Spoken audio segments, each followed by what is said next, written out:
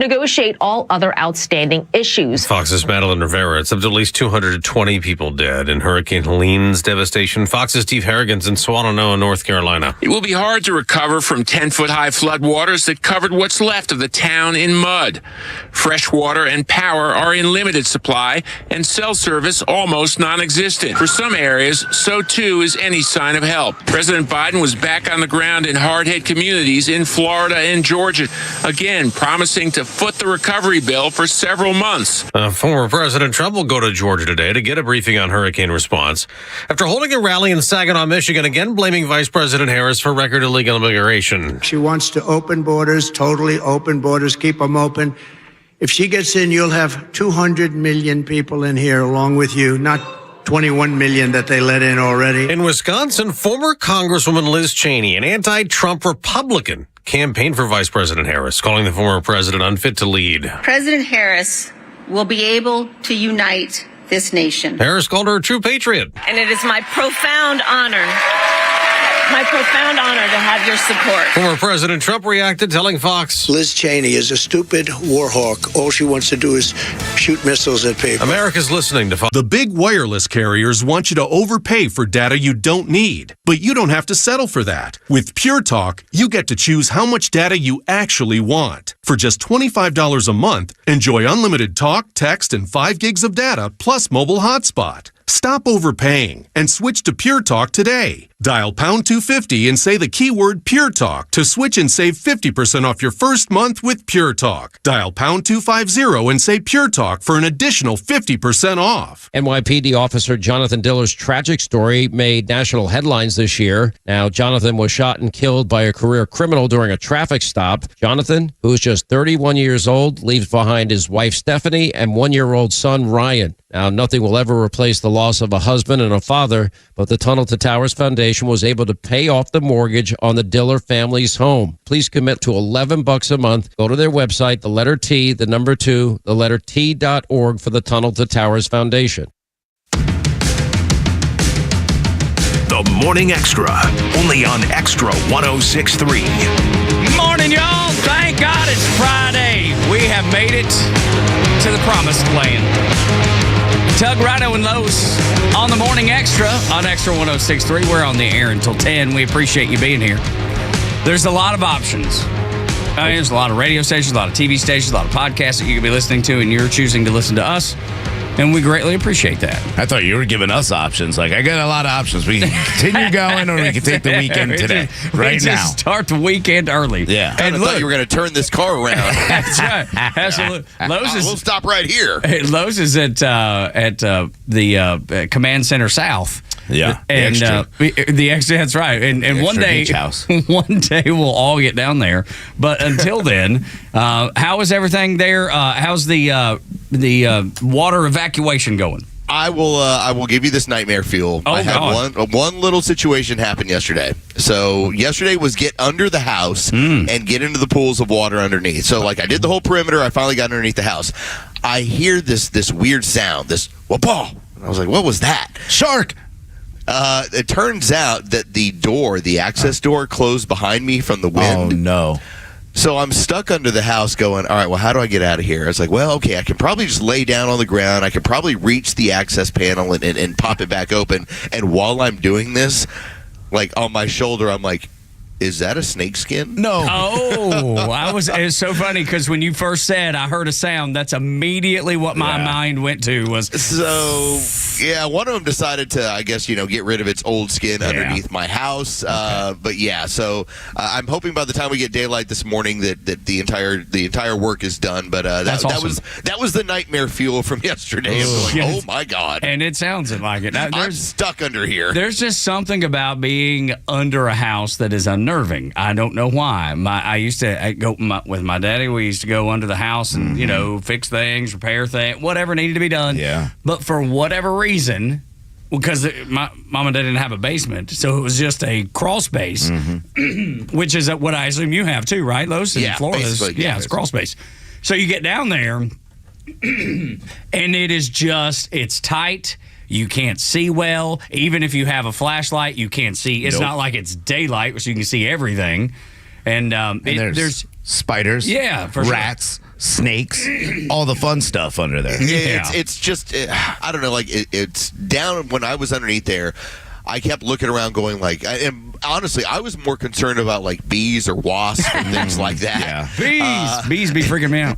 And it just got to the point where it was so wet and it was so gross, and I was just like, you know what, whatever. I'll just deal with it. But yeah, that was the one piece where I told a handful of people about how I got stuck underneath the house, and just the look on their faces of like, you were underneath your house, knowing what's down there. It is a scary thing, and being the shortest member of my family, and they always made you go. They made me go every single time. And my dad was always so nice. Like back in the day, Black & Decker had that little snake light. Yeah. I don't know if you remember, but you could like bend it around your neck. And you'd be like, here you go, son, I bought you this. And I'm like, for what? Thanks, Dad.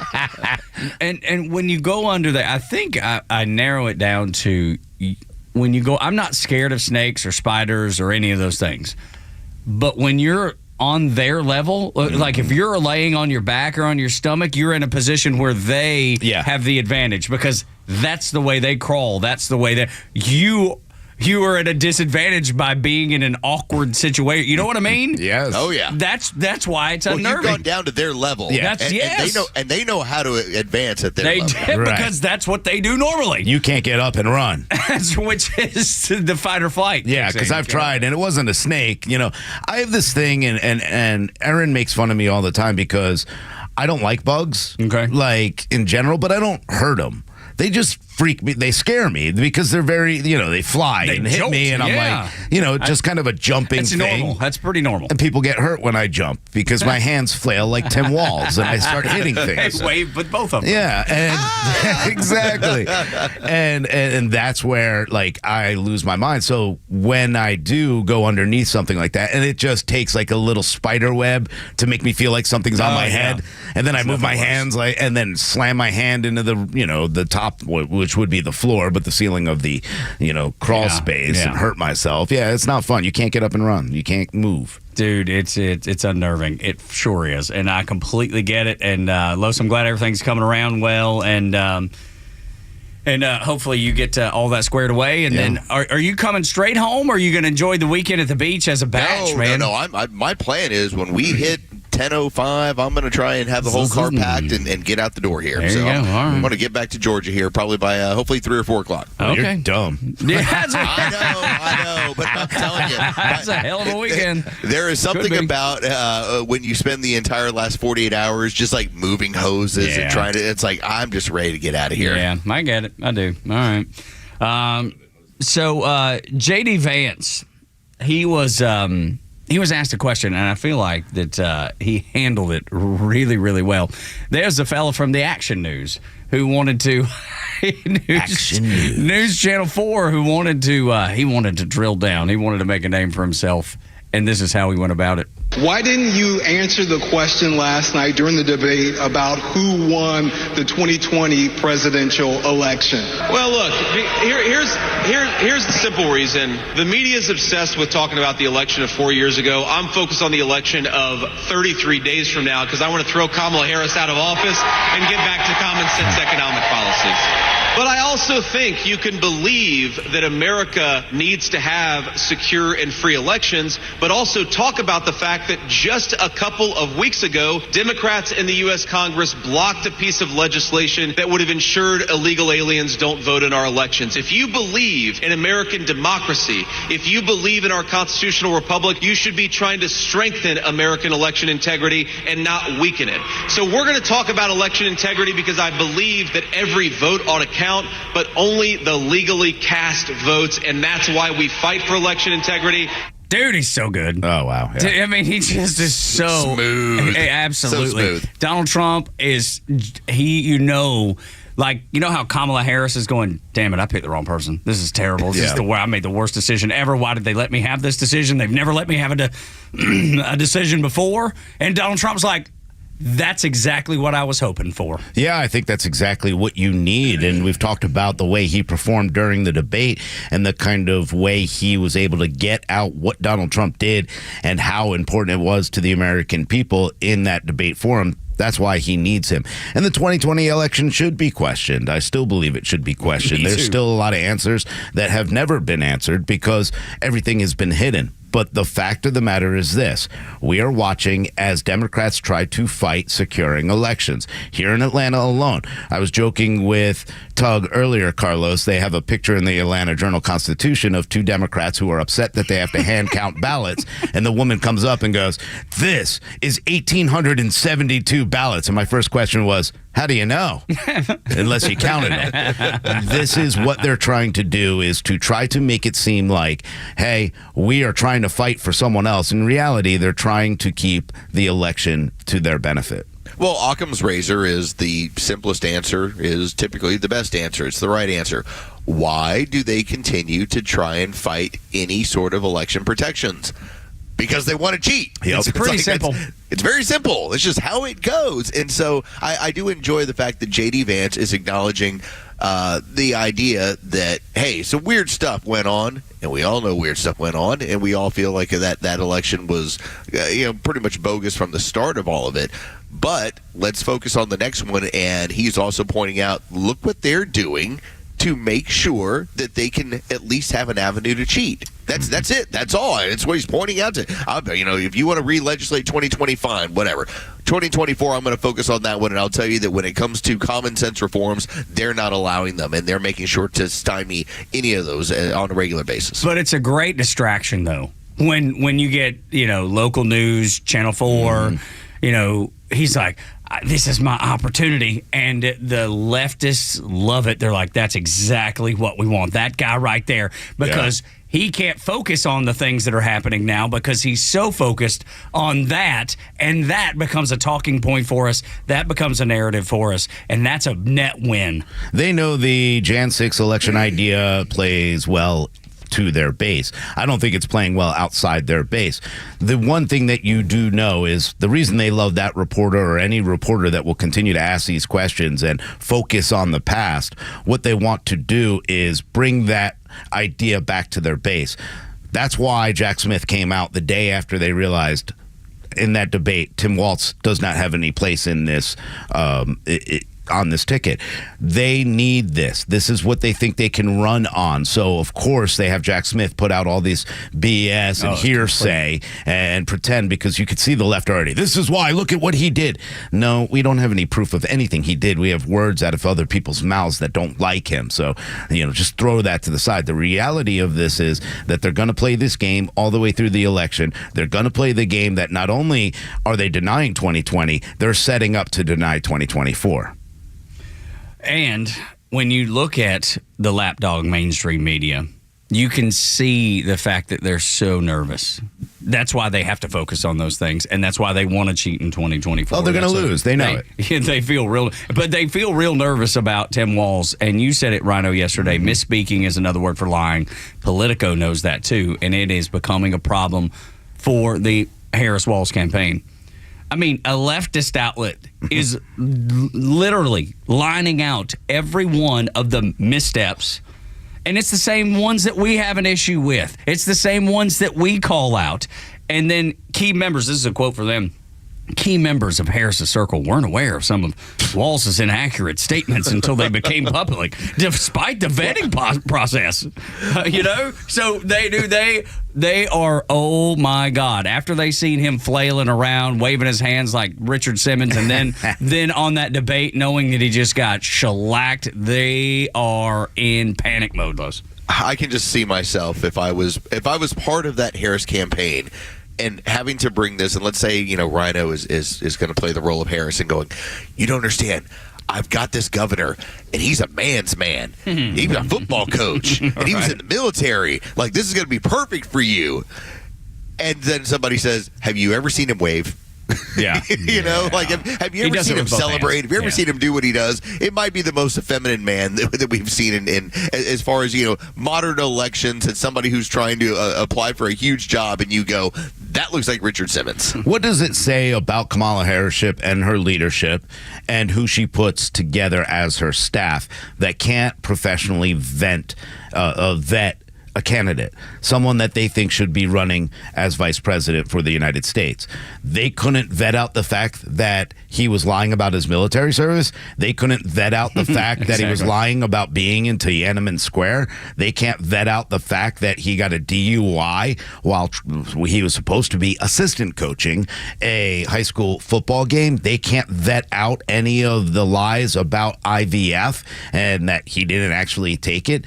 If you can't trust the fact that she can't even put together a staff that can give her good leadership, why would you trust her to put together a cabinet? Because they got one part right. He wasn't Jewish. Yeah, well, yeah. But good call. How sad is that? What's your religious affiliation? You're hired. You're not Jew. That's right. That's so disgusting and sad. In a swing state where you absolutely need Pennsylvania, they went, yeah, there's the governor, and he doesn't have the same skeletons, but you know what? Tough break. He's Jewish. I don't think we can do that around here. Not going to happen.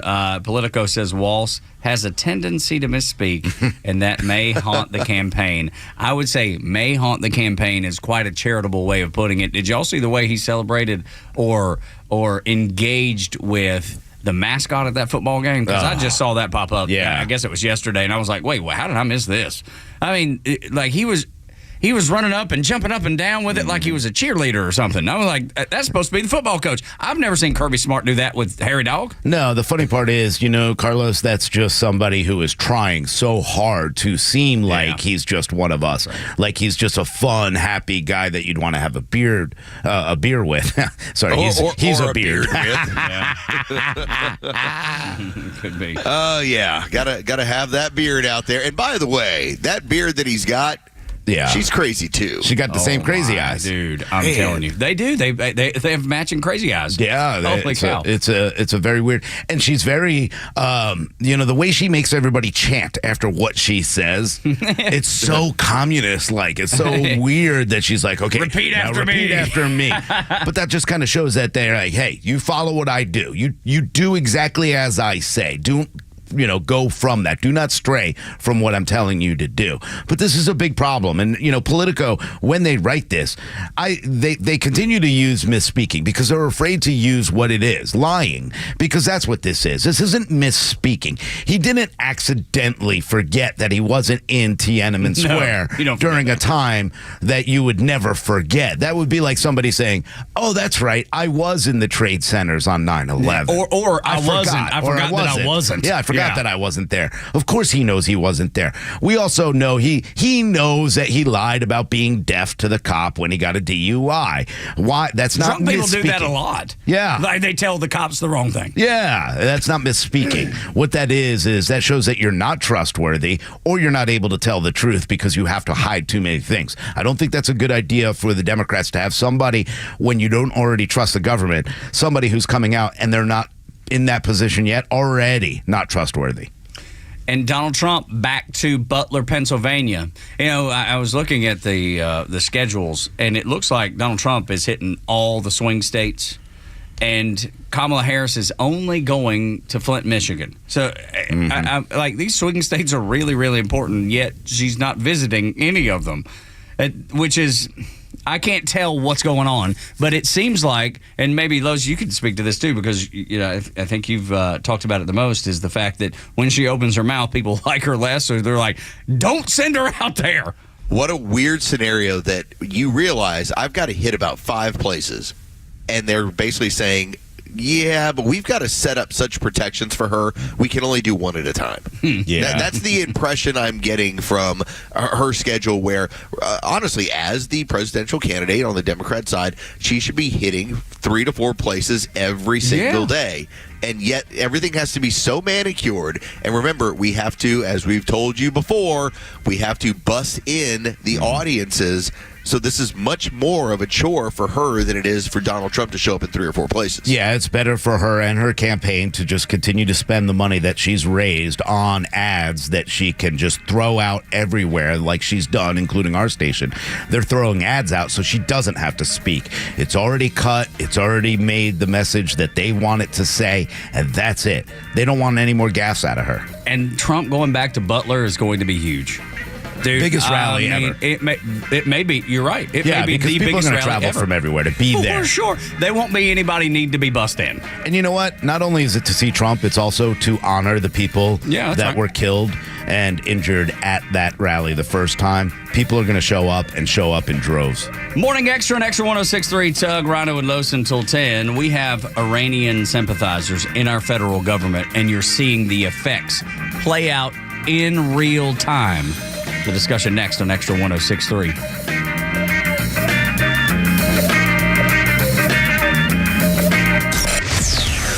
Why is it that only white colonists are the only ones ever held responsible for taking somebody else's stuff when every race, creed, color on this planet has done it 1,000 times? Well, because we're the white people.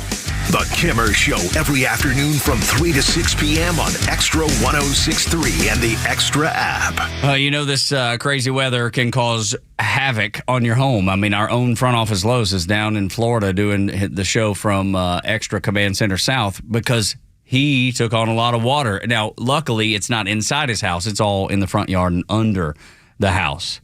If you're not as lucky, if you're in the situation where you need the protection, the roof that has a leak to be repaired, maybe the roof needs to be replaced altogether, Southern Exteriors can do that for you, and they have over 200,000 jobs under their belt. They'll have a foreman on site as your job is happening.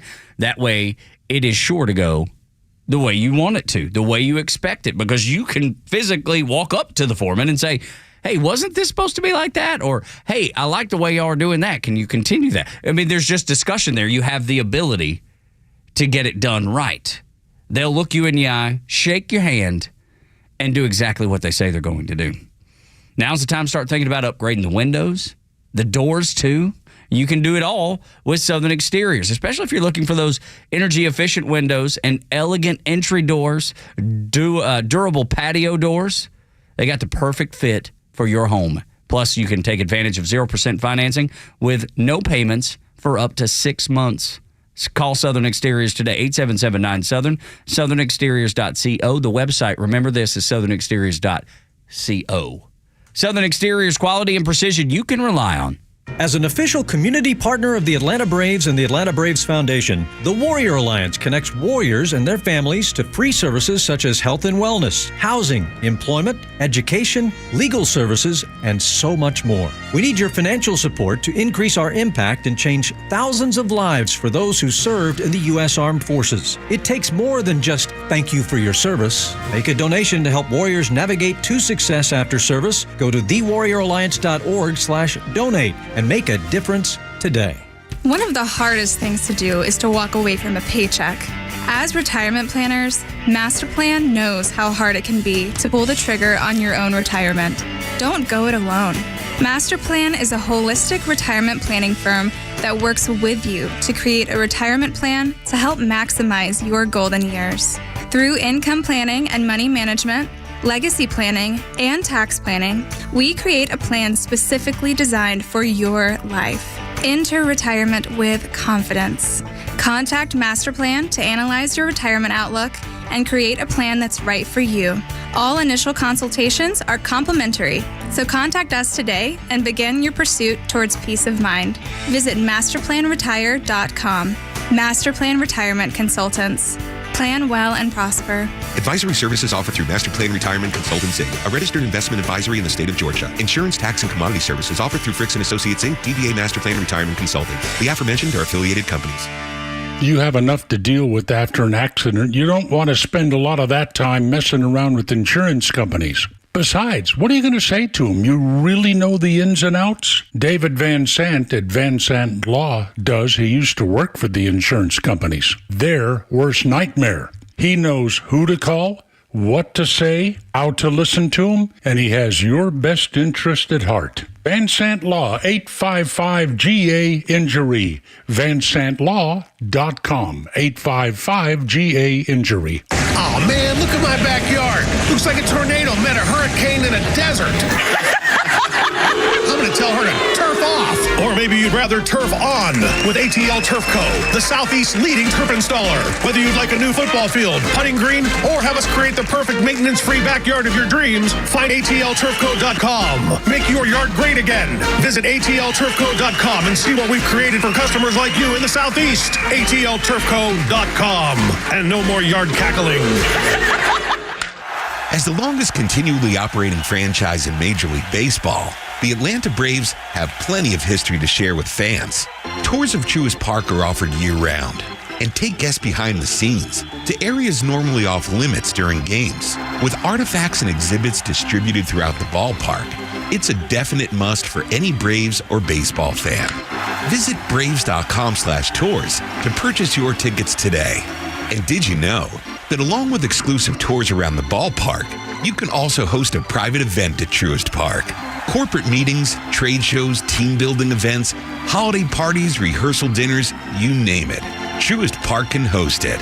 Their dedicated staff is sure to bring your vision to life. Whether you're looking for a large space or something more intimate for your next event, there's a venue to accommodate your needs. Visit Braves.com/events to see more details. Atlanta Braves Baseball. We are Braves Country. The stories that matter to you. These are your Georgia headlines. Presented by RBM of Atlanta, your Mercedes-Benz connection since 1964. Good morning. Here are your top stories in the state of Georgia for today, Friday, October 4th. The Georgia Ports Authority announced that its Savannah and Brunswick facilities will reopen today after the union suspended its strike until January 15th to allow more time for negotiations. The International Longshoremen's Association and the U.S. Maritime Alliance have tentatively agreed on a 66% pay increase, but still need to negotiate the issue of automation, which workers are concerned about. In the meantime, 45,000 port workers will be back on the job today. The chemical plume from Sunday's biolab fire is still lingering over Rockdale County and parts of the city of Atlanta, prompting local lawmakers to call for a permanent shutdown of the facility. Representative Hank Johnson highlighted past unreported incidents and non-compliance by Biolab and has also called for a state emergency in Rockdale County to provide relief funds. Local schools will remain closed, with students shifting to virtual learning for the first few days after fall break. Businesses in the area remain closed, and some have announced permanent closures. And in sports, Kirk Cousins threw for 509 yards, including a 45-yard touchdown pass to Cordero Hodge in overtime for a touchdown that gave the Falcons a 36-30 win over the Tampa Bay Buccaneers. Cousins also tied a career best with 4 touchdown passes on the night. The Falcons now sit atop the NFC South standings with a 3-2 record. President Trump has over and over and over and over and over and over again said he is not going to ban abortion federally. Look, I am 100% pro-life. It's hard to get me to say there's an appropriate time for abortion. I understand when people talk about it and say, mother's life in danger, sure, rape, incest, any of that stuff, that's logical. That makes sense to me. But it's even hard for me to go there because the child did nothing wrong, the one that's going to be eliminated. But I understand, and I can converse back and forth in that area. I can get it. But Donald Trump has been very clear, Rhino, about saying I'm not going to implement a federal ban. But the left got nothing else to go on, so this is their marching orders. These are the drums that they march to. Yeah, they really do. And this is, again, Kamala Harris and Tim Walz have brainwashed their people very well and have taught them about this fake book called Project 2025. So that all of a sudden has become the main issue is, oh, yeah, but they've got a playbook, and if you go into their playbook, guess what you're going to find? That's my Tim Walz impression, by the way. You're waving both hands. Yeah, I'm waving both hands like, hey, so listen. But the reality of it is this, and this is why I think it's important what we talked about all morning, Los, is that J.D. Vance got on that stage, talked about how they talked about what this was and what they're going to do, and there is no ban on it. And J.D. Vance was able to get that message across so well that Politico even wrote an entire article about, well, Donald Trump continues to say that he will veto a federal abortion ban. I think if you want to just talk about how you end up getting to the place we're in, just know that Planned Parenthood is such a huge and disgusting part of it, because when you look at the country and its history, abortion's always been with us basically since the early 1900s, and then it turned into, well, there's certain people that will allow it in terms of their states, and there's some that would not. And by the time we got to 73, we decided, okay, it's going to be allowed, but it's with these conditions, health of the mother early on. But once you get into that second trimester, especially the third, no way, it's not happening. Planned Parenthood was what got that done in 1993, to the point now where when you hear about, hey, somebody got rid of a baby in the 8th or 9th month. Well, to me, that's murderous, and it was considered murderous from 73 to 93. It wasn't until that ruling, Planned Parenthood versus Casey, that completely changed this into this murder cult. That is ghoulish, and Tim Walz tried to defend it and tried to sidestep it in the legislation that he implemented in the state of Minnesota, and it's been fact-checked over and over again that, yes, third trimester abortions happen in Minnesota. It happens. He knows it happens. We don't need the FBI body language expert to tell us that he's lying about that, because so many people, including Front Office Lowe's, shared the actual bill as in real time as Tim Walz was denying it and showing the law that he implemented. He knows exactly what he's doing. No restrictions. None whatsoever. And this man presents himself as happy Richard Simmons, double hand waving guy, football coach, Midwestern, talks like you do, all shucks. Yeah.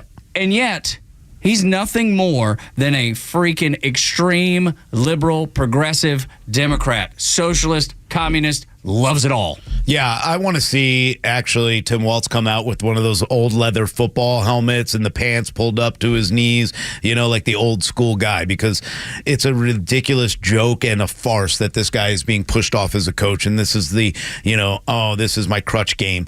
The reality is that I think this is a very important issue to a lot of people, and I think that J.D. Vance did a great job kind of bringing it back in a responsible way and talking about it in a responsible way. I thought he missed a really big opportunity on the Amber Thurman story, but thanks to what Donald Trump said and that J.D. Vance backed up, that there won't be a veto or they will veto a national abortion ban, it caused them to write this story, because before this story, nobody ever talked about Amber Thurman, the Georgia woman who died after a hospital, they say, delayed providing her emergency medical care. They put in, she took abortion pills. They put in now that, well, we got to look at the doctors who gave her the abortion pills. Well, you know what it was? It was a clinic that they continued to do. So as much as they continue to talk about how much they care about kids and women, they don't want doctors families in your room, you're giving them pills that kill them and kill perfectly healthy babies. You don't care if a 16-year-old girl orders this off the internet and kills herself, because you don't really care about children. From 1973 to 1993, within this country, if you entered into the third trimester and your life was not at risk, you couldn't abort that child. Mm-hmm.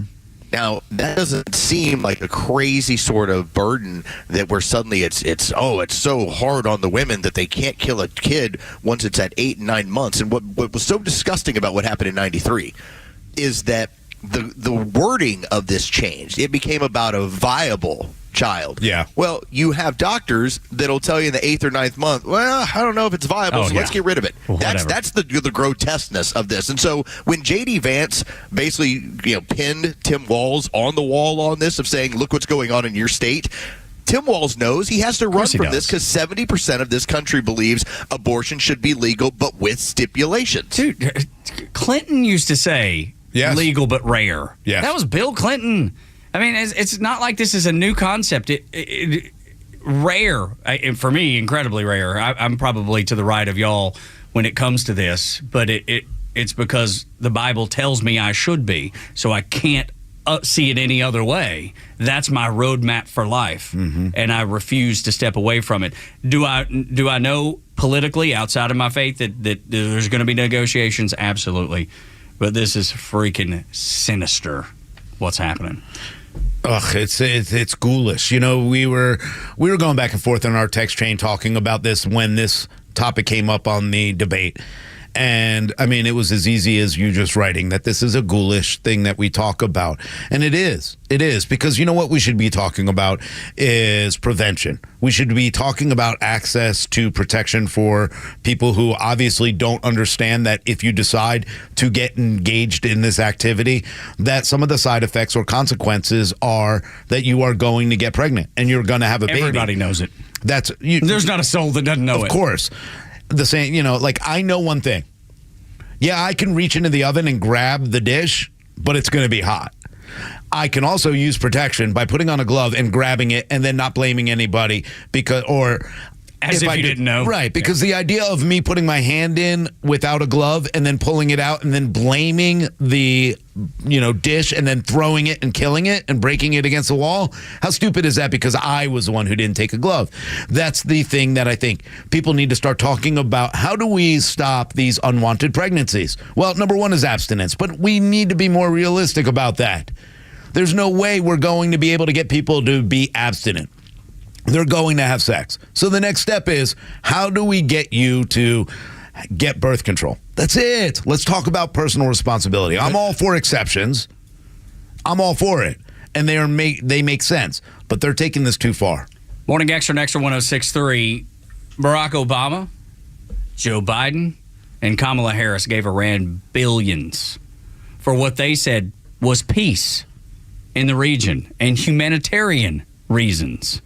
Yet the terror that Israel is facing today is a direct reaction to it. They are completely responsible for what's happening to the Israelis, our greatest ally. Anyone with a half a brain knew what was coming when you give terrorists $6 billion. I said it before, I'll say it again. We have Iranian sympathizers in our federal government. You'll never convince me otherwise, because why would you give complete terrorists, people that say they want the destruction of Israel and the United States, $6 billion, expecting them to do anything except exactly what they're doing right now? It's unfreaking believable that they made this decision. And they did it with a clear conscience, man. It's like putting a fox in the chicken coop and expecting the fox not to eat the chickens. It's ignorant. And they knew it. They knew it from the beginning.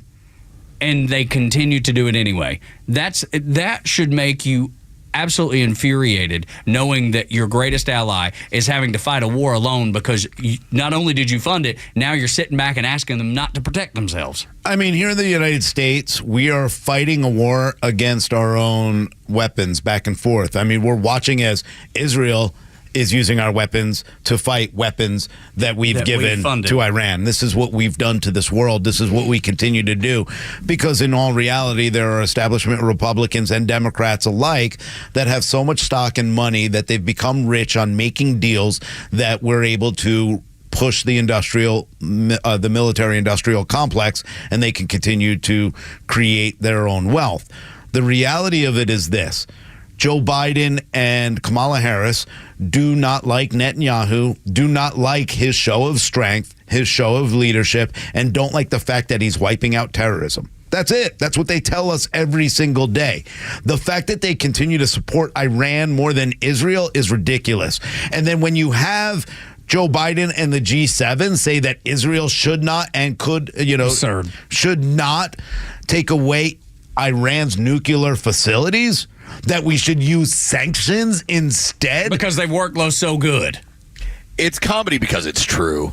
When you look at the meme and it shows missiles that are being launched at Israel and it says your tax dollars, and then it shows the Iron Dome at work and it says your tax dollars as well. Yeah, that's the industry, man. We're on both ends of it, and so we get the skim on both ends. We require the Israelis, as part of us giving them funding, to buy our material. At the same time, we make sure to fund what Iran's doing so they can cause crap in a region so that we make the money. We are the bad guy, man. We're always the bad guy. Always. Federal government, man, is the most corrupt thing I've ever seen. And when I use the analogy about the fox in the chicken coop, it makes me go, wait a minute. They intentionally let the fox in the chicken coop. That's the plan. Yeah. The whole time that was the plan. It is exactly what the plan is. They don't care. The sanctions don't make sense. Joe Biden doesn't even know how to use sanctions properly. Trump does. Trump knows exactly how to, and I love the fact that he talked about why sanctions are important, but why taking sanctions off and having that opportunity to take the sanctions off are also important. If you just sit and put sanctions on and don't talk to these leaders or have diplomacy, this is why they continue to just go, whatever about the sanctions, I'll go make my money, I'll steal, and I'll kill, and I don't care. Ask yourself the question, when it comes to this military-industrial complex, why is Donald Trump such an enemy to them? And then you'll know. That's right. That's a great rhetorical question. What does it cost them? A lot. Sure Why does. is he the enemy? Because he won't do what they want him to have him done. That's exactly right, dude. 100%. That's why in 33 days, you need to make the right choice. What is your choice going to be? What is the choice of the people around you going to be? What is the choice of the people that are in your community groups and your church groups, your Bible studies? What is the choice? Help them make the right one. Talk to them about making the right one. It's so incredibly imperative. It's important to no end. Morning Extra on Extra 106.3. Tug, Rhino, and Lowe's. MSNBC invited a never-Trumper on, but things didn't go the way they expected. Next on Extra 106.3, Atlanta's only conservative news and talk station. All wealth in this country is owned by individuals, not by corporations. All wealth is held by individuals. Catch Neil's commentary every day on Extra 106.3 and the Extra app. All right, it's a good thing that they may have put the strike off until January 15th, and they'll renew talks, and you never know what's going to happen at that point. They could go on strike again, and maybe we avoided something, but at the same time, you start to look around and go, well, what if they didn't? And what if we had a hurricane like Helene that wiped out everything you had and you didn't know where to turn for food, for water, or for anything that you need? You don't have the essentials. Well, that's what True Prep in Marietta on Cobb Parkway is for. Hey, it's Rhino. Tell them that I sent you down there and let them know that you need to start getting prepped right away. Where do you start? Well, they're going to give you two options. Number one, you might want to look at some food. Start stacking away already prepackaged, ready to go food. Otherwise, you might choose to do it yourself. If you have a garden and a farm and you just want to take all your leftovers, freeze dry them, have them at a later date, guess what? You can do that there at True Prep as well. So go and check it out. But you need to make sure that you have everything else. Water filtration. Obviously, water is a big problem. You're seeing the news. You're seeing that water needs to be brought to those. Do you have water for your house, for your family, for your friends, for your neighbors? That's the important thing about True Prep. Amy, Matt, Joey, they're all experts. They're all local. In fact, Matt and Joey, engineers, graduated from Georgia Tech. They understand what you need. So go and visit them in Marietta. Whether it's freeze-dried food, water filtration, first aid kits, firearms, firearm accessories, or ammo, they have everything right there at the lowest price around. Go check it out in Marietta on Cobb Parkway, or go online and check out some of their great workshops as well at trueprep.com. That's TRU prep.com. Prepare today for a worry-free tomorrow with our friends at True Prep. You know the old expression, I love it when a plan comes together? Well, with our First Liberty Notes, this has been so true. Hello, I'm Brant Frost, founder of First Liberty Building and Loan. You hear about our family's company all the time right here on this station. For over 30 years, we've been the local lender who said yes when the big banks say no. A couple of months ago, we opened up our First Liberty Notes program to Main Street investors just like you, and the response has been just incredible. Folks from airline pilots to physicians to even pastors are now earning 8 to 13% interest rates while helping to fuel the growth of local small businesses. If you're a qualified investor with a minimum of $25,000, you too could be earning 8 to 13% interest. We'd love to have you join our First Liberty family today. Go to firstlibertyga.com and see if our First Liberty Notes are right for you. Go to firstlibertyga.com. That's firstlibertyga.com. First Liberty Notes are not obligations of or guaranteed by any financial institution and are not secured by any collateral. They are not FDIC insured or guaranteed by any government agency. You could lose money. SEC accredited investor status must be verified. Securities not offered in any jurisdiction in which it is unlawful. Millions of guys suffer from erectile dysfunction. That's 1 in 4 men. And I can tell you, I'm one of them. If you or someone you know suffer from ED, Peyronie's disease, or PE, here's 38-year emergency room doctor and founder of Total Body Therapy of Georgia, Dr. Eric Deal. Patients who enter my office are often frustrated, hopeless, depressed, and embarrassed. I understand the problem, and I'm going to help you fix it. There are lots of competitors that don't have the credentials that I have. When you go to other clinics, you're not going to see a board-certified physician with the the experience that I have. When you come to our clinic, you're going to see me. There's just not one therapy that can solve these complex issues. I'll do a complete history and physical prior to any treatment that we use. Take it from me, Dr. Deal. When it's not hard, it's really hard. Call Dr. Deal for your free one-on-one evaluation and resolve your ED, Bronies, or PE issues. Total Body Therapy of Georgia, 404-777-1911, 404-777-1911, online at stopmyed.com. Hi, this is Ben. And I'm Walt from Horizon Background Screening. About 15 years ago, I was running a private investigations company, and my partner Ben here was running a background screening company and saw the need to put the two together.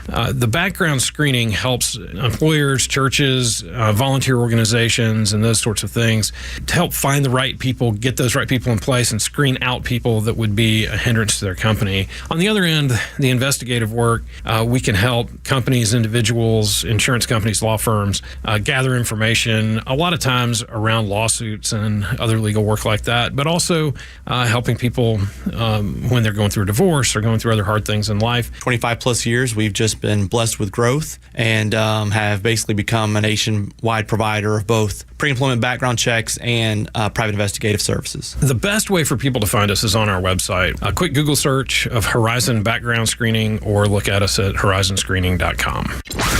Your voice, your vote. And this year it matters more than ever. So for the unbiased election coverage that affects your family and your community, trust the voices that matter when it matters the most. Extra 106.3 and the Extra app. Leftist outlets, they love grabbing the never Trumpers, especially folks that have been connected to Trump in some sort of way.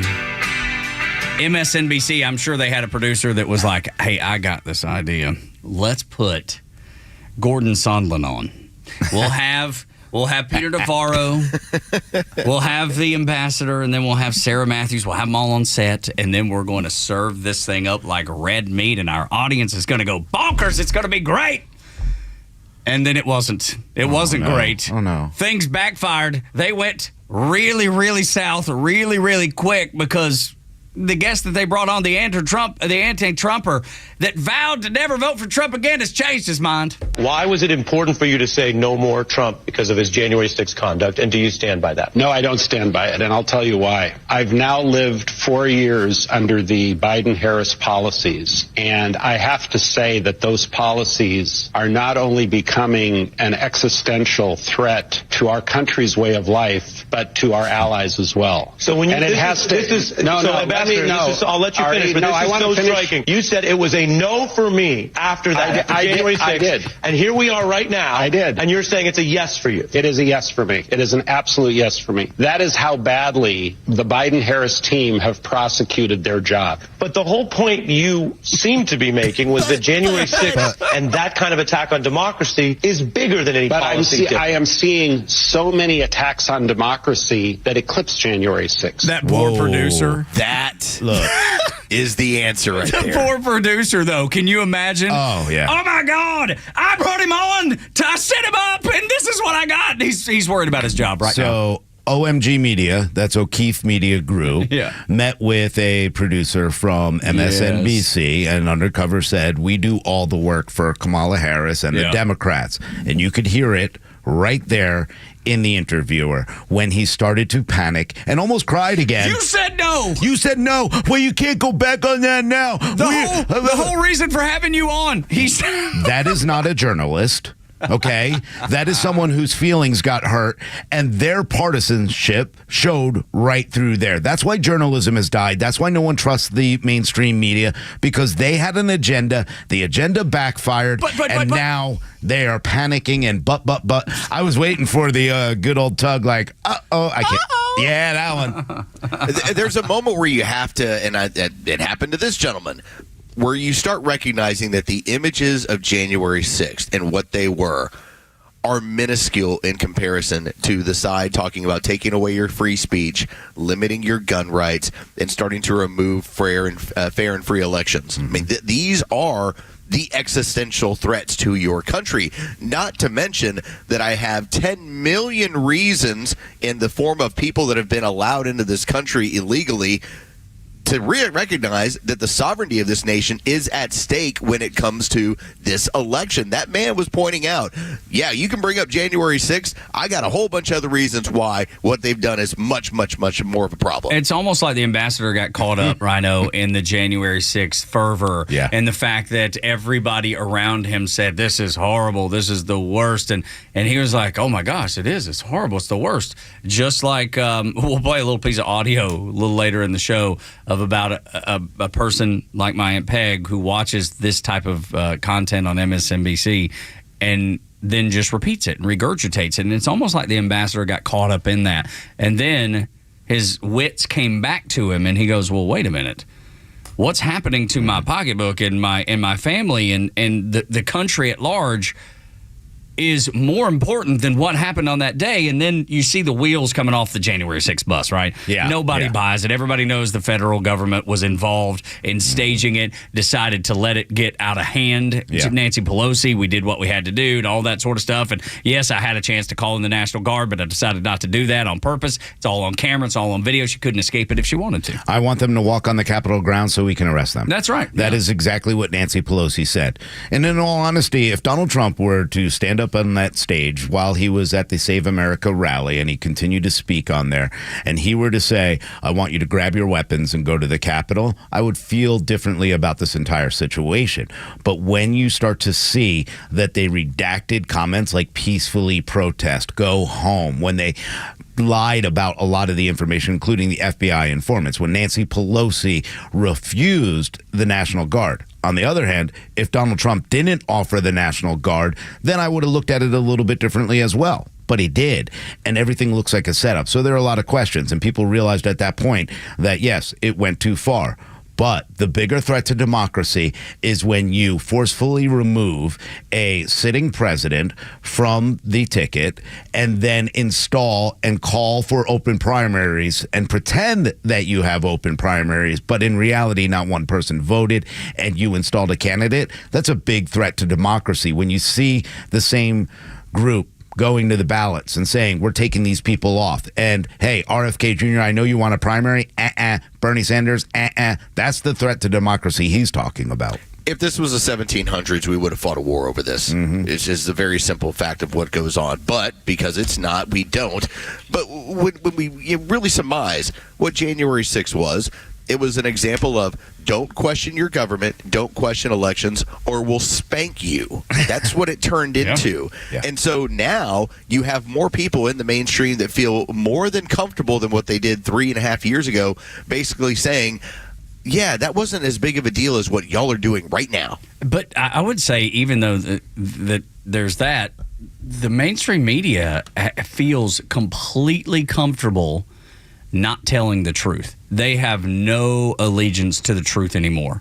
By and large, when it comes to any network you turn on television, they are fine with lying. They're fine with being the Democrat mouthpiece. They're fine with leftist politics. So they promote it and support it. That's why this poor man that booked the ambassador saw his career flash before his eyes. Well, oh, God! Look, Democrats do I'm not. never working again. They don't know how to vet. That's it. Again, it all comes Probably back to the ask fact. him. Yeah, right. But you knew what you were going to ask him to begin with. Yeah, so you're still on board with the hey, no Trump, right? You're still never Trump, and he'd be like, maybe he's smart enough to go, we'll talk about that when we get on the air. Well, but then all of a sudden you're like, then you'd at least be like, wait, what? Yeah. They don't know how to vet in any manner whatsoever, whether it's the top of the ticket in Kamala Harris or all the way down to their propaganda wing. Great point. I mean, it was on the state's media, and they were like, "Oh my God, you can't do that on our state media." Oh my God. That's so funny. Dude, when I watched that for the first time yesterday, I just sit and cackle to myself thinking about that poor producer. Yeah. And because, when you I don't know, if you introduce someone and it goes south, or you pull something together and it doesn't work out and you feel responsible, and obviously it's a different scale, but just something at the office that you did and then it falls apart and you're like, oh, it sucks. Yep. Well, this was live national television. Dude is expected panicking to too, be in freaking panic, scared to death. Tim Wall's eyes going, His hands start flailing. Yeah, exactly right. Stop! You're hurting me. I think that is the funniest part of it all is the fact that this poor producer is up the creek without a paddle. It was really. I mean, you hear the panic in that That's poor right. guy. I know. The whole reason And of you being here. The defensiveness. Yes, absolutely. Like, but you said no. That's right. That's right. Oh, but I love people. the way the ambassador it just says, I was wrong. JD Vance kind of said the same thing. I was wrong. Yep. Well, once it was, once you saw what they were trying to do, you realized, wait a minute, why did I fall to the trap that they set here? Yeah, they basically told you, Donald Trump's this huge threat. And then over 4 years, they showed you, not really. We're the threat. Yeah, and we will continue to be the threat. Ask those folks in West North Carolina. Ask the folks in East Tennessee. Ask the folks in parts of South Carolina and South Georgia. In Florida, Los, you could answer for FEMA on your own just having the experience that you have. Your federal government is the threat. Morning Extra and Extra 106.3 when we continue after a Fox News update. CNN has an interesting observation about Tim Walz, and you're likely, surprisingly enough, to agree with it. Next on Extra 106.3, we will be right back.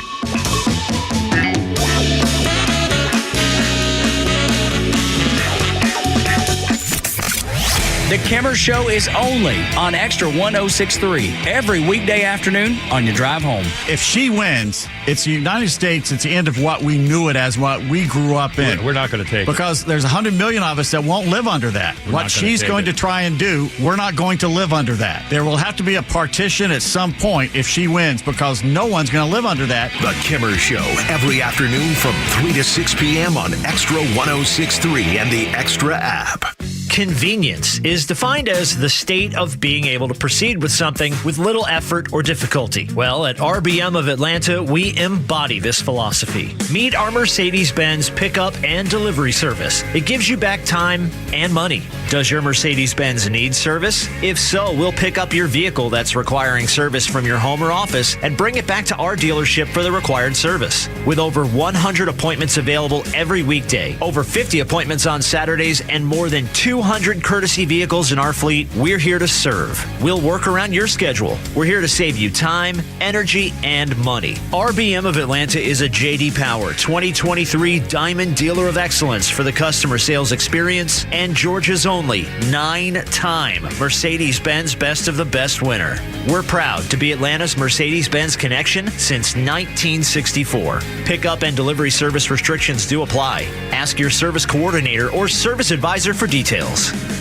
Looking for bold discussions on vital issues? Tune in to The Janelle King Show every Saturday at 3 p.m. with an encore episode every Sunday at 9 a.m. right here on Extra 106.3, where we dive into kitchen table topics that are essential for a strong republic.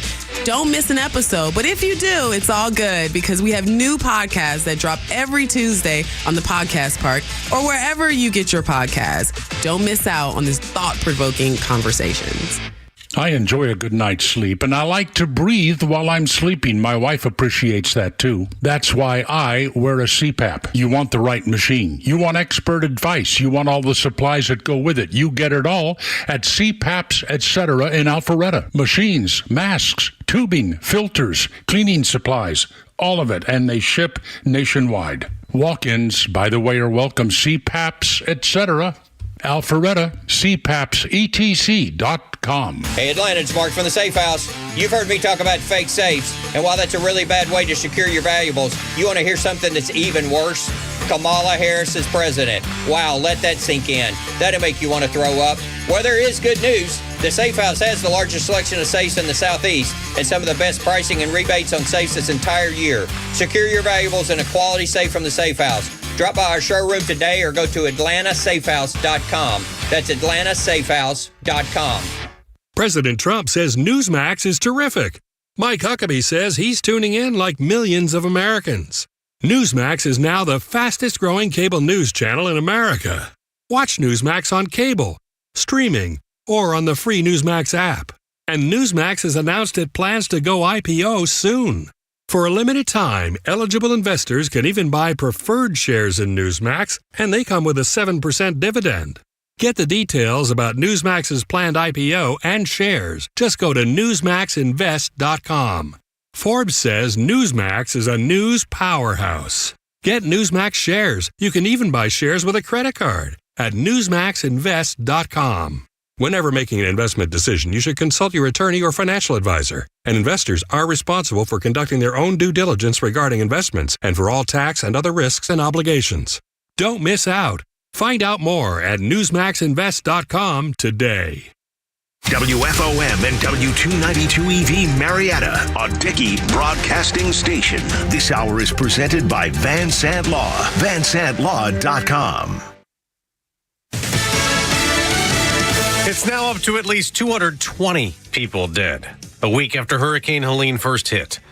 I'm Dave Anthony, Fox News. The devastation here is truly heartbreaking. Fox Weather's Jane Menards in Boone, North Carolina, one of many places inundated by flooding. The overall pulse of what I've been able to gather here on the ground, especially in these local communities, these rural areas, is that they haven't felt much help from the state just yet. It has truly been neighbors helping neighbors. President Biden went to Florida and Georgia, where there's also devastation. FEMA teams are literally knocking on doors to register folks so they can receive assistance, to buy what they urgently need. Former President Trump is critical of the federal response. He'll go to Georgia and North Carolina today after a rally in Michigan saying if he's elected again, we will cut energy and electricity prices in half within 12 months. In Wisconsin, an anti-Trump Republican who used to be in Congress endorsed Vice President Harris. Liz Cheney really is a leader who puts country above party and above self, a true patriot. Former President Trump reacted, telling Fox Cheney is a stupid war hawk. Iran's foreign minister's gone to Beirut as Israeli airstrikes keep hitting Lebanon, targeting Iran-backed Hezbollah. And Fox's Nate Foy reports from Tel Aviv. As we await Israel's response to Iran's massive ballistic missile attack, Iran's supreme leader Ayatollah Khamenei delivered a rare Friday sermon in which he called that attack on Tuesday a legitimate act, but even more notable, he called Hamas's atrocities from October 7th also a legitimate act. The dock workers' strike is over after 3 days. They're back on the job this morning at ports from Maine to Texas after a tentative agreement that'll lead to more negotiating. As part of the conditional offer, the ports proposed a 62% wage hike over 6 years. If a deal isn't reached within 90 days, though, the proposed increase is off the table. Fox's Madeline Rivera. America's listening to Fox News. The big wireless carriers want you to overpay for data you don't need, but you don't have to settle for that. With Pure Talk, you get to choose how much data you actually want. For just $25 a month, enjoy unlimited talk, text, and 5 gigs of data plus mobile hotspot. Stop overpaying and switch to Pure Talk today. Dial pound 250 and say the keyword Pure Talk to switch and save 50% off your first month with Pure Talk. Dial pound 250 and say Pure Talk for an additional 50% off. Jerry Paget, II enlisted in the U.S. Navy and deployed multiple times to Iraq and Afghanistan until Jerry was catastrophically injured in an improvised explosive device blast. Now, Jerry received a new smart home thanks to our friends at the Tunnel to Towers Foundation. Now, the home is in the foundation's Let Us Do Good Village. It's in Florida, and Jerry now lives more independently thanks to the specially adaptive technologies. Commit to $11 a month, the letter T, the number 2, the letter T.org. Want weather? Grab your phone. Need traffic? Grab your phone. Conservative news and talk, also on your phone. Get the Extra 106.3 app. Tug, Rhino, and Los on the Morning Extra. Glad that you're here. 404-741-1230 at Extra 106.3 across the social media platforms. The Extra 106.3 YouTube channel. Lots of ways to interact, and we hope that you will. The death toll rises. It has surpassed 200 people across 6 states as crews continue to search for survivors. And the Fox News update you heard right there, the people on the ground in North Carolina specifically say they do not feel like they're getting any assistance, and I understand why. I mean, you're seeing these incredible videos now that Elon Musk has provided Starlink and being able to communicate with the outside world. You're seeing these devastated communities, and you're seeing people. The ones that I was blown away and most impressed by are the guys that with their pack mules that are literally loading down a wagon train of pack mules with supplies and getting into places where roads don't exist anymore, and into some of these secluded, really small cities and towns in North Carolina. And all I could think about was the Hank Williams Jr. song, A Country Boy Can Survive, because it was that song living out in real time. It really is. I mean, sometimes we do have to go back to the basics and find ways to help Americans and help people. And it is as sad as it can be. And at the same time, it's as beautiful as can be when you see neighbors helping neighbors. And that's one of the most important things. There have been truckers. I have friends that are big in the trucking industry, and they're doing everything they can to get as close without getting in and interfering as they can, and trying to find a way to get stuff to every victim and every American that is struggling right now.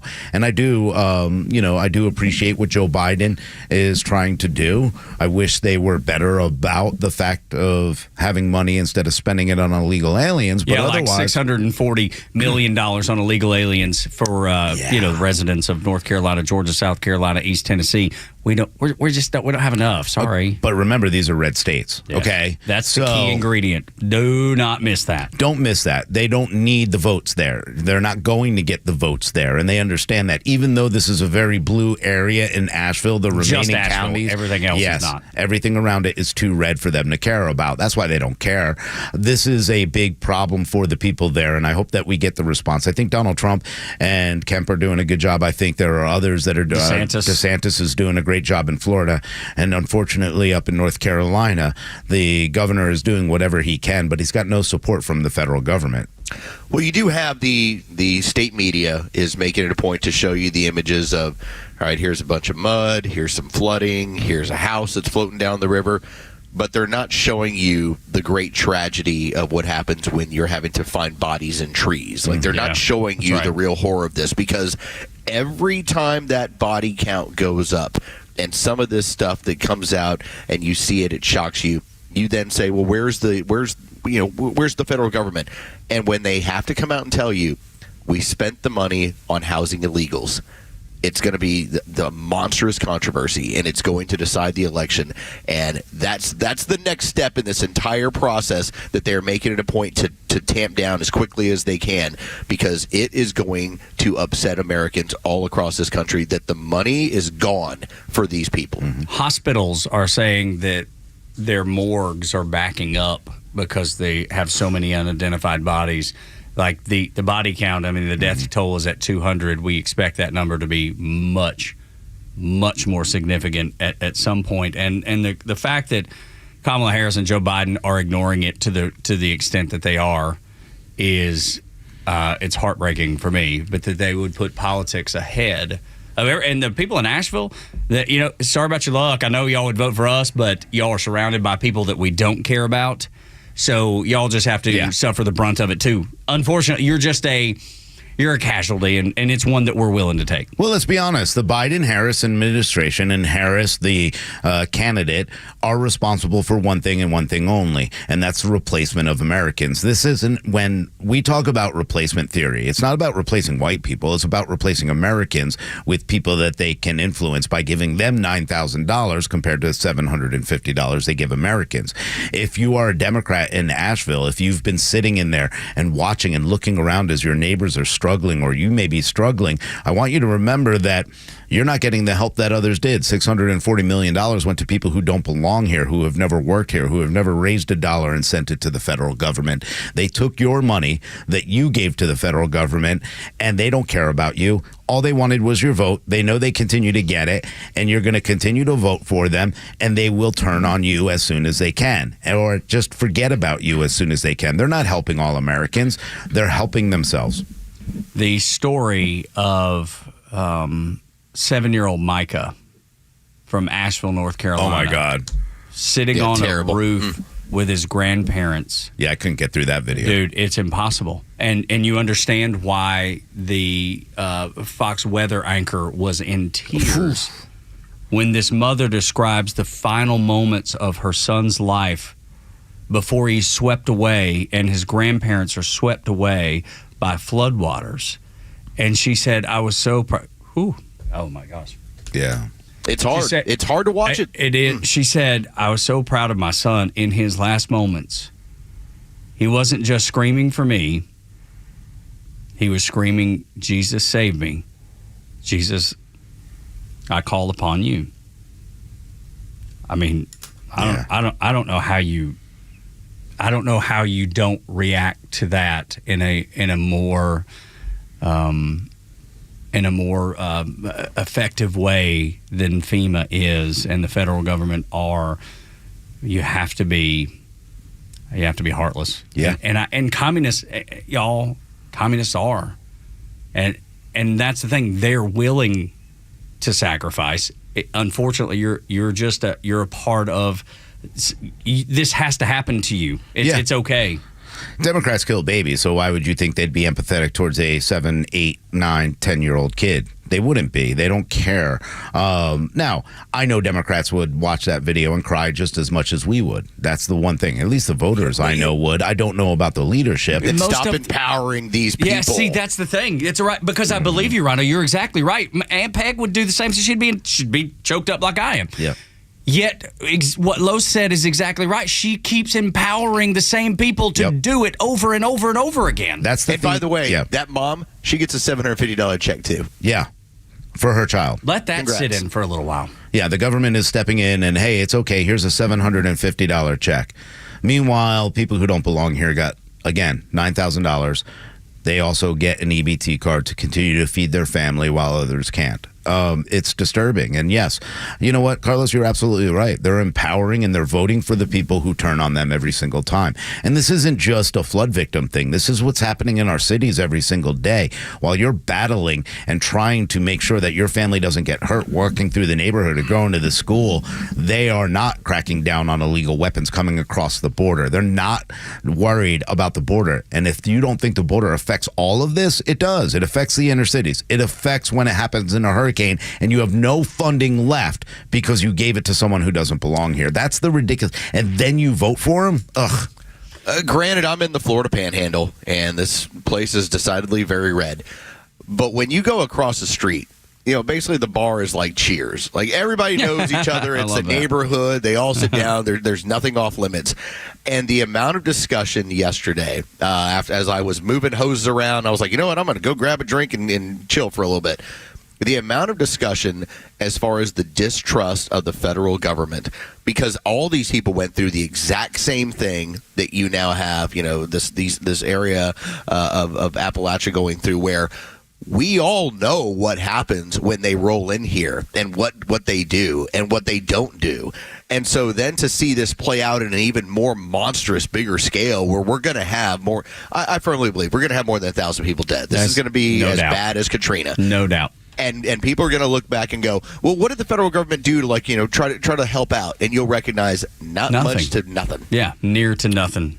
Well, the reality of it is this. They are going to turn and not care about the people. What they are going to do is pretend climate change was the factor in this, that storms are worse and better and are better at destroying things, or, bring more water and bring more of this. No, Katrina is an example that was a bad one. It happens. We have historical. Galveston got wiped out a long time ago. I mean, this is just every once in a while you're going to get a storm that does something unpredictable. This was as unpredictable as you could get, going through where it did in a mountain community the way it did. Unbelievable. And it just is an unfortunate side effect of a tragedy. Billy is in Canton at 404-741-1230. Billy, what's up, man? What's on your mind? Well, I think what part of the problem here is that people on the Democrat/liberal side treat politics like a football game. And they just want their team to win. That's all they wanted. They wanted their team to win in 2020, and then they shut off what they were paying attention to, and they've turned it back on so they can cheer their team on again, and they win in 2024. They won't pay attention after that. That's all they care about is waving their pennant till their team wins, and then that's it. Go on about your business. And they don't care about other people at all. It's just about their team winning. I think you're right, Billy. I think it's such a great illustration of what really happens, because I see it on the handful of friends that are just incredibly liberal. Like, they did watch parties for the DNC. They did watch parties for the debate. They did watch parties for the VP debate the other night. And they had their coach. I'm not kidding. Yeah. I'll pull up the pictures. They had Coach Wall's banners that they were holding up. I mean, it was a full-on party. I'd never seen anything like it. It was so crazy, just like Billy's describing. Go to Kamala Harris's political website or her store where you can buy things and support them rather than actually look at issues, and you'll see one thing: lots of pennants that you can see with Harris Waltz on it. They're playing this football game. Billy's absolutely right. The only difference is they're not only just trying to win a game, they're trying to create a dynasty with their new ideas of how to take control. They're trying to make sure they never lose again. They want a dynasty. And again, I'm not, a big fan of Republicans in general. It's just, I don't think any of us are. None of us. I'm just not.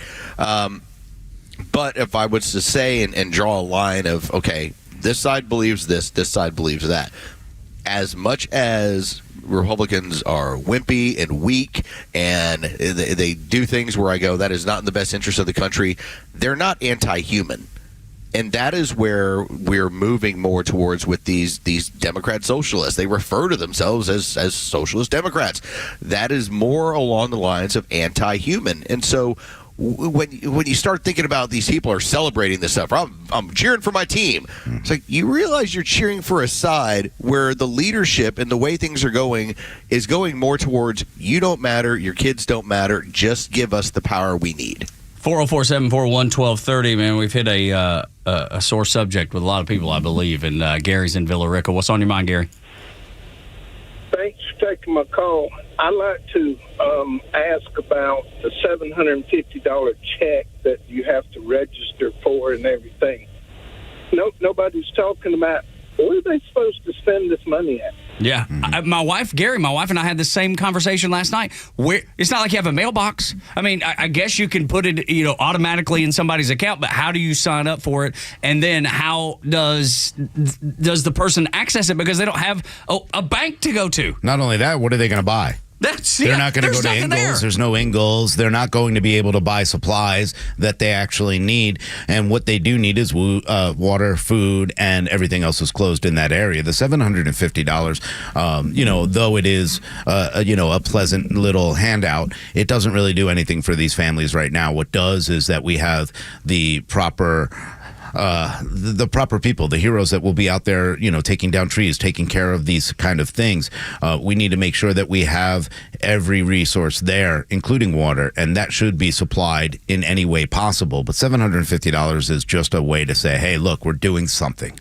Until you've been through it, you don't recognize how incredibly ridiculous it is. And so, as he references the $750, when FEMA does show up, or you go to their website, either way, and again, you ain't going to their website unless you evacuate it, because there's just no power. There's no way to do it. But when you do, one of the questions they ask you is if you have private insurance. As soon as you say yes, you're rejected. Yes. You don't even see the $750. Correct. And so you want to talk about how ridiculous it becomes. You, as a responsible American, you're sitting back saying, well, I got insurance, I tried to get protection, I left the area, okay, I'm looking for help from my government to help fix this problem moving forward, and they say, nope, you're good, we got to move on to the next person. But that was part of I watched as the vice president stood at a podium and was playing politics and playing a game, and I like that Carlos just said what he did, because one of the things she said that I just kind of like a dog tilted my head and was like, what? She said to them, if you are a victim and you're watching this, and first of all, I'm like, watching this? How? She said, go to the website, like Carlos just said, and I'm glad that he brought up what happens at that website, because number one, again, not only are they not watching it, number two, they don't have the access to a computer. Now, thank God that Donald Trump is here and working with Elon Musk and others to bring Starlink there, but at the same time, they can get communication through their phone and get communication through there. So yeah, they could go to the website, but like Carlos said, if they had insurance, they're not getting the $750 anyway. But it wouldn't even matter if they donated $100 million. You know what I'm saying? The whole point that Gary was making is you couldn't get to it anyway. What are you going to buy? They're saying if you read on social media, cash is king, because there's not a place to swipe a credit card even if you wanted to. Yeah. It's so desperate when when you don't have, basically your phone doesn't work, there's no electricity, food is already kind of scarce, and all it comes down to is, can I get a hold of water? Right. And now you're telling me, go to this website so you can get your money. And like, what website? What website? Like, what are you talking about? When we talk about these kind of things, this is exactly when Donald Trump says Republicans are the party of common sense. This is one of those examples. It is common sense to realize they cannot get to a debit card and use it. They can't get to a website. They can't watch you on TV.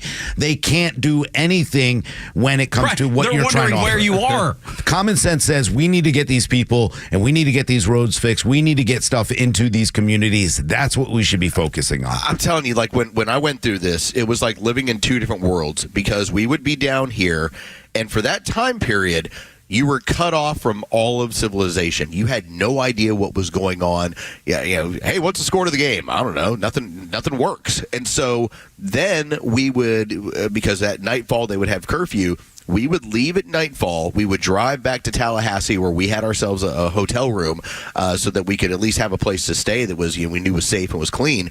And every time we got back to the hotel, the TVs were on, and you started getting information, and people would look at you basically saying, "How bad is it?"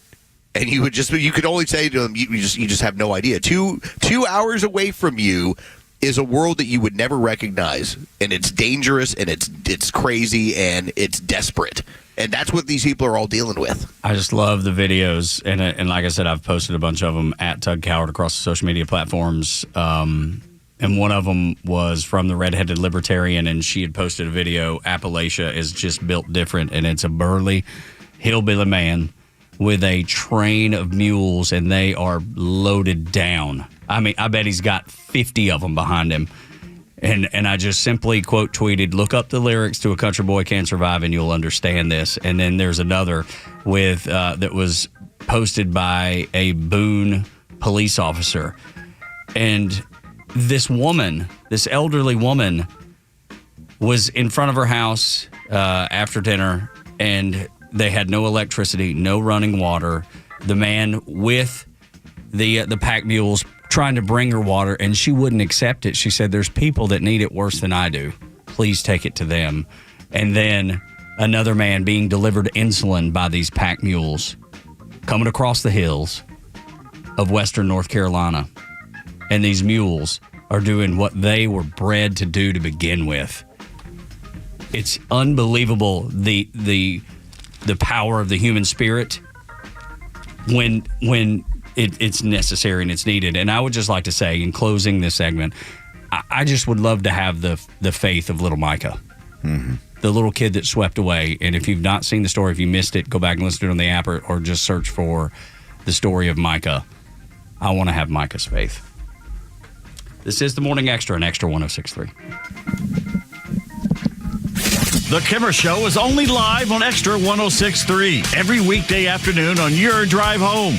They're showing that he was a puppet and that she's a puppet. They've showed their hand. It's basically all out in the open now. The only political party in the history of the world, of any country, anywhere in the world, that's performed a coup against its enemy and its own guy. They performed a coup against Donald Trump and a coup against their own president of the United States. The Kimmer Show, every afternoon from 3 to 6 p.m. on Xtra 106.3 and the Xtra app. I left the house this morning like 63 degrees. Oh, I know fall's great because we have all this great sports to watch on TV. I think yesterday I said, and it came from Brett McMurphy, a sports broadcaster and a sports journalist. Yesterday it was 56 days, so today 55 days.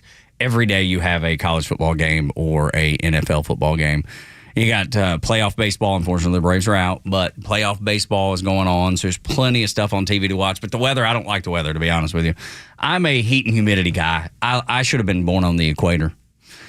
And that is important to me because I want my house really warm when I look at my watch and it tells me that it's 64 degrees outside. I'm not a fan of 64 degrees. My wife, Laura, on the other hand, she loves it. But the beauty is we can have our house comfortable for both of us because we work with Central Heating and Air Conditioning. They have been servicing Atlanta since 1947. They are an actual locally owned company. When you call them, Chuck is the owner. It's not some conglomerate where they have to make decisions, way up the chain of command, call somebody out of state to see if they can do a deal or make something happen for you, give you some sort of discount. Nope, Chuck makes that decision here in Atlanta. I mean, they are a small company, but they are built on integrity and they're built on knowledge. If you need a new carrier system, they can give you one and discount it up to $2,000. Comes with all the warranties. If you need your system worked on, it doesn't have to be a carrier system. They can work on anything. They can work on whatever your system is, no matter how old it is. And they can maintain it so it lasts as long as you can possibly have it. Because let's be honest, HVAC is expensive. So call them today. Get the maintenance agreement, get the repair, or get the replacement. However, it works best for you. 770-GET-HEAT, centralheat.com. Tune into your new favorite show that's redefining the A to Z's of marketing, The Marketing Madmen. We'll take you behind the scenes of successful campaigns and reveal the strategies that win. We're not just talking about marketing, we're making it happen. From viral content creation to leveraging AI for customer engagement, our experts bring you to the cutting edge of industry. This is your playbook for market dominance. Tune in and transform your approach with actionable tips that could skyrocket your ROI. The Marketing Madmen every Saturday at 4 p.m. right here on Xtra 106.3. My fellow Americans, our yards are in troubled times. Unwanted weeds are crossing fence lines across our great nation, and we need to put a stop to it. No more college football Saturdays spent mowing the lawn. No, sir. Let's turf it with ultra-premium artificial grass from ATL Turf Co. They're Atlanta and North Georgia's first choice for premium turf solutions, from incredible lawns to custom putting greens. Let's make your yard great again with a free consultation at atlturfco.com.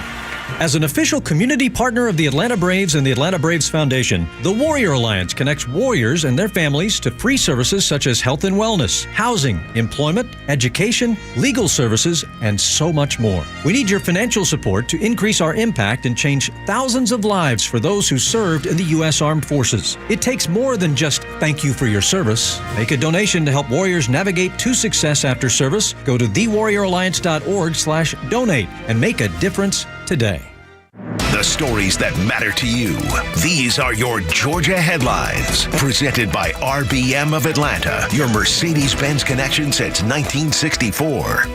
Good morning. Here are your top stories in the state of Georgia for today, Friday, October 4th.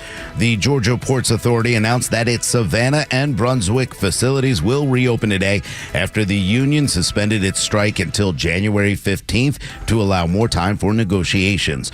The International Longshoremen's Association and the U.S. Maritime Alliance have tentatively agreed on a 66% pay increase, but still need to negotiate the issue of automation, which workers are concerned about.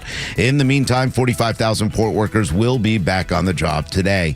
The chemical plume from Sunday's biolab fire is still lingering over Rockdale County and parts of the city of Atlanta, prompting local lawmakers to call for a permanent shutdown of the facility. Representative Hank Johnson highlighted past unreported incidents and non-compliance by Biolab and has also called for a state emergency in Rockdale County to provide relief funds. Local schools will remain closed, with students shifting to virtual learning for the first few days after fall break. Businesses in the area remain closed, and some have announced permanent closures.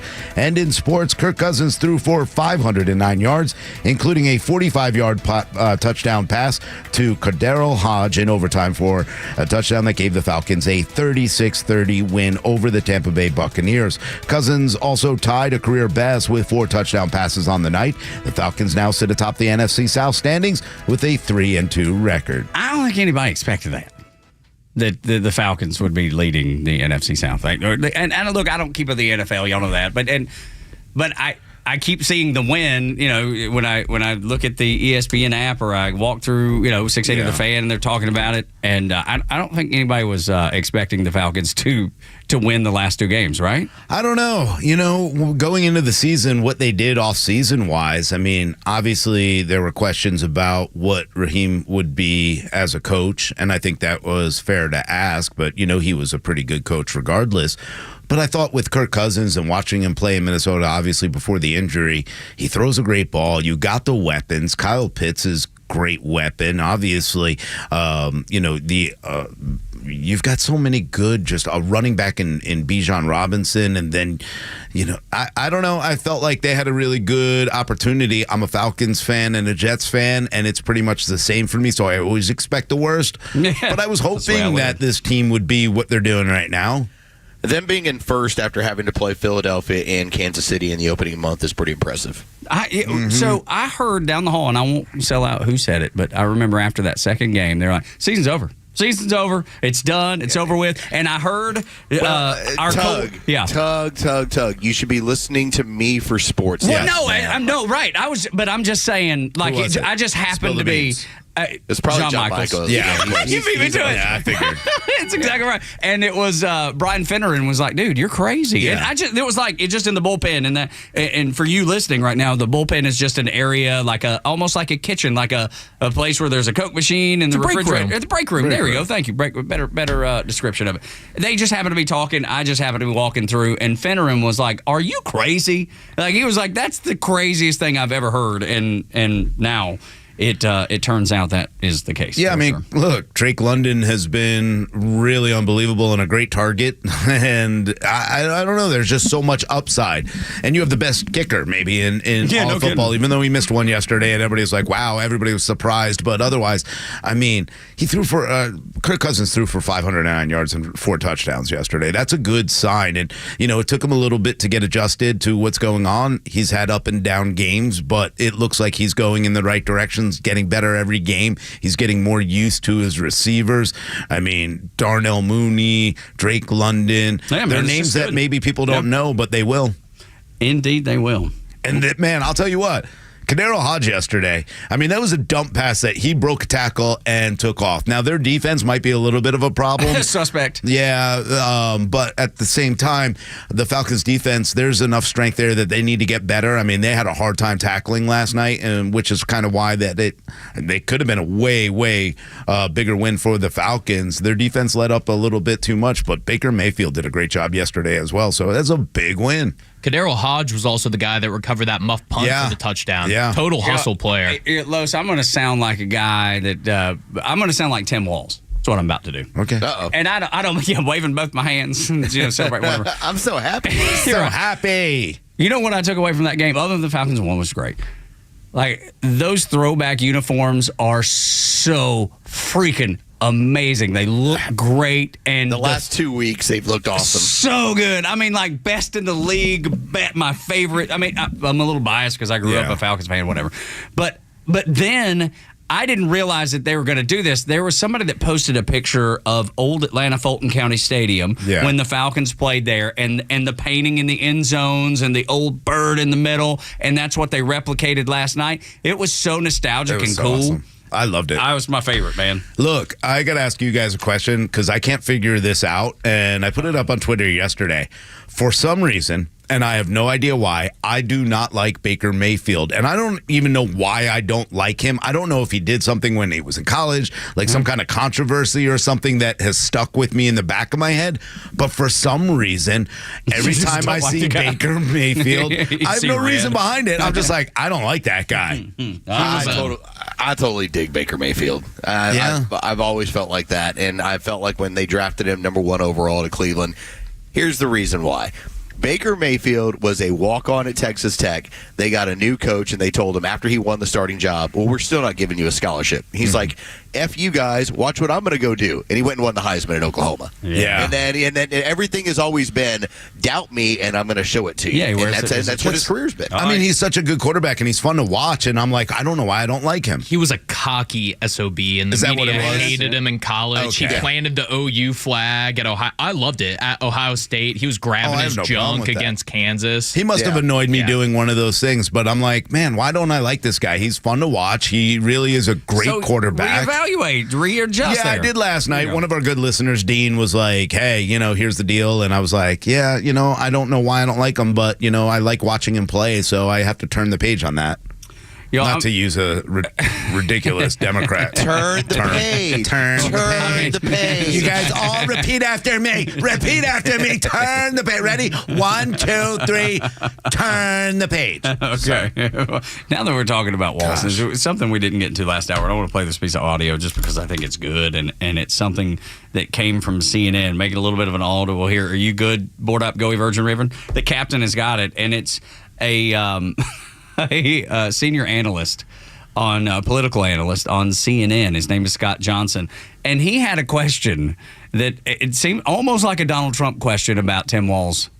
We have an old president in office. Okay, so everybody seems to be worried about J.D. Vance and dishonesty, or Donald Trump and dishonesty. I never hear the same concern about Harris and the lies that she tells about Trump, or in Walz himself, who gave the most disastrous response to a question about his own dishonesty about being in Tiananmen Square that I've ever heard in a debate. He also did the same thing with Dana Bash when questioned about dishonesty a couple of months ago. And effectively what he has said is, sorry guys, I'm too dumb to tell the truth. I mean, he called himself a knucklehead. I have bad grammar. This is a guy who holds himself up to be a school teacher and a coach. Is that the life lesson he's giving the kids that are under his care? Hey, you can lie, and then you can just kind of slough it off as being, too dumb to tell the truth. I think we spend 99% of our time going down rabbit holes about Vance and Trump and honesty in campaigns, and we spend no time at all holding Walz and Harris to the same standard, and I don't understand it. I don't know what CNN's...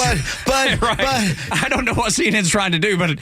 I got to tell you, I like Scott Johnson because he's not afraid. And look, he is in the lion's den. Yeah. I mean, it is lined up. It's like Harold Ford Jr. on the 5 a little bit. You know what I mean? But the difference is this dude comes out swinging. He does, and it's funny because I go to CNN to read their version of every story. Yeah, I try to read them all too. Yeah, I talk, right? That way you get and now I see video with him on there, and I'm like, let's watch. This is must watch because I can't wait to see him destroy the agenda. And he does. And he does, and you can see the eyes of the people on CNN. But CNN is taking a more moderate stance. I think they realize they're more of a Joe Manchin kind of network at this point, or they're at least going that way where they're like, hold on, none of this makes sense anymore. We got to stop playing this game. It's ridiculous. And they're allowing that kind of, feedback from other sides of the story, which I do appreciate. At the same time, don't expect CNN to be like, hey, you know what? You're right. It's still 80-20, man. But he's 100% right. How can you argue that, Los? Yeah, that's... I do think that there is something to them trying to at least have a couple people to moderate the message a little bit, to at least give you a little bit of the other end. Because if we were to say CNN even 2 or 3 years ago would basically call the vice president dumb, okay, that's just that wasn't going to happen. That wasn't going to be what was there. And so, yeah, I'm right there with Rhino. I think there's a little bit of a which way the wind is blowing, and it might be blowing in the opposite direction that we've been in. Maybe we should kind of pay a little bit of attention to that. But you remember, and I don't remember the names of the people that they brought in and have fired and now rehired or put in place, rather. Remember, that was their whole thing, was we're going to go back to the center. And then the guy that said that got fired. And then they brought in somebody else that had worked there before. And I know I sound like a crazy person because I don't remember their names. But, I just don't know who runs CNN. I just can't remember. But the thing is, it seems like the guy they fired was trying to take them down this path to begin. What was it, Chris Light? There you go. Thank you, Rhino.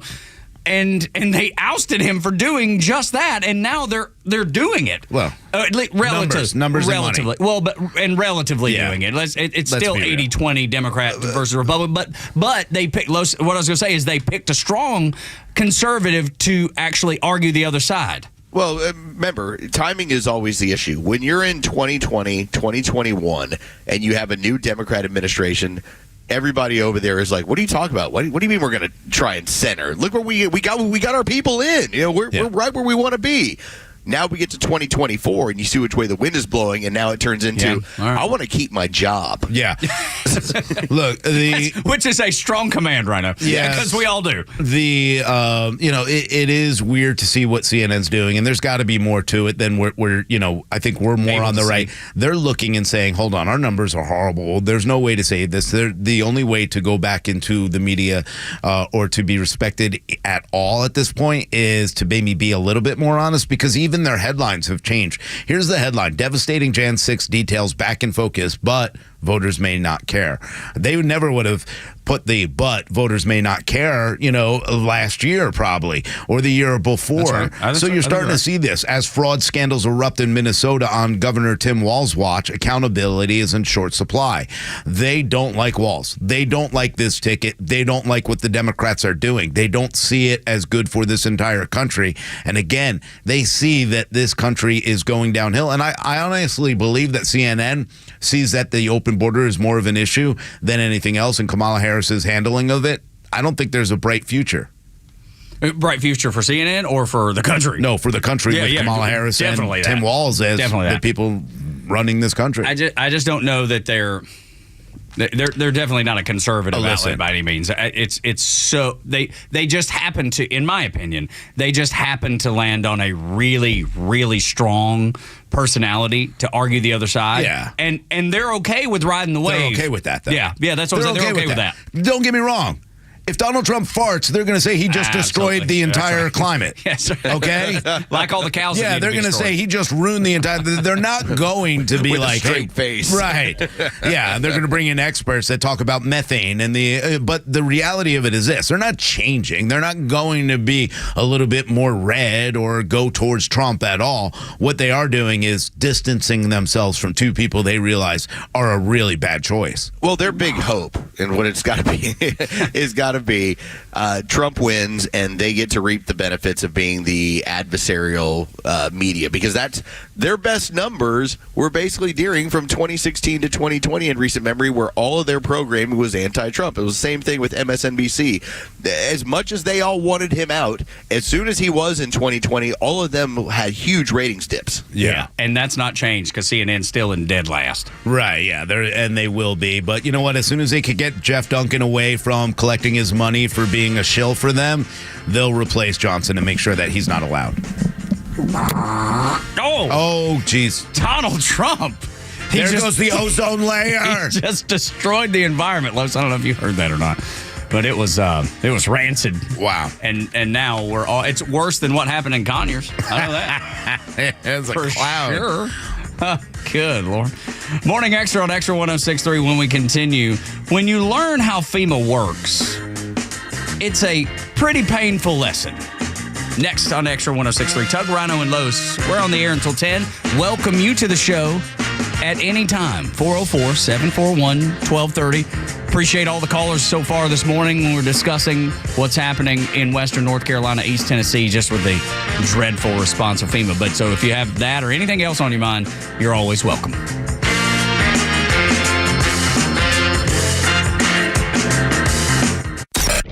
Hey, it's Flounder, and the Kimmer Show is live every afternoon from 3 to 6 p.m.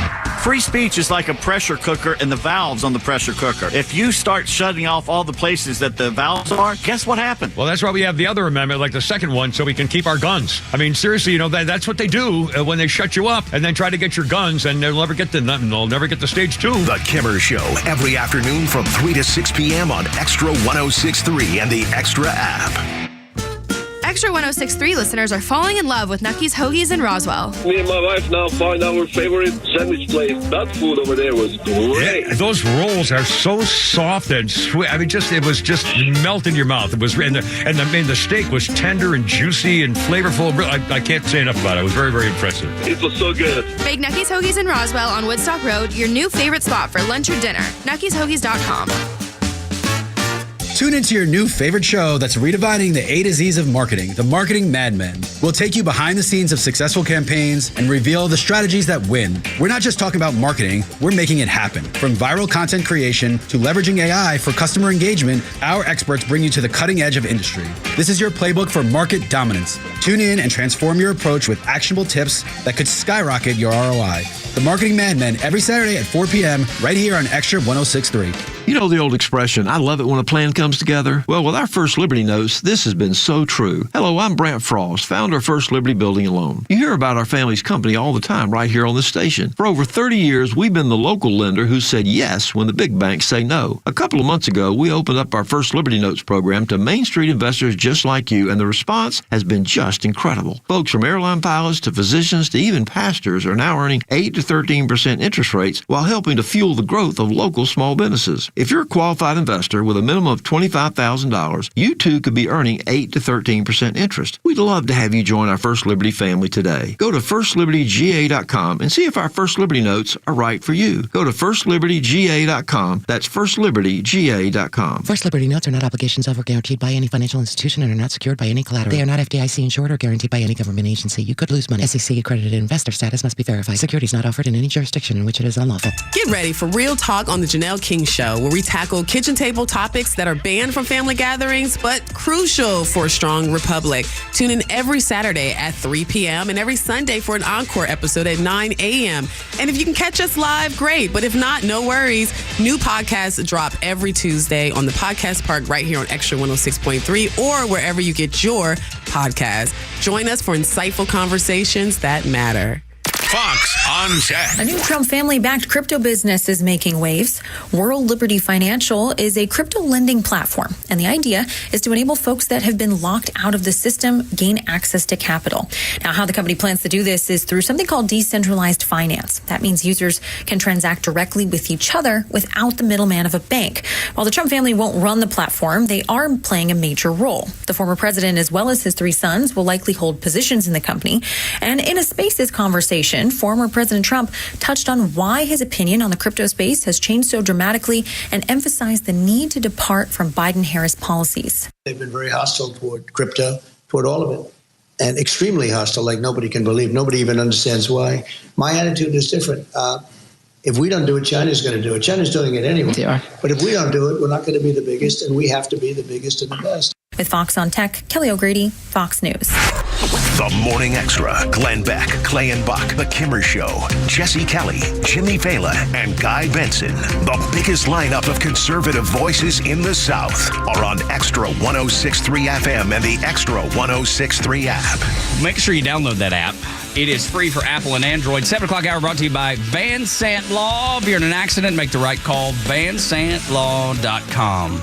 There is a painful lesson that is being learned in Western North Carolina, East Tennessee, parts of South Carolina, parts of Georgia, and parts of Florida. And Front Office Lowe's has lived it. I don't know that I know anybody that's been closer to a disaster like some of the things that are happening in these areas that were ravaged by Hurricane Helene than Front Office Lowe's. I feel like, Lowe's, you've got the catbird seat a little bit because you've been through it. Well, even last week, I put it out on Twitter. Hey, I know it sucks, but have your insurance information available. Just know where it is so that you can access it, so that you can immediately put in a claim, and just that whole process. And we're just now used to it because it just gets stuck with you. You just know what it is. I want you to take a listen to this gentleman. He and I believe it was his wife ended up getting out. They were able to move to a safer area before the storm came in. And then he started the process of trying to work with the federal government. And when I tell you that there is nothing more frustrating than trying to ask your government for help and then to get the reaction that they give you, take a listen to what this guy was finding out. I just saw the video of Kamala Harris in my hometown, Augusta, Georgia, speaking to people like everything's going to be okay. She's sitting here telling us that go online, apply. Well, okay, hundreds of us still don't have power, internet services. Sure, we can get to it. We can fight. We can apply. We can get on it for immediate assistance. Well, I went on because we went to Columbia right away and got our hotel room. Now, luckily, we're in an Airbnb. This is a place that we get to live. I get to give my kids some hot water, some power, some food, just some comfort, something to help them know that this is going to be okay while our house is back home destroyed and filling up with water. The floors are caving in. Hundreds of people. That's happening to everybody around the city. Like I said, we still don't have water, still don't have power. Slowly it's getting restored, and I think all the linemen that are out there working so hard from all the other states, they're the only ones that are actually getting things done, not the freaking government, because you're telling us to go online to FEMA and apply, and you'll get immediate help for $750. Well, okay, I went on FEMA, I applied, and I immediately got denied because apparently I have homeowner's insurance, and that's going to cover that. And okay, sure, I know it will. It'll get taken care of. Thank God we're all safe and alive. I know it's just things. It's a house, but it's not immediate. Yeah, that's one of the biggest problems right there. And I'm so glad that you brought this up, Carlos, and you've understood this and understand how it works. And the reality of this, that $750, as small as it is, will still help him because it is immediate, $750. You think State Farm, Allstate, or any of the other insurance companies are getting into that area right now to help people? No, they're going to wait for the claims. It's going to be pushed back, and these people aren't going to get immediate help. argued. Yeah, that's the thing. They're going to. Didn't you face that, Los, haggling with your insurance company? Constantly. It's what happens with one of these disasters is that they don't want to, and I get it, it's the insurance game, but you don't want to deal with, let's say, 1,000 residents all at the same time asking for their money. So they find ways to stall. And so, like, for instance, in my case, we had a single-family home. It happened to be in this particular row, which was considered the B level. We had an A level, B level, C level, and D level in the neighborhood. And my home technically had an address that said B10. Mm-hmm. Well, my insurance initially denied my claim and said that I had a condominium and that I was attached to the rest of the property, and I had to wait for the property to put in for it. Whoa. That wasn't the case. In fact, my insurance claim and my insurance policy actually said not a condominium on the paperwork. But that was how they managed to shut things down for about 72 hours for me, rather than writing me the check just to get things going. And you talk about what that gentleman is bringing up.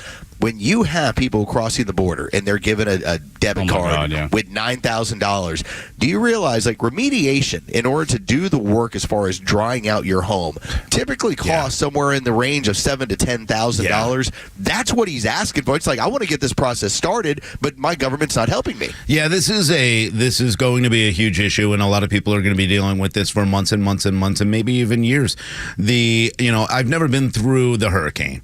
I was through a restaurant fire, and I could tell you the water was the worst part of the restaurant because fire. Of the sprinklers, right? The water's brutal. Sprinklers, and then the fire hoses. And they have one job, and that's the thing about the first responders. Put it out. Make sure that everybody's safe. Doesn't matter about the water, and never cared about the water, but then you have to deal with it afterwards. Then you have to deal with it, and dealing with the insurance companies and all of the restrictions that they do place upon you.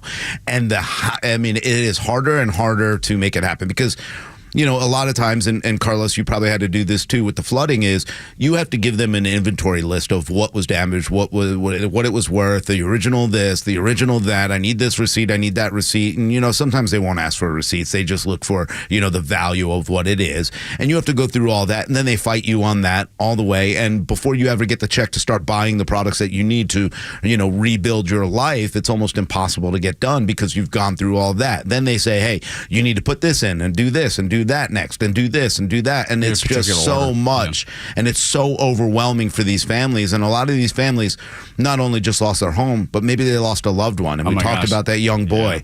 Think about what she has to do now to, number one, fix the house that our son Micah was on the roof of, and at the same time mourn the loss of her family, her grandparents, or her parents, and her son. It's unbelievable. Well, it's such a process, and to think that this is going to play out amongst thousands of families across an entire region where it's every day. It's like, okay, what can we do? Like I told the story before, when we finally had our rebuild entirely done, and we were at the house, and we decided, okay, we're going to run the dishwasher, and the dishwasher started leaking. Now, that's no big deal. Okay, dishwasher's going to leak. You know what? It's brand new. It's a bad dishwasher. It needed to be replaced. But my wife broke down crying. I can only imagine. Just knowing what she just came through. It was supposed to be the end of everything, and now there's water all over her floor from a broken dishwasher. And it was more of the stress of all of it. Yeah. So a lot of these people are going to have just a lot of weird PTSD they're going to be dealing with. Even people that didn't lose anyone. This process is just so incredibly stressful, and they'll never forget it. No, there's no doubt about it. And then when you go back and talk about the money that FEMA is saying, we got $750 for everyday Americans, and we're spending $640 million on illegal immigrants. And then when you look at the percentages of illegal immigration, the populations that have been taken to swing states under Biden-Harris. Here in Georgia, unauthorized migrant population has been bumped up to 45,747. That's a 401% increase in Georgia. Yep.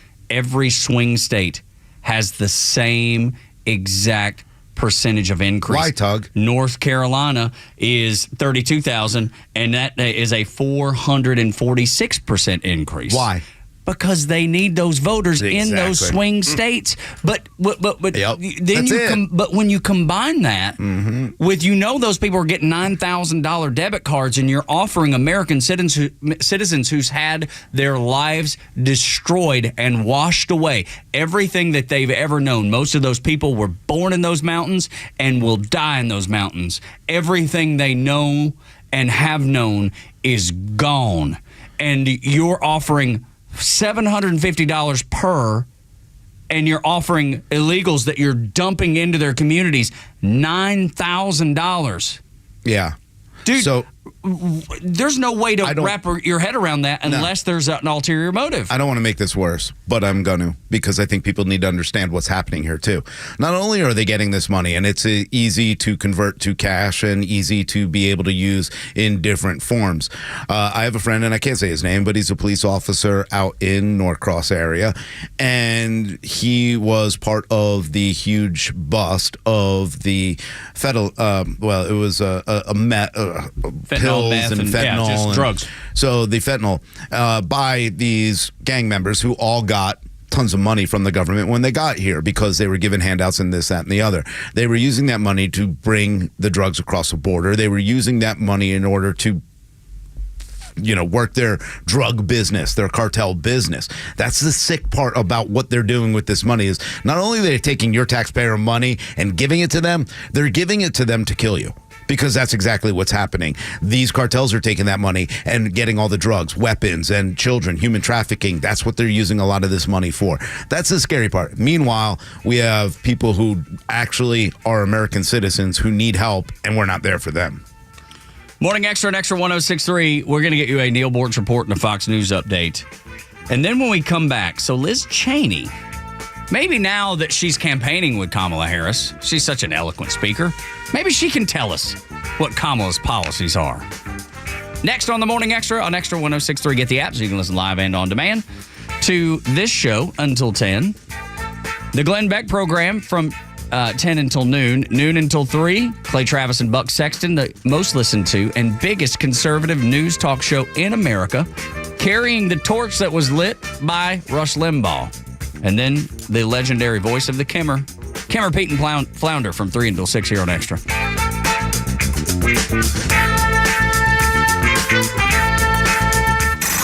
It's time for the Bortz Report, exclusively on Atlanta's only conservative news and talk station, Xtra 106.3. In a previous commentary, I told you about the Social Security Trust Fund. It does not exist. It's a stack of IOUs. In other words, the government, starting with Democrats in the 1960s, just started taking the Social Security contributions and spending them on vote-buying programs. So the money's gone. I also told you that Galveston, Texas, and some other government entities opted out of Social Security for their employees. Now I want to tell you how their employees did over about 40 years. First of all, under the Galveston plan, the employee owns his account. It becomes part of his estate if he dies. Social Security, you die, you lose. Let's get to your monthly benefits. These figures are quite old and are higher now, but middle-income worker would get about $1,007 a month under Social Security. Under the alternate plan, $1,826 a month. Middle-income worker, $1,500 under Social Security, $3,600 from the Galveston plan. High-income worker, $2,500 a month under Social Security, $5,000 to $6,000 a month from the alternate plan. As I said, these figures are 40 years old, much higher now. Now, most Galveston retirees make twice as much under the Galveston plan as they would under Social Security. Hey, what about that death benefit when you go tango uniform?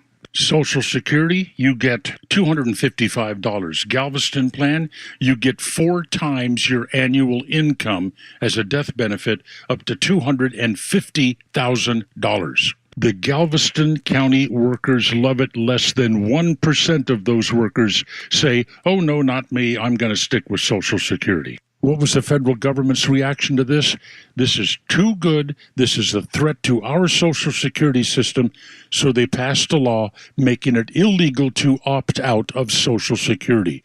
You can't go embarrassing the government like that. Wonder why the mainstream media doesn't tell you much about this. Neil Bortz, Extra 106.3. This is Atlanta's new home for Fox News, Extra 106.3 FM. Lee Brandt Jewelry and Watch Company, where quality and value make the difference. Locally owned and located in Sandy Springs, offering you the finest selection of unique diamonds, sapphires, rubies, and emerald jewelry, as well as other fine gemstones. Lee Brandt Jewelry and Watches has been servicing Rolex watches for over 30 years, and their Rolex-trained watchmaker will service your watch in their state-of-the-art Rolex service center in their store. Lee Brandt uses only genuine Rolex parts, and their estimates are free. Drop by Lee Brandt in the Trader Joe's Shopping Center in Sandy Springs or visit LeeBrandt.com. By texting 64,000, you agree to receive recurring automated marketing messages from Real Success. Message and data rates may apply. No purchase required. Terms apply. Available at OurRealSuccess.com. Do you want to learn how to make money flipping houses and acquiring rental properties right here in Atlanta? We're offering a handful of motivated individuals the opportunity to attend our workshop right here in Atlanta for free. That's right. We'll give you 2 free tickets when you text FREE to 64,000. Atlanta is the perfect market to flip houses and build rental income. Discover the simple steps developed by Joe Arias, one of real estate's greatest rags to riches stories. You'll learn to flip properties and secure rental properties without using your own money and in your spare time. Don't miss this opportunity. Come to a complimentary live 2-hour workshop next week right here in Atlanta and learn how to start making money flipping homes and building long-term wealth with rental properties. To get 2 free tickets, text FREE to 64,000. Text in the next 10 minutes, and registrants will also receive a free copy of our Funding for Deals guide. Text FREE to 64,000 for 2 complimentary tickets. Text FREE to 64,000. WFOM and W292 EV Marietta, a Dickey broadcasting station. The 8 a.m. hour is brought to you by Central Heating and Air. It's been a week since Hurricane Helene first hit.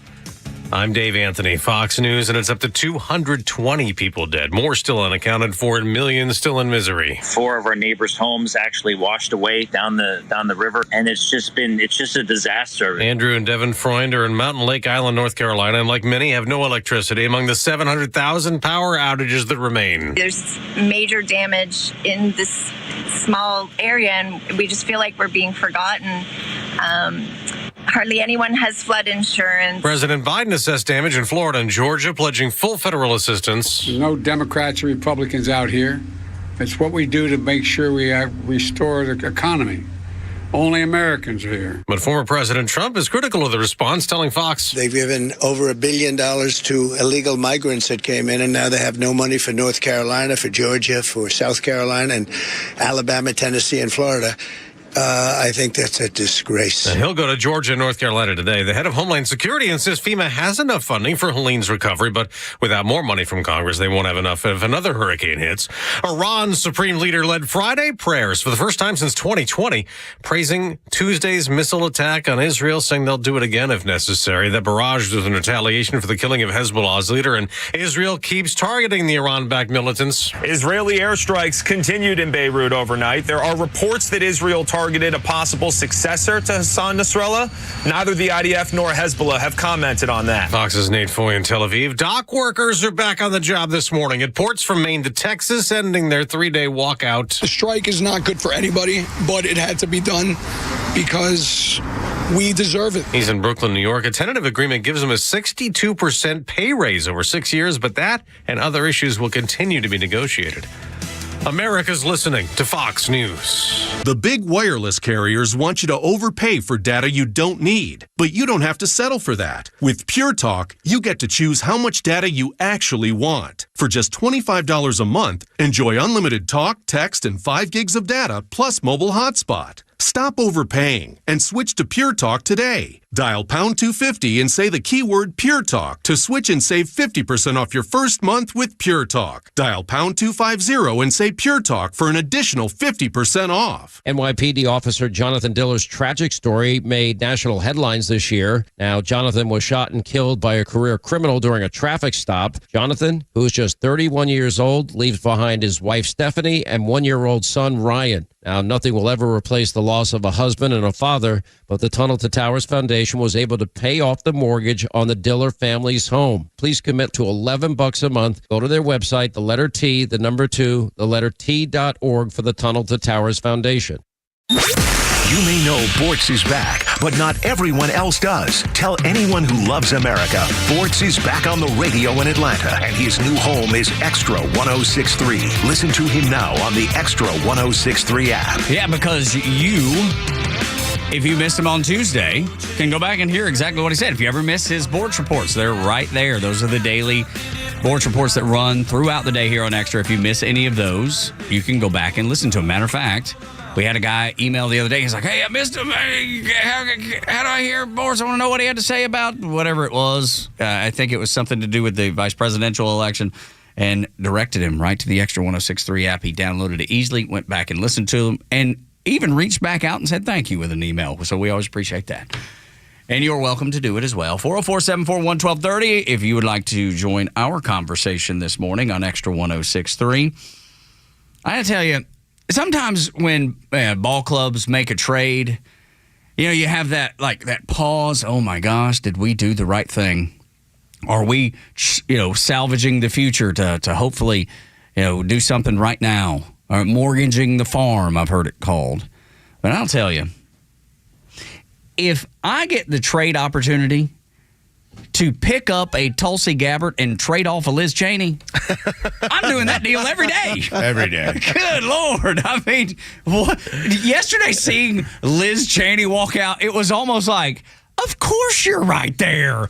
This is where you belong to begin with. Change the R to a D and be done. Look, I was excited when they said we're bringing military-industrial complex grifter with us, Liz Cheney, to campaign. Everybody. Liz Cheney is so fake, she might as well put a D in next to her name. Look, am I worried about Liz Cheney? Absolutely not. She's supposed to go and rile up Republican voters to help vote for Kamala Harris. She couldn't rile up voters in her own state, which is why she's out of a job, Los. She's in one of the most conservative states in the entirety of the country with Wyoming, and they said, like, we're not sending you back. Like, I get it. Like, they took her out of leadership, and then she was obviously saying what she was saying. She was obviously going after Trump in the way she was. But then to see her go along with all of their TV productions, their Get Trump TV production. Well, we'll have Liz Cheney, so we're bipartisan. Man, that grift ended. And so if you're going to march her up on stage, that is a long way from, as you guys said, the Tulsis, the RFK Juniors, the Elon Musk. That is a long way away if that's what you were able to roll out. Just credibility, Rhino. I think that's the biggest thing. Is like, all right, who has credibility? If you're doing the horse trading, is it RFK? Is it Tulsi Gabbard?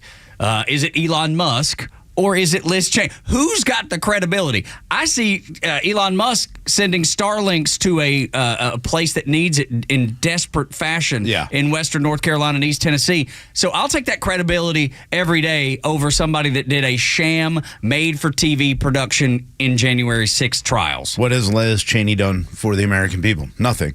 Look, you could probably say the same thing, except that you can't do it about Tulsi Gabbard. She joined the military and did something for this country. Elon Musk, we see what he's doing. RFK Jr., hey, whether you like it or not, he's doing environmental things. He's been working for this country and trying to improve it. He may be off base on some of it, but otherwise he's doing his thing. At least I have respect for him. Absolutely. Liz Cheney, the only thing that she's done is help create wars and be a warmonger, and so was her father. So you can have all the Cheneys. You can keep them all. That's exactly who we want out of this party.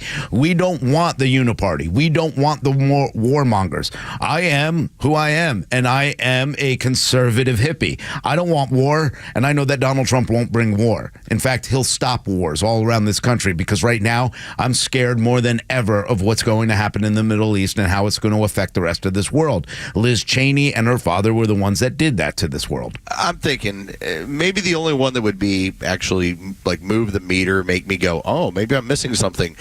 Maybe if like Kamala Harris got on stage like Tucker Carlson. Right. Like, it's got to be something along right. Charlie Kirk. I'm looking at Liz Cheney going, well, that's pretty much par for the course. Right. Yeah, give me somebody. I'll just go back into it again. Give me somebody with credibility, somebody that I feel like I can listen to and get. Sean Hannity, everybody, and Kamala Harris. Like, what? That might surprise me. That might make me perk up and pay attention. Be like, okay, now you got something. But like when they tout, what was it? The police order, fraternal police order, whatever it was. It was a made up organization that started last year. That might as well have been Act Blue. Absolutely. And then the people that are now signing again, it's these intel officers, and like 8 of them were the same ones that signed the document that said the Hunter Biden laptop was misinformation, Russian disinformation.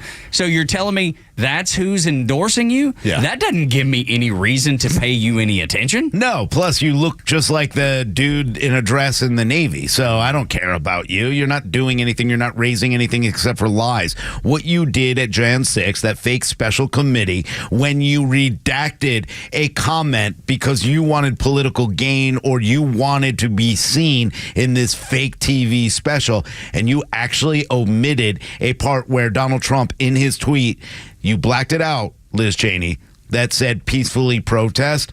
That right there told me why we no longer wanted you. Harriet Hagman didn't just barely beat Liz Cheney. She destroyed Liz Cheney because not one Republican, whether they like Trump or not, wanted that kind of leadership or wanted that kind of person back in, because she is a uniparty candidate. Next thing you're going to tell me is what? Mitt Romney also is going to talk for her? Oh, slow down. Oh, no. Boy, their endorsements are just rolling in. Here's Mitt, too. Wow. She's really cleaning up. Let me take you back to December 15th of 2014. Dick Cheney defends the torture of innocents. That is from The Atlantic. And now all of a sudden The Atlantic's like, look, we got Dick Cheney. He's our guy. Yeah. Oh, yeah. Look, these were the warmongers. The Cheney family was the warmongers. Look, Democrats, take them. You can have them. I've got an entire list of other Republicans I'd love to send your way. You can have them all. They don't. Jeff Duncan, he's all yours. Enjoy him, because they don't care about the American people. And that just shows they don't care about the American people. Liz Cheney put out a tweet 6 months ago that Kamala Harris would be the worst thing that ever happened to the United States of America. And now she's endorsing him. Why?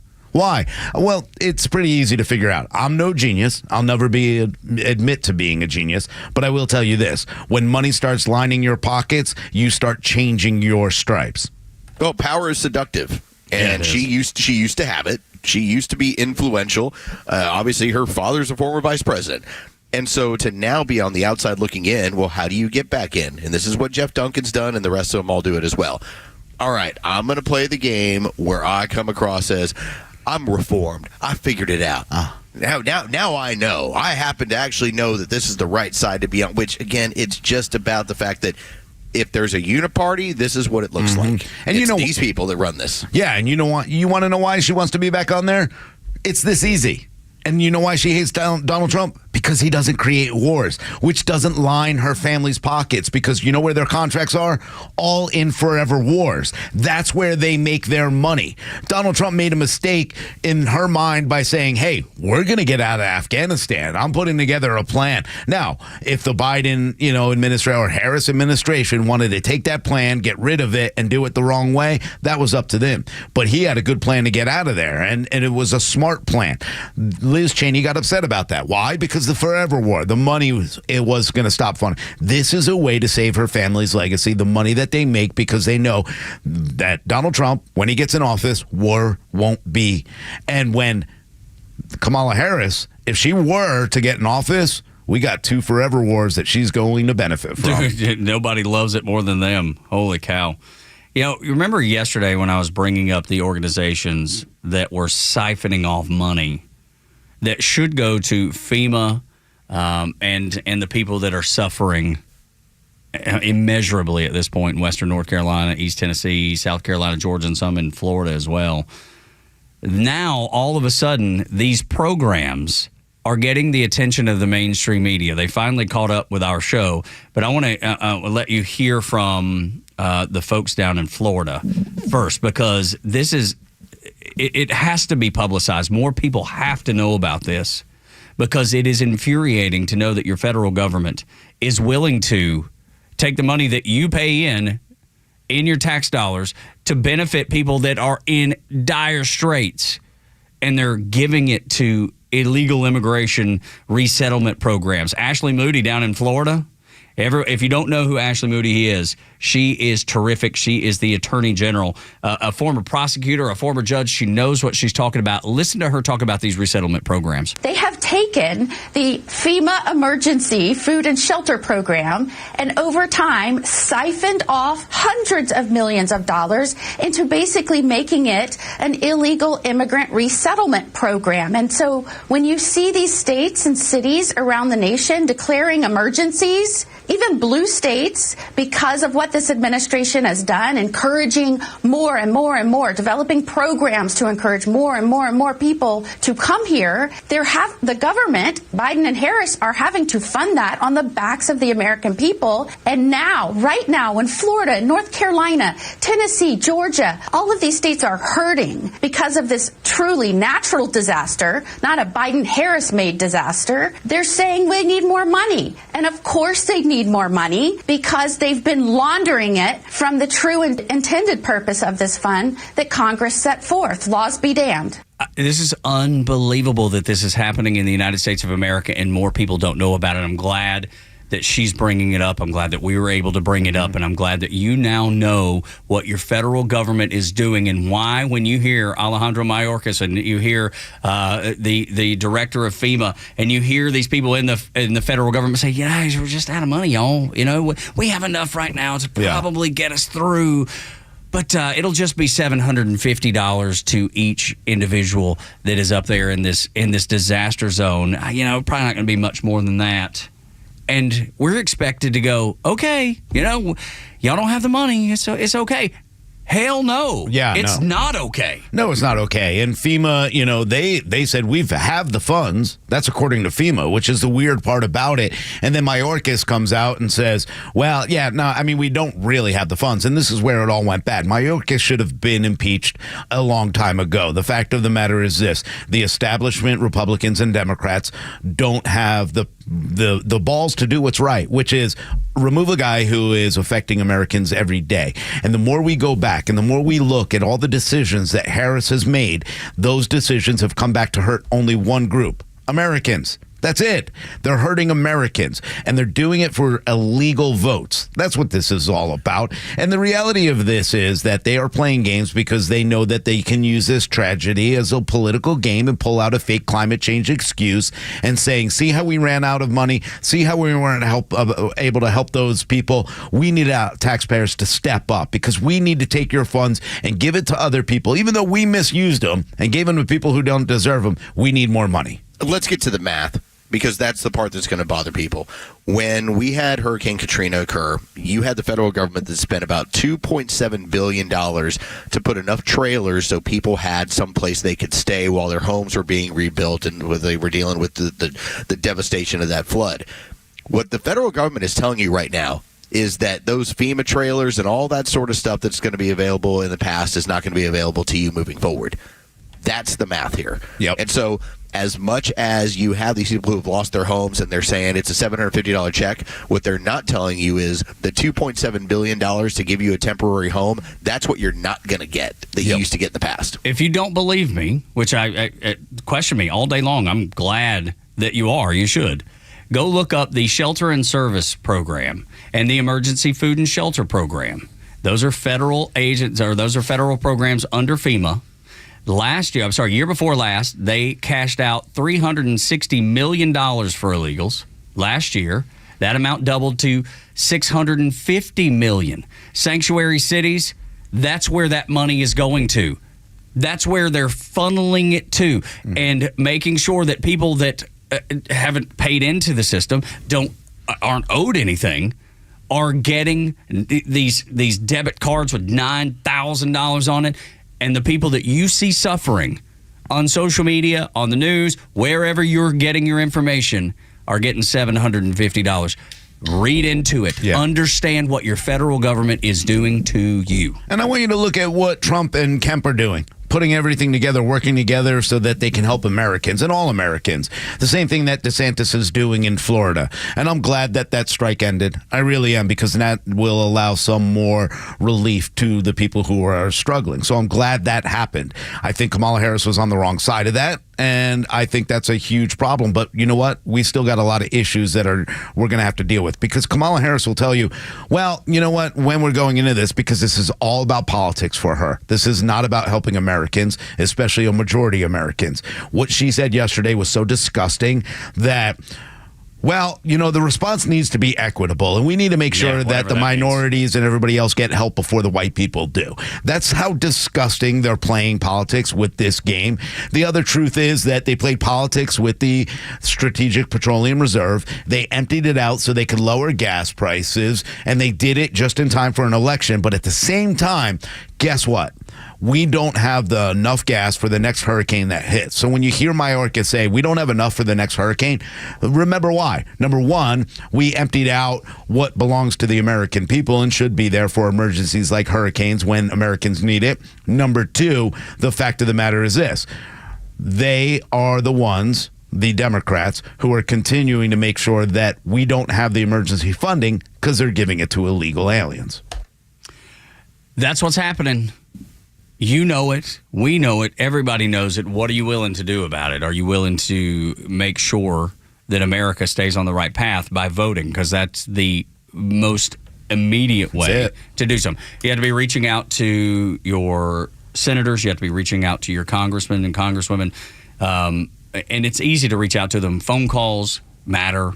Emails matter. I know they don't seem like they do, but if they get enough, all of a sudden they get a taste of what people are really feeling, and they have to act. Can I give a good shout out to one of our friends, Frank Duffy of Duffy Realty? Him and his wonderful wife do such a great job with Duffy Realty. Frank was on the phone all day yesterday, 8 hours on the phone, working for Trump 47, making sure people were going to register to vote. I think this is so important, and I think everybody needs to do their part. I'm not asking you to get on the phone and call a million people. What I am doing is asking you to call people who don't normally vote, say, hey, and if they're not registered, register and go vote to save this country, because that's where we're at this point. We can't allow this kind of behavior from Harris and Walz and the ridiculous installation of these two candidates and, you know, to ruin our country anymore. It does take place at the ballot box. So thank you, Frank Duffy, for doing what needs to be done.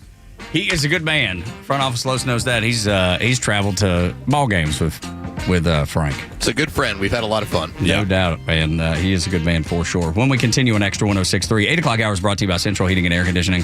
Your Atlanta carrier experts, 770-GET-HEAT, The Fed's turning away supplies for those folks that need them the worst. That's about on brand for the federal government, isn't it? We'll talk about it next on Extra 106.3. 404-741-1230 is the number if you've got an opinion on it. Or you can find us on the social media platforms at Extra 106.3.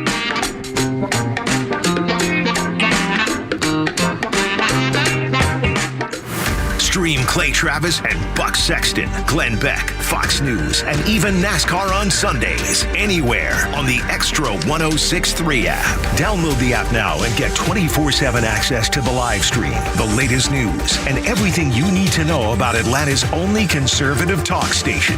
Download the Extra 106.3 app for Apple or Android and check out even more great original content at thepodcastpark.com.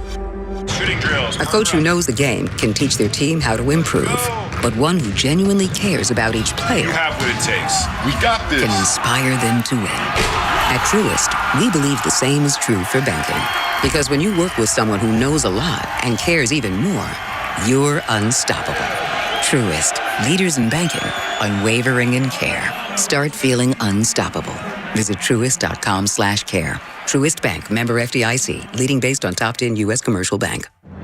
What's up, Atlanta? It's Ben Burnett, host of the Weekend Ben Burnett Show. Each and every weekend, right here on Extra 106.3, we unpack all the week's events. We talk about all the issues with a local Atlanta-based flavor. You can catch me each and every weekend, Saturdays at 2 and Sundays at noon. If you ever miss an episode, you can go to the podcast park or wherever you download all of your content, and I'll be right there. Thanks for listening to the Ben Burnett Show, proudly brought to you by Butler Snow.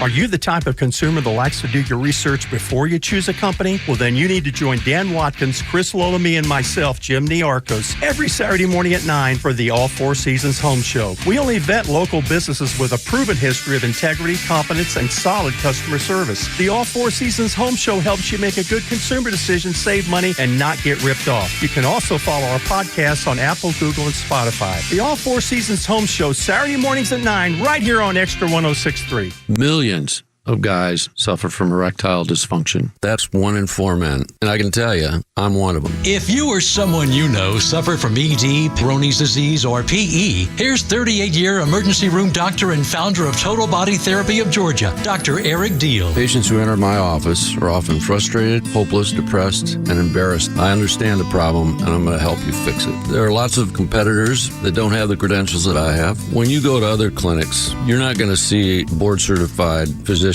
with the experience that I have. When you come to our clinic, you're going to see me. There's just not one therapy that can solve these complex issues. I'll do a complete history and physical prior to any treatment that we use. Take it from me, Dr. Deal. When it's not hard, it's really hard. Call Dr. Deal for your free one-on-one evaluation and resolve your ED, Peyronie's, or PE issues. Total Body Therapy of Georgia, 404-777-1911, 404-777-1911, online at stopmyed.com.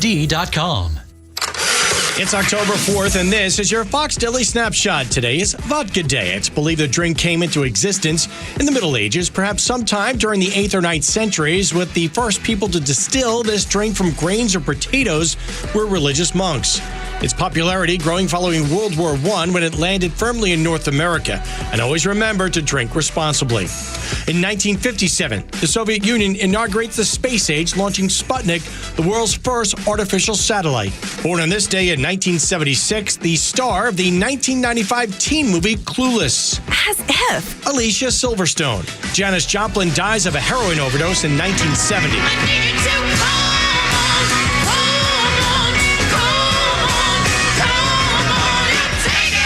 Joplin's voice, high, husky, earthy, explosive, one of the most recognizable in music history. I'm CJ Papa, and that's your Fox Daily Snapshot. The stories that matter to you. These are your Georgia headlines. Presented by RBM of Atlanta, your Mercedes-Benz connection since 1964. Good morning. Here are your top stories in the state of Georgia for today, Friday, October 4th. The Georgia Ports Authority announced that its Savannah and Brunswick facilities will reopen today after the union suspended its strike until January 15th to allow more time for negotiations. The International Longshoremen's Association and the U.S. Maritime Alliance have tentatively agreed on a 66% pay increase, but still need to negotiate the issue of automation, which workers are concerned about. In the meantime, 45,000 port workers will be back on the job today. The chemical plume from Sunday's biolab fire is still lingering over Rockdale County and parts of the city of Atlanta, prompting local lawmakers to call for a permanent shutdown of the facility. Representative Hank Johnson highlighted past unreported incidents and non-compliance by Biolab and has also called for a state emergency in Rockdale County to provide relief funds. Local schools will remain closed, with students shifting to virtual learning for the first few days after fall break. Businesses in the area remain closed, and some have announced permanent closures. And in sports, Kirk Cousins threw for 509 yards, including a 45-yard touchdown pass to Cordero Hodge in overtime for a touchdown that gave the Falcons a 36-30 win over the Tampa Bay Buccaneers. Cousins also tied a career best with 4 touchdown passes on the night. The Falcons now sit atop the NFC South standings with a 3-2 record. Tug, Rhino, and Los on the Morning Extra and Extra 106.3, 8 o'clock hours brought to you by Central Heating and Air Conditioning, your Atlanta carrier experts, 770-GET-HEAT, centralheat.com. If I told you that Rhino said, man, my favorite sandwich is an Italian sandwich. You'd probably be like, that's on brand. That makes sense. Yeah. If You're right, actually. Is it? Okay. Yeah, well, it's dude, definitely my favorite sandwich. I got to tell you, and I didn't grow up eating those, but since my wife and I have been married, 23 years now, she's introduced me to them over the years, finally got me to try them about, 10 and 15 years ago. She's going to come to her senses. And now, at some point. Growing up. Yeah. But that's the thing. Like now, an Italian is my favorite sandwich too. And I never had that growing up. So it's kind of not on brand for me. If you'd have said, Tug likes to go to Waffle House, be like, that's on brand. I need to say this too real quick. Go get an Italian sandwich at Nucky's Hoagies. There you go. Yes, over Roswell. Those ladies need your support. So I don't know if people know, but Kimmer was doing his live show there, and we had some crazy loony jump in and really just kind of attack people, and all of them stood up. So I ask you to go stand up for Nucky's Hoagies and get one of the Italian sandwiches. Absolutely. Just a quick pitch. And a good one. Because their food is good. They are, and they're the sweetest ladies, and they're working hard, so please go support Nucky's over in Roswell. But if I told you that Front Office Los has laid out the entire NFL draft and he chose the top 5 correct, you'd be like, dude, that's on brand. That's on brand for Front Office Los. And then when I tell you that the federal government tells private citizens, I know you're helping more than we are in Western North Carolina, but you have to stop or we're going to put you in jail. That's on brand. That is on brand for the federal government. This is going to make people crazy because as much as 6 years ago we went through some of this stuff here in Florida, it didn't get to this point that it is right now. Like if you brought supplies in, all authorities want to know is, did you bring any weaponry? No, sir. Any kind of chemicals? Some cleaning material. Okay, have a good day. That was pretty much it. What's happening right now, and the reports have been out for the last basically 24 hours, is that the federal government, when they are running the checkpoint and you're trying to come in with supplies, they want to know, did you get it from one of their preferred vendors? Get out of here. That is what's happening. That is on brand. That's about right. You're having to apply in order to be able to help. So let's just say you happen to be, your particular work is you're really good at clearing debris, trees, anything else. You load it up with chainsaws and all that sort of stuff, and you're ready to go help people. What the federal government will do at the checkpoint is see if you have applied to be able to help. That's where we're at. That's what's happening now. I mean, you already saw the dad and the son that were in their own personal helicopter, burning their own jet fuel, going out and rescuing people. And first responders, by the way. They're not just you and me getting in a helicopter. Right. No, that's right. And dude was with the sheriff's department and then ended up with the fire department. So dude knows what he's doing. And he was told by federal authorities and local authorities, you can no longer do this. There was I don't know if you've seen the work that Greg Biffle is doing. Do y'all know who Greg Biffle is? The NASCAR driver? Yeah, the NASCAR driver. Right? Yeah. He's using his own helicopter and burning his own gas, and he's running missions like crazy. Like if you go and find him on social media, I think it's just at Greg Biffle, and he's got a bunch of videos up of the work that he's doing. I've not heard him be shut down yet, maybe because he's recognizable to so many people in that area, and there might be some blowback. I don't know why they're not shutting him down, but they've shut everybody else down. His work is outstanding, and he's doing the work that FEMA should be, Los, and FEMA is failing to do again. You have to ignore the government in this case. It's just what it is. And so when when you're told, well, you don't have a permit, well, you can go to hell. Well, these supplies are not from one of our preferred vendors. Well, you can go to hell. Because every single thing calls on you to help your neighbors. Mm-hmm. Whether you want to call that whether it's your religion, whether it's just your faith, whether it's your belief in your society, all of it calls upon you to help your neighbors. Yeah. And that's what the government is preventing you from doing so that they have a monopoly on help. That's the scary part, because when you do hear, again, Samaritan's Purse, they're doing a good job. Franklin Graham, Glenn Beck, who is sending people to help and find shelter and bring food. When we look at the people that continue to bring help they are usually Corey Mills, by the way. Yes. Also somebody who just a huge, big hero to help in North Carolina. Obviously a Republican from Florida. Republicans don't care about what you need to do. They just want to be there to help, and they're going to send help. That's the one thing that I do know more than anything else. Now, I may be wrong, but I can't think of anybody on the left that has stood up the way Glenn Beck, Corey Mills, or even Samaritan's Purse and Franklin Graham have done. I really haven't. So, and if I'm wrong, let me know. But I don't see it. I don't see Nancy Pelosi or any of them putting through and working on these things. They depend on it, and that's the sick part, to stop them. And you're going to have, I'm more than assured, you're going to have Democrats that are going to go and jump in and help out on all this sort of stuff. But as far as where's the organization where you say, there's no questions asked, just get in there and do it? Yeah. The government is asking, doesn't matter who they are. Hey, hold up a second. Do you have the right paperwork? Well, it doesn't matter if I have the right paperwork. I'm trying to go in and help. And again, these areas are dangerous. It's when I say you just can't send anybody in. So when you have an organization that is used to doing this work, let them go. Why are we trying to create more havoc and create more suffering by not allowing people with supplies and with know-how to get in and do this work? Folks like Team Rubicon, I think it's another one that go in and just an incredible organization. And it'd be fine if they just said, hey, and maybe you said this, Lois, but it'd be fine if they just said check in so we know where you are and what you're doing, and that way we don't send too many resources to where you already are. If there was like a partnership there. But no, they're saying you can't fly. We will arrest you if you fly. Buttigieg with the whole don't fly your drones. Yeah, don't use your drones around here. Absolutely not welcome, because we have to be able to do that. Well, you continue to fail at it.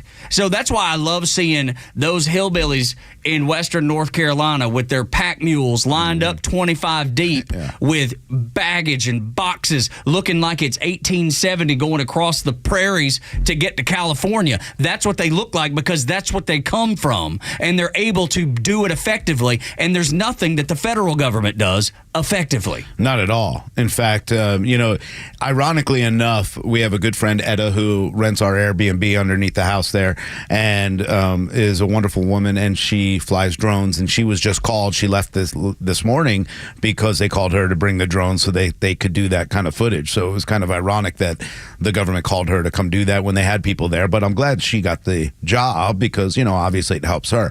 But that's the reality of what's going on, is that they are looking for contractors, looking for ways. And again, this is all about the way that Democrats are going to handle this. And I truly believe they're going to use this as a climate emergency kind of fraud, and they're going to play the game with that and make it something more than it really is. What we need to do is allow people who want to help, if they are going to help, get inside and let them help their fellow Americans. There's nothing wrong with that. I understand where they feel about, hey, don't get in the way. I don't see people getting in the way in that manner. And I heard from a lot of people who are in Asheville and a lot of people that I know out there that this is such a mess. Nobody's in the way. Really, nobody's in the way. Anybody who has a chainsaw that can cut a tree, that's not in the way. That's helping get, roads open and things done. See, this is where people make mistakes about this sort of stuff. There isn't a way. Everything's crushed. Yeah, right.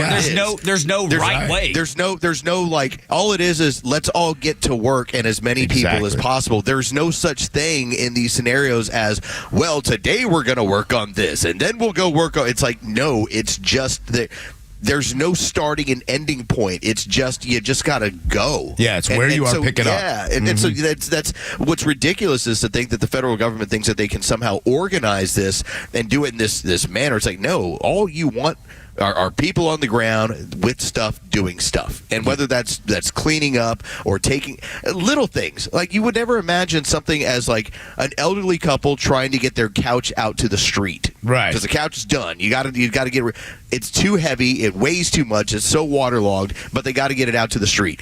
Those are the little things that people don't think about. That's why these organizations come in to help people with this stuff. You're seeing people that are able to get the garbage out of their house. Some of the flood waters have receded, and now they don't have a place to dump it. Yeah. And you're seeing the backing up of garbage, and they're not allowed to go to landfills. They're not allowed to go to dumps, and the federal government is causing an obstacle there again. But politics, I want to point this out because I think this is so important.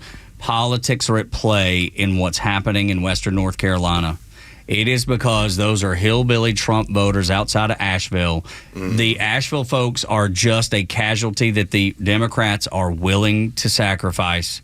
Remember when Rahm Emanuel said, do not ever let a crisis go to waste? This is the type of crisis they were talking about. Western North Carolina's Trump country. And for once in a generation, this is a disaster that is unimaginable. And you know what's going to happen? Those people aren't going to be able to go vote. And that's not going to be the forefront of what's happening in their life. Yes, is voting important? Yes. But when you're in a situation like that, it becomes backseat material to saving lives and having your own life saved. Yeah, the reality is, and I'm glad you said it, and I hate to say it in the way that we think, but yeah, they're okay with them not being able to vote because they know where their votes are going. That's sick. The reality of it is this: there's no crisis that has gone to waste. In fact, when you look at what the Democrats have done, East Palestine, very red area. Yeah. Did they take care of them? Nope. No. And of course, now we're talking about this. But it's not just that. We know Maui and Hawaii, very blue. Very blue.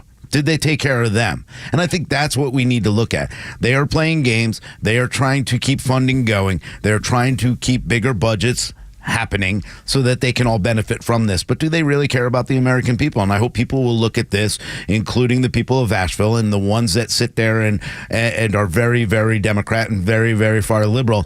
I want you to see where your government is today, the ones that you put in place, the ones that, not you, that they put in place because they installed them. I want you to think about that. Give me an example and tell me why I should believe that politics are not at play in Western North Carolina. If you can give me one example, 404-741-1230, and tell me why politics are not at play. Help me understand it. Talk to me like I'm a little kid and help me understand why it's not being slow walked. The FEMA response, hey, we don't got no money, sorry, all of that. Tell me why I should believe that politics are not at play, and I'll listen. Or tell me what they're doing. Yeah, tell me what they're doing. And help me understand what it is and how good the help is. Because the folks on the ground are saying the exact opposite. Carlos, and you've been through this again. You know, we've talked about that. And when my restaurant burned down and I was having like the worst part of my life happening right there in front of my eyes, it didn't matter whether people were okay to come there or not, or whether they were getting in the way. People brought me food. Maybe it was just a warm sandwich. Maybe it was an Italian sandwich. I appreciated that more than anything else anybody did for me. And to keep people out that just want to help other people just because they're not part of the government uniparty or whatever it may be that they want them to use, that's sick to me. Because right now, this is when Americans need to step up to help all Americans, regardless of political affiliation. I'll just point something out. We have a tremendous partner in Harrah's, and they have been with this radio station and doing great work with the Atlanta Braves and with our company for years. The federal government came in to Harrah's Cherokee and basically said, we're staging some of our operations from here. They got a bunch of hotel rooms for the FEMA people. While people in North Carolina are standing in mud and trying to figure out what they're doing, your federal government has their FEMA employees in a luxury hotel. I saw this too, and I think that's what Ted in Smyrna wants to talk about at 404-741-1230. Ted, what's up? Hey, I was just wondering why none of these people are ever charged with embezzlement, misappropriation of funds. Buddy, I wish I could tell you. Because they're all in the game together. They're in the game, They all got their hand in the piggy bank. They all got their hand in the cookie jar. They're all a part of the problem. The uniparty is real. That's why, Ted, there's only a handful of people that you can trust in Washington, D.C. because they're all on the take. They're all on the take, and that's the scary part. Well, the fun part for Ted, once one of them steps out of line, similar to the mayor and Eric Adams in New York, once you step out of line, then they call you on this stuff. It's like, we all know each other's dirt, so don't cause a problem, or else we're going to call you on it, and sure enough, that's how it works. Well, the Democrats are good at turning on their own, especially when the heat starts getting there. And, right now in the city of Atlanta, it's going to get worse for the city council, who has been taking bribes for federal contracts. And if you don't think that's related to what's going on here, that's the way the government works. They play games with their friends, and they keep everybody out from doing the good stuff. Hold on. Republicans do it too. Absolutely. Oh, yeah, sorry. Sure. I'm just saying who's in charge now. But yes, the Uniparty does it all together. If we ever wanted to get ourselves in so much trouble, we would tell you about what your governor and everybody else are involved in. Oh, my Lord, dude. If we really wanted to nuke the radio station, we would tell y'all about that. And we may just have to. We may do. I'm telling you, there's a lot of people that are starting to realize that there is some awful corruption. There's some games going on here in Georgia. An illustration of our problems in America. Next on the Morning Xtra on Extra 1063. Hey, it's the Kimmer. Look out. The Kimmer Show is live every afternoon from 3 to 6, just like the Kimmer. And to have Kamala Harris show up after her administration, her regime has given $100 billion plus to a Ukrainian dictator who's given $13,000 debit cards and $5,000 cash to criminals like murderers and drug dealers and rapists that they allowed to come across the border. They gave them free health care and free lodging and free phones and free bus tickets and plane tickets to anywhere they wanted to go. And they had to give them all that money and everything and then show up in the state yesterday and say, we'll give you $750 if you've been part of a natural disaster. And these people have no way of getting that money. They don't have mailboxes. There's no banks. There's no ATMs. They have no way of getting that money for God knows how long. That bitch showed up and spit in the face of everybody that was a victim of this and continues to be a victim. The Kimmer Show, every afternoon from 3 to 6 p.m. on Extra 106.3 and the Extra app.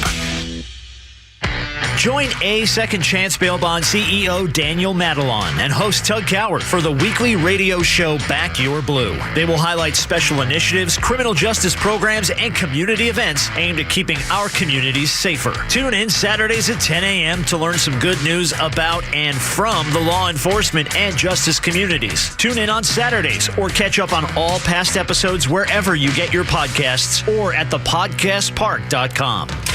No one plans on going to jail, but when it happens, it's important that you know who to call. Call A Second Chance Bail Bonds, where we believe everyone deserves a second chance. Whether your loved one's been arrested in Cherokee, Clayton, or any of the other metro Atlanta counties in between, A Second Chance Bail Bonds works fast to help expedite release within hours. A Second Chance. It's better to know us and not need us than need us and not know us. Call A Second Chance 24/7 at 404-BAIL-OUT or online at atlbail.com.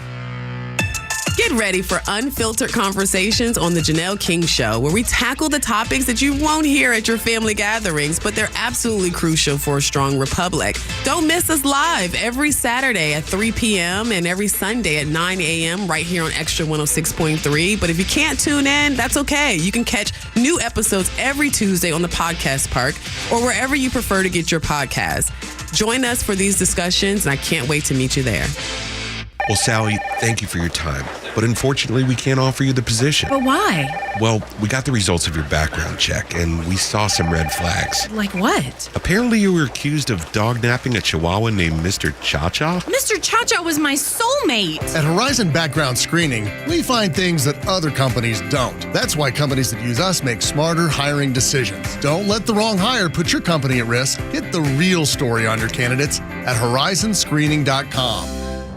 What's up, Atlanta? It's Ben Burnett, host of the Weekend Ben Burnett Show. Each and every weekend, right here on Extra 106.3, we unpack all the week's events. We talk about all the issues with a local Atlanta-based flavor. You can catch me each and every weekend, Saturdays at 2 and Sundays at noon. If you ever miss an episode, you can go to the Podcast Park or wherever you download all of your content, and I'll be right there. Thanks for listening to the Ben Burnett Show, proudly brought to you by Butler Snow. You know the old expression, I love it when a plan comes together? Well, with our First Liberty Notes, this has been so true. Hello, I'm Brant Frost, founder of First Liberty Building and Loan. You hear about our family's company all the time right here on the station. For over 30 years, we've been the local lender who said yes when the big banks say no. A couple of months ago, we opened up our First Liberty Notes program to Main Street investors just like you, and the response has been just incredible. Folks from airline pilots to physicians to even pastors are now earning 8 to 13% interest rates while helping to fuel the growth of local small businesses. If you're a qualified investor with a minimum of $25,000, you too could be earning 8 to 13% interest. We'd love to have you join our First Liberty family today. Go to FirstLibertyGA.com and see if our First Liberty notes are right for you. Go to FirstLibertyGA.com. That's FirstLibertyGA.com. First Liberty notes are not obligations of or guaranteed by any financial institution and are not secured by any collateral. They are not FDIC insured or guaranteed by any government agency. You could lose money. SEC accredited investor status must be verified. Securities not offered in any jurisdiction in which it is unlawful. Keep up with all of our shows and the latest headlines by following Extra 1063 on Instagram, X, Facebook, Truth Social, and all your social media platforms. Plus exclusive giveaways and more. So follow now at XTRA 1063. You and I could write a list as long as your arm about the problems that we're facing in the United States of America today and what that means for your kids' future, your grandkids' future. Look, we're years away from the total transformation of this country that Barack Obama talked about, the fundamental transformation of America. We're a long way from that. But it starts here, and it's so important. And you know how the way I know that the people in the mainstream media have no idea, or they completely know and they're complicit in it, is when you talk about the numbers of illegal aliens that are in the United States that have been convicted of murder. That number, like over 13,000, rape over like 16,000. And yet the things that the mainstream media, when you bring that up, the things they want to talk about are completely opposite. I want you to hear Jim Acosta when he's talking about this, or he's at least the segment he's on there discussing it, and what he focuses on versus the trouble. You know what I can say, Jim? I can say that 13,099 murderers were let into this country, 16,000 rapists, 425,000 people in the last 4 years have been let into this country by Kamala Harris and Joe Biden's own Customs and Border Protection that are running around this country, Jim. The other thing, too, it's Kamala Harris. Crimes. I don't know. Is there... Oh, my God. Why do you guys say Kamala? That is... Oh, shut up. Kamala Harris. That's what Shut up, Jim. Is. Jim, you're a bitch. I'm sorry. I'm sorry for my language. I'm sorry for it. I am so tired of this joke. Call me Scoot. Call me Scott. It's not racist. You say it the way you say it. Enough. Seriously, this is so dumb on the Democrat. Jim Acosta is such a fool. It's a perfect illustration of everything that is going on right in front of your face, that while Rome is burning, they're busy telling you, you know what? I don't like the color of the grapes you brought me to eat today. So dumb. How could you mispronounce her name? Look, if anybody should be mad about their name being mispronounced, it's Vivek Ramaswamy. Ain't nobody getting that one right. Right. Have you ever heard him correct anybody? No. Has anybody ever corrected anyone? I think most people genuinely want to pronounce people's names right or correctly. But when you're in a conversation about the entire country being overtaken by people that have been let out of jails and mental institutions, and that's what you're focused on, that's your focus. That's when you know Jim Acosta has no concern. He lives in the bubble. He's not affected by these people. He's not affected by the things that are happening in small towns, Lowe's. But you said, in this case, the guest who was on there didn't, again, mention rape, mention murder, and then did the one thing you're not supposed to in Jim Acosta's mind. You mispronounced Kamala Harris's name. Okay? Everything else was fair game. Everything, didn't even rape, didn't bat an eye. Murder? Oh, yeah, there's like 14,000 of you let in. 16,000 rapists. Yeah, you let them in. But you mispronounced your name. Hold up a second. I got to take my glasses off and think about what just happened here. What a joke. Clutch what a my joke. pearls moment, Rhino. Yeah, clutch. Oh, my gosh, were you so offended, Jim? Were you, Jim? Oh, I'm sorry. It's just such a ridiculous virtue signal. This is only, the reason he's pulling this apart, by the way, is because this is their idea of, can you believe it? That's how racist they are. That's how they pull this out of nowhere. This is a game they play because they got nothing else. Jim Acosta is a propaganda parrot for the Kamala Harris, and he doesn't care about how many Americans were killed. He doesn't care about how many were raped. You know why? Jim Acosta lives behind a wall. Jim Acosta lives behind a fence. Jim Acosta doesn't buy his groceries. He has them delivered. That's who Jim Acosta is. And he cares about this because he doesn't care about the people. That's the truth. He is pushing Kamala Harris. I don't care how you pronounce her name. I prefer Vice President Harris. It's easier for me. But I'll call her Kamala because she's got a lot of humps. But otherwise, I don't care what they call her. I don't care. I don't care what they call Donald Trump. I don't care if they call him Hitler or all the names they call him. Get over it. He cares. Jim Acosta cares. Good. And then when Corey is it Lewandowski? Did I pronounce that correct? Oh, my God, Tug. Well, see, that's... Oh, my God, that's you the thing. Dalton Redneck. No, do you think Corey's going to be upset about that? Do you think he will stop down an interview talking about serious issues to be like, well, look, Rhino, look, Los, I know we're talking about really heavy things that need to be discussed because they are impacting the country at large. But I got to correct you on my name. Yeah, come on, Mr. Medina. Do you know? Seriously. It's just such a weird flex. It is and so such weird. a strange idea that I'm going to call you on whenever you mispronounce her name, and you're doing it when it happens, like to Nancy Mace, the Republican from South Carolina. Well, you're doing it out of racism. Yeah. Or we're actually just discussing this issue, and whether or not I got her name correct or not, it's still about let's talk about this issue. They use this as a deflector shield. That's right. To keep from talking about her failures. Yeah. Isn't that? But Jim Acosta said, I don't care how many people got raped or killed. You just mispronounced her name. Like, That's how stupid that is. How many people did you bring across this border that are potentially dangerous to the rest of American society? Oh, and hold on a second. What's her name? You brought Say up it again. Kamala.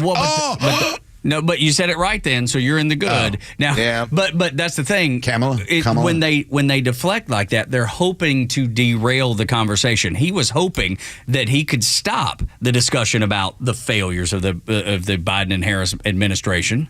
He was hoping that would be the thing that took him off message, that took him off topic, and then it became a debate.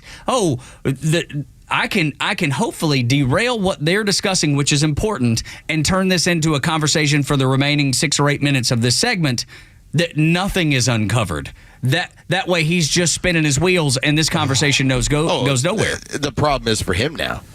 Are you doing it because you're racist? Yeah. Well, no, he's on the defensive, which again, that's exactly right. You got to reject the premise. And listen, doesn't matter what we call her. It's still 16. Well, you're talking about a group of 10 to 20 million illegals that came across. 16,000 have been accused of rape.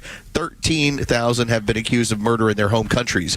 That's what you had that's rolled in here. That's what you have. That is the important part of it, and you don't want Jim Acosta doesn't want you to hear that. Jim Acosta doesn't want you to ruin what he's getting from the Kamala Harris Foundation at this point, because this is what they do. Now, I will tell Jim Acosta this. I have no problem with you doing that kind of fact check on her name. Now what I need you to do is go back and fact check Joe Biden and call him a racist for mispronouncing hundreds of leaders across this country, around the world's name. Go ahead. That's how ridiculous this is. Do you want to play this game? Do you want to, or forget them all? The fella down under, is that respectful to a prime minister of a country? You don't even remember his name, Jim Acosta? I think that's a bigger problem than pronouncing it Kamala or I don't even know what the right pronunciation is. I think it's Kamala. Kamala? But I've heard it pronounced across CNN very different ways, Los. But this is the stupidity of all of this.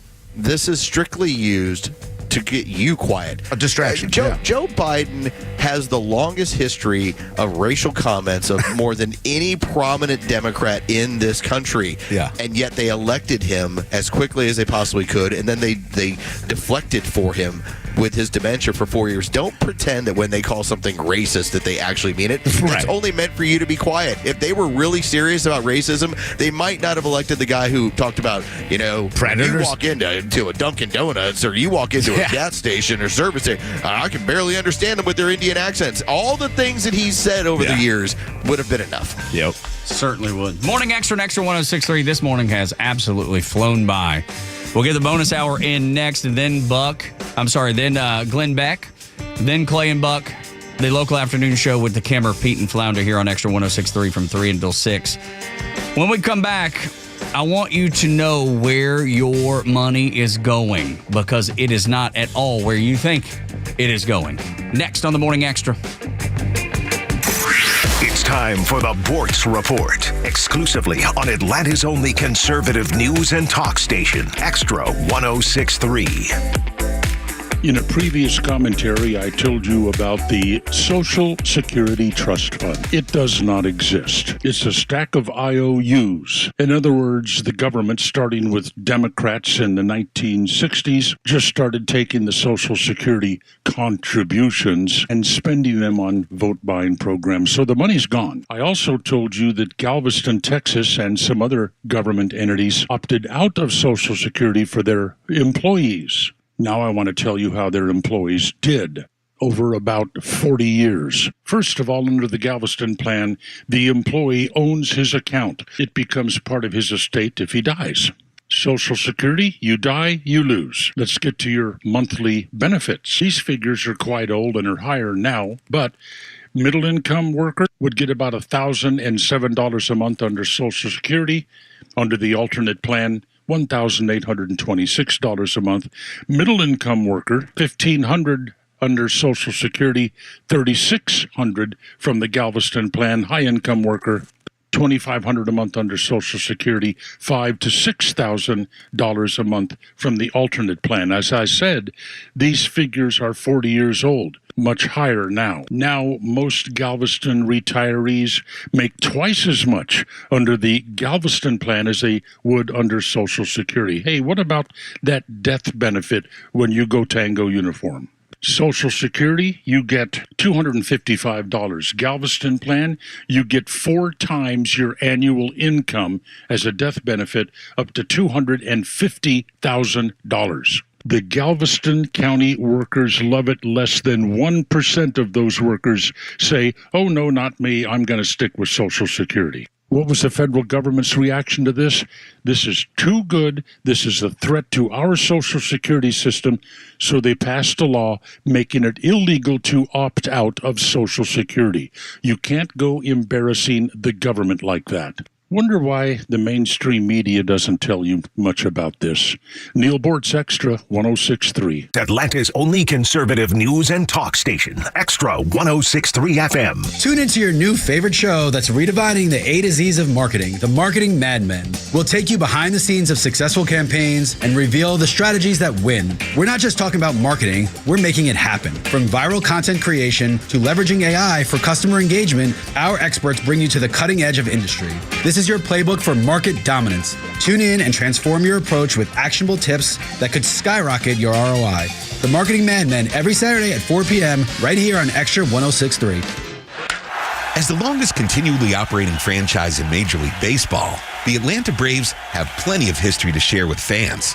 Tours of Truist Park are offered year-round, and take guests behind the scenes to areas normally off limits during games. With artifacts and exhibits distributed throughout the ballpark, it's a definite must for any Braves or baseball fan. Visit Braves.com/tours to purchase your tickets today. And did you know that along with exclusive tours around the ballpark, you can also host a private event at Truist Park? Corporate meetings, trade shows, team building events, holiday parties, rehearsal dinners, you name it. Truist Park can host it. Their dedicated staff is sure to bring your vision to life. Whether you're looking for a large space or something more intimate for your next event, there's a venue to accommodate your needs. Visit Braves.com/events to see more details. Atlanta Braves Baseball. We are Braves Country. WFOM and W292EV Marietta, a Dickey Broadcasting Station. The 9 a.m. hour is presented by Southern Exteriors. Quality and precision you can rely on. You're hired. I'm Dave Anthony, Fox News. A lot more Americans heard that last month with a surge in jobs created, 254,000. The estimate was 140,000. The unemployment rate dropped to 4.1%. We were looking for the rate to actually stay steady from last month at 4.2%. That's Fox Business Network Cheryl Casoni. August hiring was also revised higher. Dock workers back on their jobs this morning at ports from Maine to Texas, ending a walkout. Now, the strike, which lasted 3 days, was being closely closely watched by many because many feared it was creating huge economic headaches for both businesses and consumers. The deal reached last night will mean wage increases of more than 60% over the next 6 years. Fox's Mark Meredith. The deal isn't done. They'll keep negotiating other contract issues. It's up to at least 220 people dead a week after Hurricane Helene first hit, and there are still more than 700,000 power outages, Florida to Virginia. Fox Weather's Jane Menard has been visiting flood-devastated areas in North Carolina. Many locals, especially in these rural western North Carolina towns, growing frustrated with the slow response from state and federal resources, many saying it was their neighbors that helped them survive over the last several days. President Biden and Vice President Harris are vowing full federal assistance. She got an endorsement in Wisconsin from an anti-Trump Republican, former Congresswoman Liz Cheney, calling the former president unfit to lead. President Harris will be able to unite this nation. Former President Trump reacted, telling Fox, Liz Cheney is a stupid war hawk. All she wants to do is shoot missiles at people. Tomorrow, he'll return to the scene of a crime. He will be back in Butler, Pennsylvania, where he narrowly survived an assassination attempt. Security plans are much different than they were on July 13th. This time, the rally site will be locked down ahead of the event,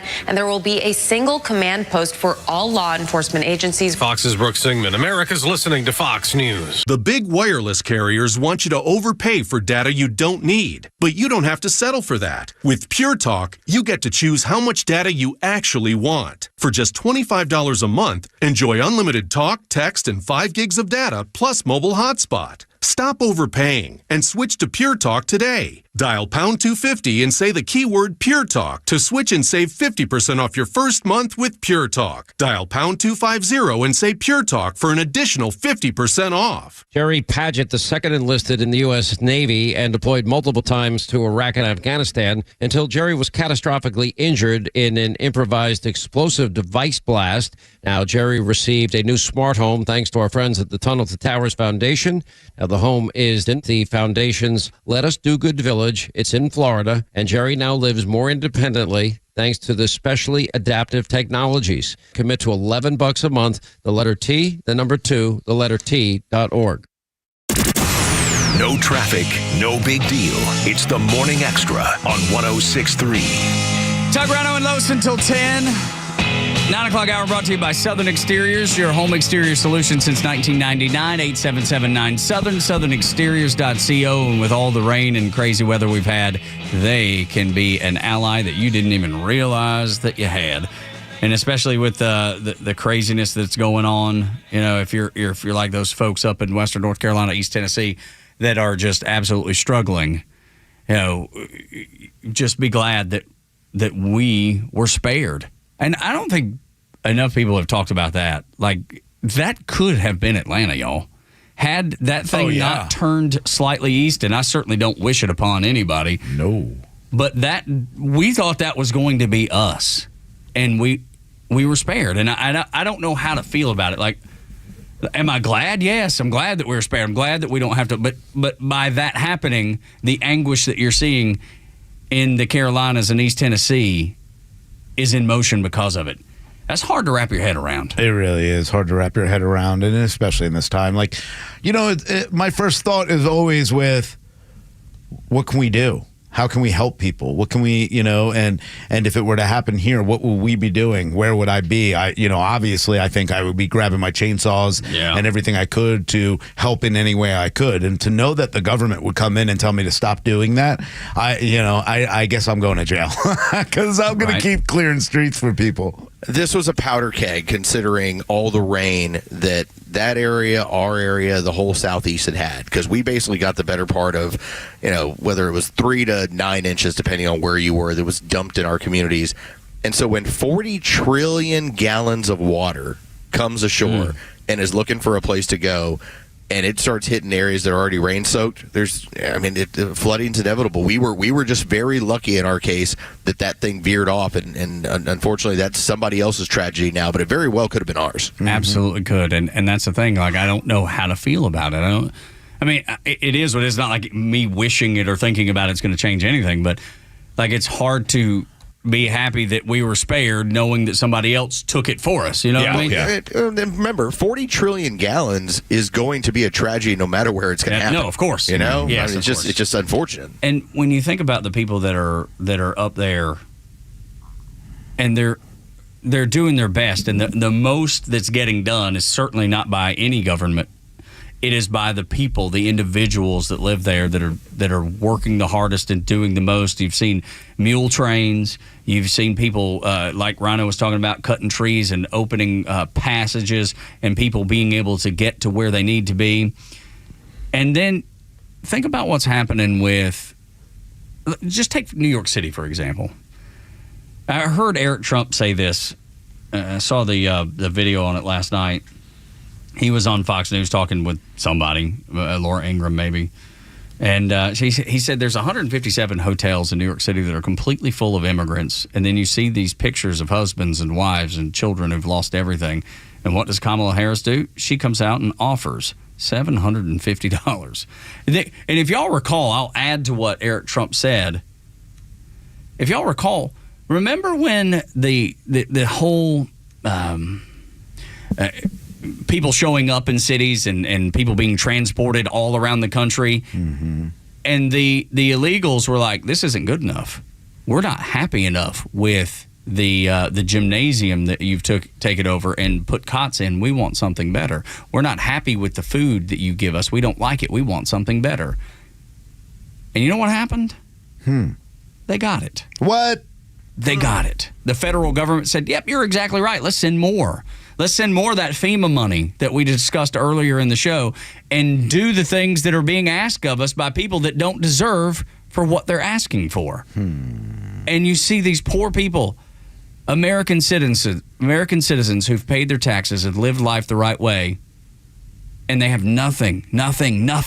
Everything has been taken from them. Everything. Think about yourself when you lose everything, and it's really hard to imagine it unless it happens. Maybe Los would probably be able to do it better than most because his house was taken from him down in Florida. That was completely wiped away, and he's dealt with these issues, these problems.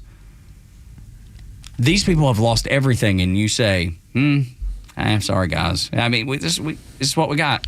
Well, you shouldn't have more than you need anyway. That's what, right? So it doesn't matter what you had. That's the message, yes. This is better for us because now we'll just put you in a 500 square foot apartment and take care of you, and you'll just deal with that.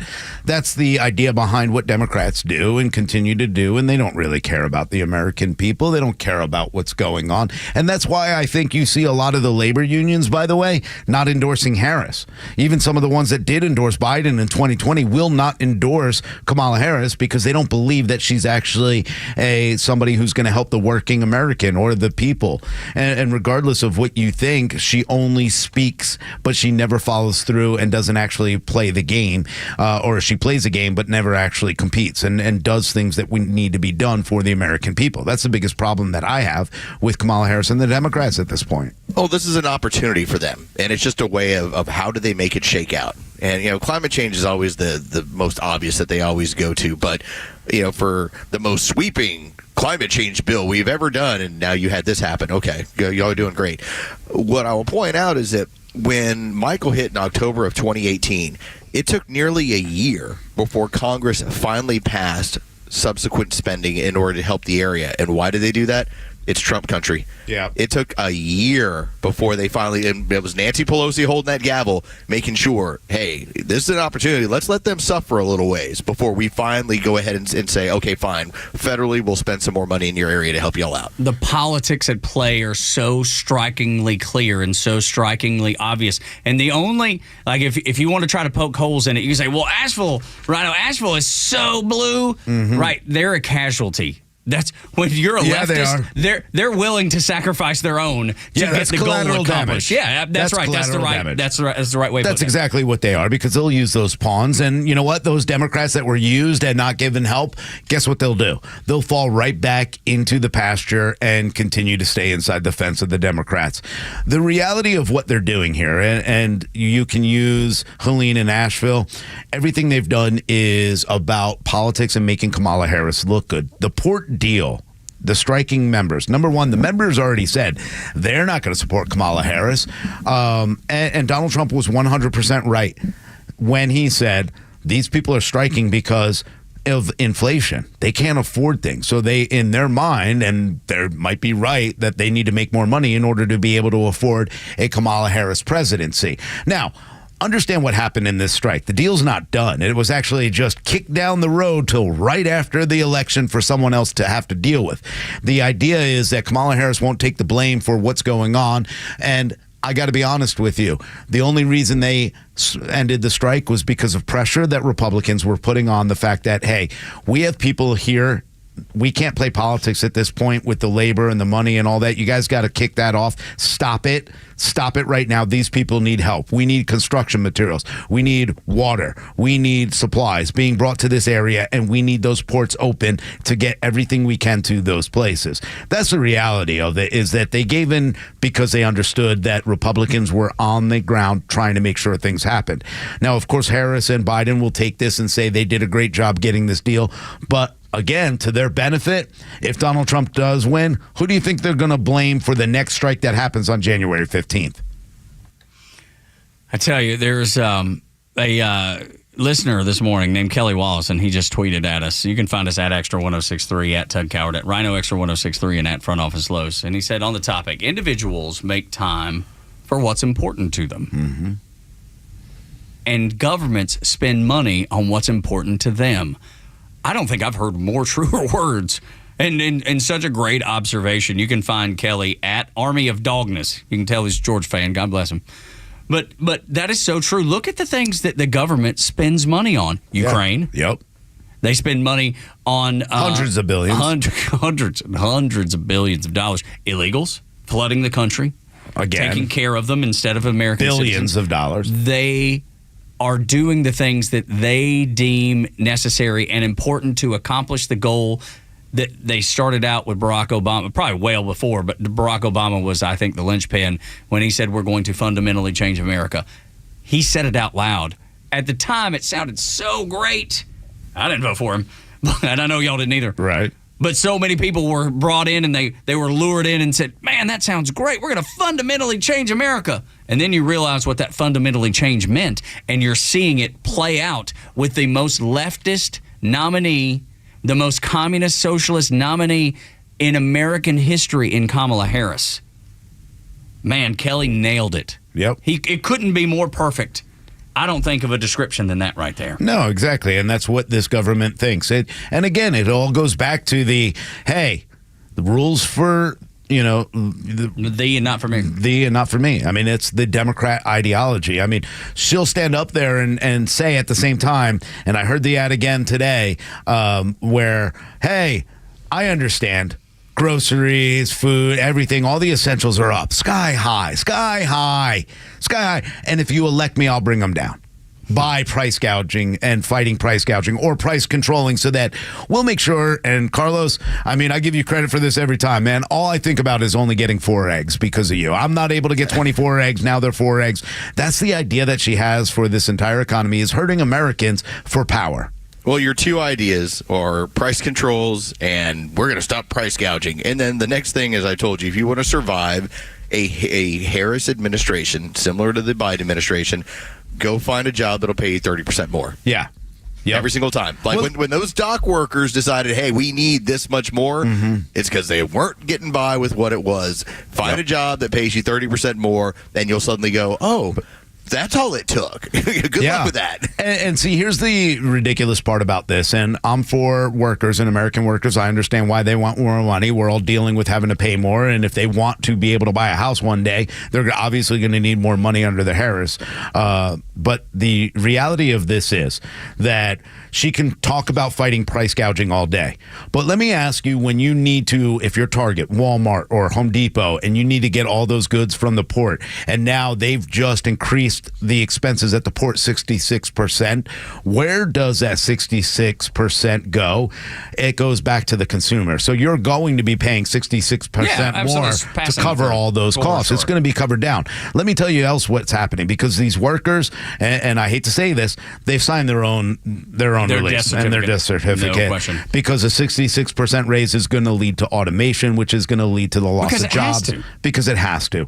Whether you like it or not. Common sense will tell you that. Yeah, the people running these companies, the first thing to get cut are union workers after this happened. It happened with Yellow Freight. It happened at UPS after they got their deal. 12,000 employees here in Sandy Springs lost their jobs because of the union and what they're trying to do. They're being held hostage, and it's a good game for Kamala Harris to play, but in reality, this is a tax on Americans, this deal, if it does go through in January 15th. You're going to be paying 66% more, and again, they think Trump's going to win, so he's going to have to deal with the inflated products. Jack Smith ain't got jack crap. 165-page motion. He's relying on January 6th as his argument. And he just can't stop while he's ahead. Nobody's buying it. And we know the feds were involved in creating that chaos, as we've talked many times. Were the people that were breaking windows and doing the wrong things wrong? Yes, they were. Cool. Do they deserve to be punished? Yes. Yep. The same way the criminals in all those blue sanctuary cities are punished. They deserve that same punishment. Same punishment. Yes, absolutely. Did they released in 24 hours or less? That's if we're going to play apples to apples here. If you break a window into an Apple store, or hey, you know what? Let's take it down to your community barber shop. Okay. You break the window in the community barber shop. Is that just as bad as breaking a federal property that you paid for? Absolutely, to me. You should either face the same as you did the January 6th defendants, or the January 6th defendants should be the same as you and what you faced in Minnesota when you destroyed that community. But that's the thing. They're not going to. The people that they catch and release, man, they are so stinking full of it all the time. It is unbelievable to see what Jack Smith's trying to do. And it's amazing to me that only the people that are punished are Trump supporters. The only people that aren't helped by FEMA, Trump supporters. Seems to add up, doesn't it? Seems to be a theme there. January 6th is a non-starter for most Americans. Most Americans see it for what it is. And like every other case that Trump has against him, it's going to fall apart. This is merely meant for election interference and nothing else. This is a charade. Yeah, look, this already fell apart. It's already fallen apart. They had to try to put it back, to cobble it back together, right? There's no indictments. There's no trial. There's nothing. There's no trial scheduled, okay? Jack Smith, this is how you know. He has nothing because he needs to go out there, because he was told, obviously, by the DOJ and by the powers to be, that they're losing this race so bad. We need, after this vice presidential debate, we need something. We need a little fake October surprise, because we don't have a real one. Send Jack Smith out and explain why he wanted to indict him. Now, is there any evidence, Carlos? Is there tapes? Is there video? I mean, I can't believe in the White House and everywhere that Donald Trump is, there's not one recording of any of the things that these people in this indictment have said. How can that be? Well, January 6th might as well be the left's version of like the Statue of Liberty. It's religious for them, to the point where in a country with a history of revolution, when we found in the past that our government was oppressive, well, then we typically got rid of it. January 6th is the example of you better never think about that ever again. Yeah, it's meant to scare you and intimidate you. It's meant to scare you and intimidate you and ruin you. And whether you're hey, you're an accountant, well, I'm going to make sure to get your license. Well, if you're a carpenter, well, I'm going to make sure and get all your tools and put you in prison for as long as I have to. January 6th was there for all Americans to basically be told, never, ever, ever think about questioning us ever again. Yeah. And by the way, if we take our power back from you by rigging an election, you better not question that either. And it's very similar to what Justin Trudeau did to the workers there and then the truckers there. Great and we saw it here with the truckers here. We'll go ahead and attack your insurance. You won't be able to drive because of it. That's what the left does. January 6th is a complete joke. Most of Americans know it. It was made up. Everything they did was false. And not one of them has been able to give me one thing, one video, and I don't care what you say. Everybody's got a cell phone to record. Everybody can do it. And nobody has any audio of anything that was said in this indictment. It's just another fake hearsay. Oh, somebody who doesn't like Trump said he's a bad man. Okay, let's indict him. Stupid. Extra 106.3 is Atlanta's only conservative news and talk station. Tug, Rhino, and Los until 10. When we come back, Donald Trump agrees with Tim Walz on one thing. Next on Extra 106.3.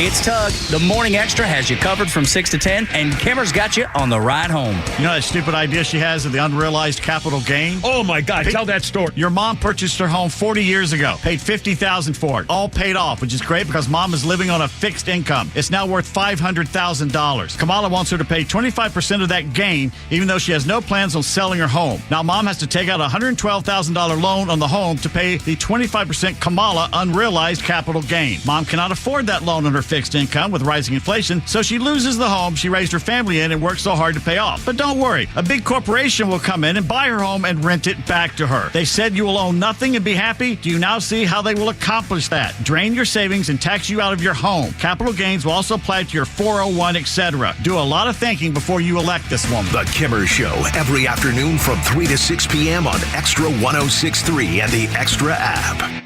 Hey, sandwich lovers. Today's your lucky day. There's a whole new way to roll for lunch or dinner delight with Nucky's Hoagies in the Roswell Corners Shopping Center. Now open. Nucky's Hoagies in Roswell is family owned and operated by the Sub-Sisters, Stacy and Shannon, whose love language is food and Nucky's Hoagies, their passion.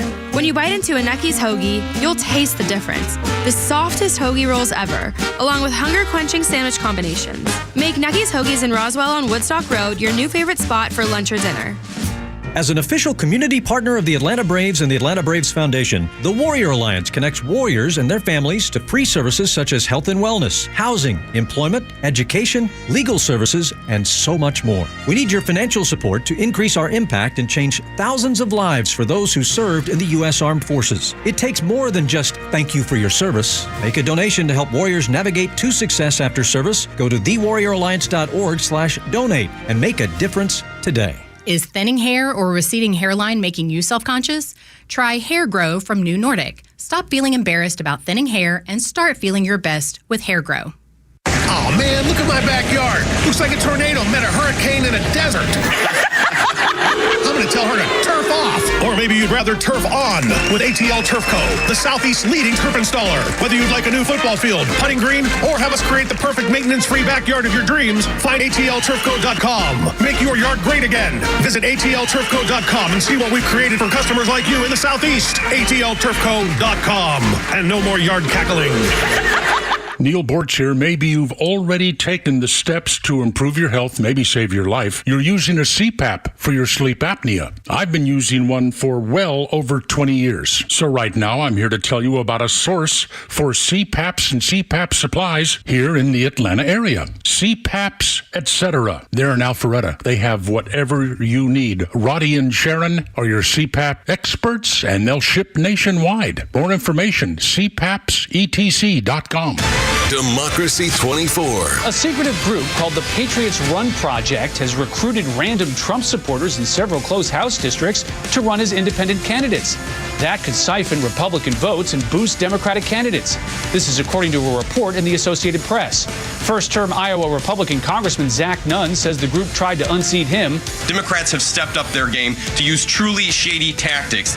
One conservative organization, Americans for Public Trust, and its executive director, Caitlin Sutherland, has filed a complaint with the Federal Election Commission, accusing the group of violating campaign finance laws. The level that they have gone to interfere in these key elections is astounding, and they should be held accountable for these actions. Democratic Party campaign organizations say they have nothing to do with the Patriots Run Project. House Democrats say they've never heard of the group, and the charges the Democrats are interfering in elections are nonsense. In Washington, Rich Edson, Fox News. The stories that matter to you. These are your Georgia headlines. Presented by RBM of Atlanta, your Mercedes-Benz connection since 1964. Good morning. Here are your top stories in the state of Georgia for today, Friday, October 4th. The Georgia Ports Authority announced that its Savannah and Brunswick facilities will reopen today after the union suspended its strike until January 15th to allow more time for negotiations. The International Longshoremen's Association and the U.S. Maritime Alliance have tentatively agreed on a 66% pay increase, but still need to negotiate the issue of automation, which workers are concerned about. In the meantime, 45,000 port workers will be back on the job today. The chemical plume from Sunday's biolab fire is still lingering over Rockdale County and parts of the city of Atlanta. prompting local lawmakers to call for a permanent shutdown of the facility. Representative Hank Johnson highlighted past unreported incidents and non-compliance by BioLab and has also called for a state emergency in Rockdale County to provide relief funds. Local schools will remain closed, with students shifting to virtual learning for the first few days after fall break. Businesses in the area remain closed, and some have announced permanent closures. And in sports, Kirk Cousins threw for 509 yards, including a 45-yard touchdown pass to Cordero Hodge in overtime for a touchdown that gave the Falcons a 36-30 win over the Tampa Bay Buccaneers. Cousins also tied a career best with 4 touchdown passes on the night. The Falcons now sit atop the NFC South standings with a 3-2 record. Tug, Rhino, and Los on the Morning Extra on Extra 1063. Coming up about 9:40, Mike Lutzenkirchen. You may recognize his name. His son was Philip Lutzenkirchen, played with our friend and former co-worker Hudson Mason over at Lassiter High School, and he was tragically killed in an accident when he was down at Auburn University. So he's got some good news, and we wanted to end the week on a good note. So we'll have Mike join us in his 43 Seconds Before You Drive campaign. He's got some big events coming up that you should know about and your kids should know about. He is doing the Lord's work, I'm telling you. He is a very, very good man. And so to have him on to end the segment, to end the hour and end the week on a positive note, I think is a good thing, especially with all the craziness, Rhino, that we've talked about this week with the Hurricane Helene and everything in between. Man, look, the personal charity is so huge, and people taking care of people, and that's why I love Must Ministries. And again, when you look at who's helping out, it is a reason why we shouldn't be, attacking Christianity or Judaism or, any kind of Islam, and none of it. I mean, everybody is charitable in their own ways, and these are the times. And, obviously some things just make you more charitable, and to have somebody like Mike coming on to talk about and this was a big thing for me. When I was a kid, I joined MAD, Mothers Against Drunk Driving, or SAD. It was Students Against Drunk Driving, and, did whatever we could to make sure that, our fellow classmates and others just thought before they did anything silly and drove while drunk or doing those things. I just think it's a admirable thing to take on for a lot of people. So I'm excited to talk to Mike coming up. No doubt. No doubt about it. Morning Extra at Extra 1063, Tug, Rhino, and Los. I think it's funny that, because I say knucklehead all the time. It's something that I'm like, anytime anybody asks me about my kid, I'm like, he's a great kid. I love him. He's a knucklehead. It's not offensive, right? It's very soft. But when you're running for vice president and you misspeak, and as Rhino has aptly pointed out, that gets used a lot, almost overused with Tim Walz, because you go down the list, and Politico magazine has done that very thing. Boy, did they hate that. They pointed out all the same things that we point out, and they kept misspeak. They kept saying, he keeps misspeaking, but this is going to come back to haunt the Harris-Walz campaign, because truly, he's telling lies. He's telling fibs. And we've gone through, I don't have to detail everything for you as of lately, how many lies he's caught himself in. But then Donald Trump gets a hold of it, Rhino. Look, it's awesome. Look, the honest part about this is there are sometimes that stories come up and I just go, hey, this is Jan 6 story. I'm not even going to cover it. It's that ridiculous. But when Politico has to write an article talking about it, it's something that they don't want to do and would normally gloss it over, but there's too much truth to it. And Donald Trump yesterday, I love watching these rallies, and every once in a while, they get to be a little bit of the same, but at the same time, he always introduces something that makes me laugh even harder, and he goes, well, we don't want a knucklehead as our president one day. That's right. And a heartbeat away, too. And it wasn't him who called him a knucklehead. It was Tim Walz who called himself a knucklehead in the middle of a debate, and also called himself a liar in the middle of the debate by saying he misspoke about where he was during the Tiananmen Square incident. This is exactly what Trump needs to do, is just kind of show that Tim Walz will tell you he's an idiot. Tim Walz will tell you. It's hard to argue. Calling him an idiot. But that's the thing. It's hard to argue. You can't argue with that. I mean, we used this example earlier, and I think it's a really good one, is like if you were escaped from the World Trade Centers on 9/11, 2001, you wouldn't mistake it. No. There would be no mistaking it. Right. If you were, if you were in Dallas, Texas, when Kennedy was Kennedy was assassinated. Right. You wouldn't mistake it. I wouldn't be like, I was there, and then go, oh, yeah, I forgot. Maybe it wasn't that day. Right, but Tiananmen Square was that kind of event. It was an event that got covered Kids were getting worldwide. run over by tanks. It's nuts. I mean, there's that one iconic image of the students standing in front of the tank lows. You wouldn't forget it. So the fun part about this is that my uncle actually was there before the crackdown happened. He was actually like in Tiananmen Square. There was a photo taken in the newspaper, and there's just this random guy who's walking past all the students, and that was him. And so for like when my uncle says like, well, I was at Tiananmen Square when that happened, I was like, yeah, you were there like 3 days before the crackdown occurred. That's closer than Tim Walz ever was to this situation. Yeah, it's and do you want someone like that running this country? Someone who is open to lying about something that is so easily proven to be a lie?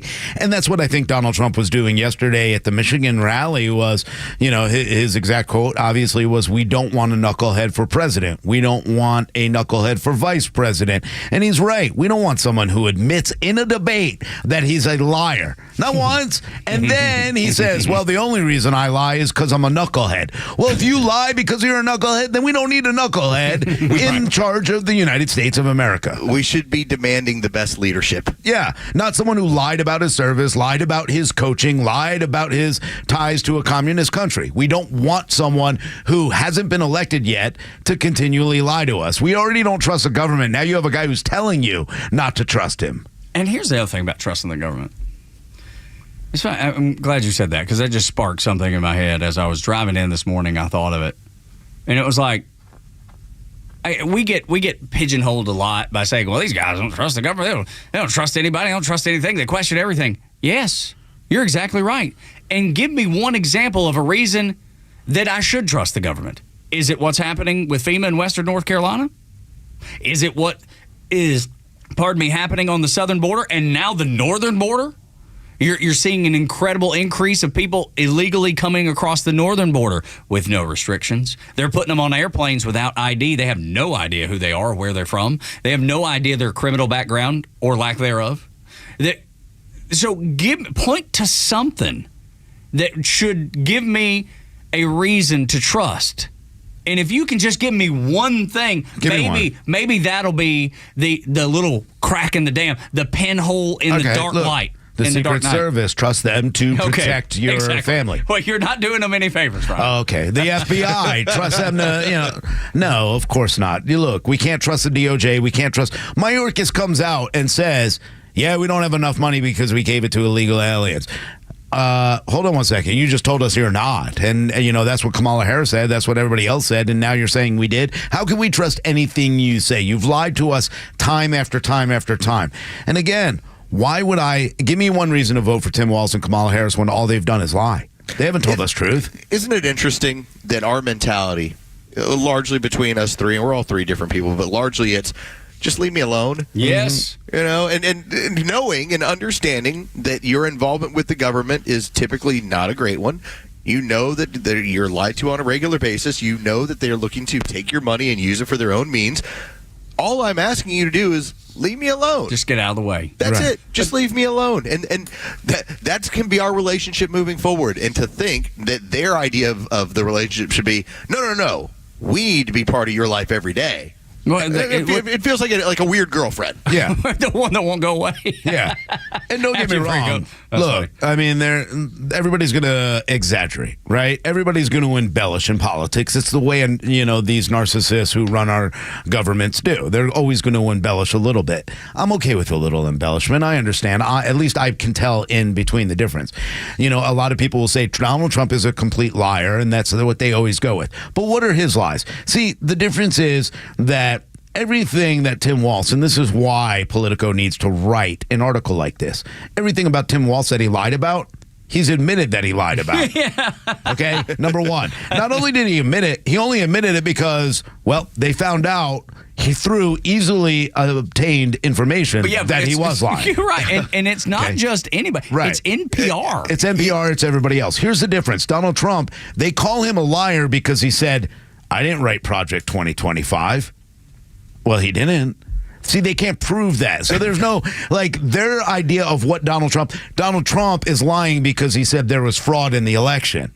There was plenty of fraud throughout the election. Even the Democrats know that. But they also will call him a liar because he says, hey, I had the greatest, most super duper amazing economy ever. And they're like, what do you mean? Right. There is no, I cannot find super duper in this dictionary. Yeah. Embellish is different than, that's the ridiculous part. But they will always call it lying on his part of, he said he had a great economy. Well, it was a pretty good economy. He said it was the greatest ever. Well, he's lying to me. But think about this, though.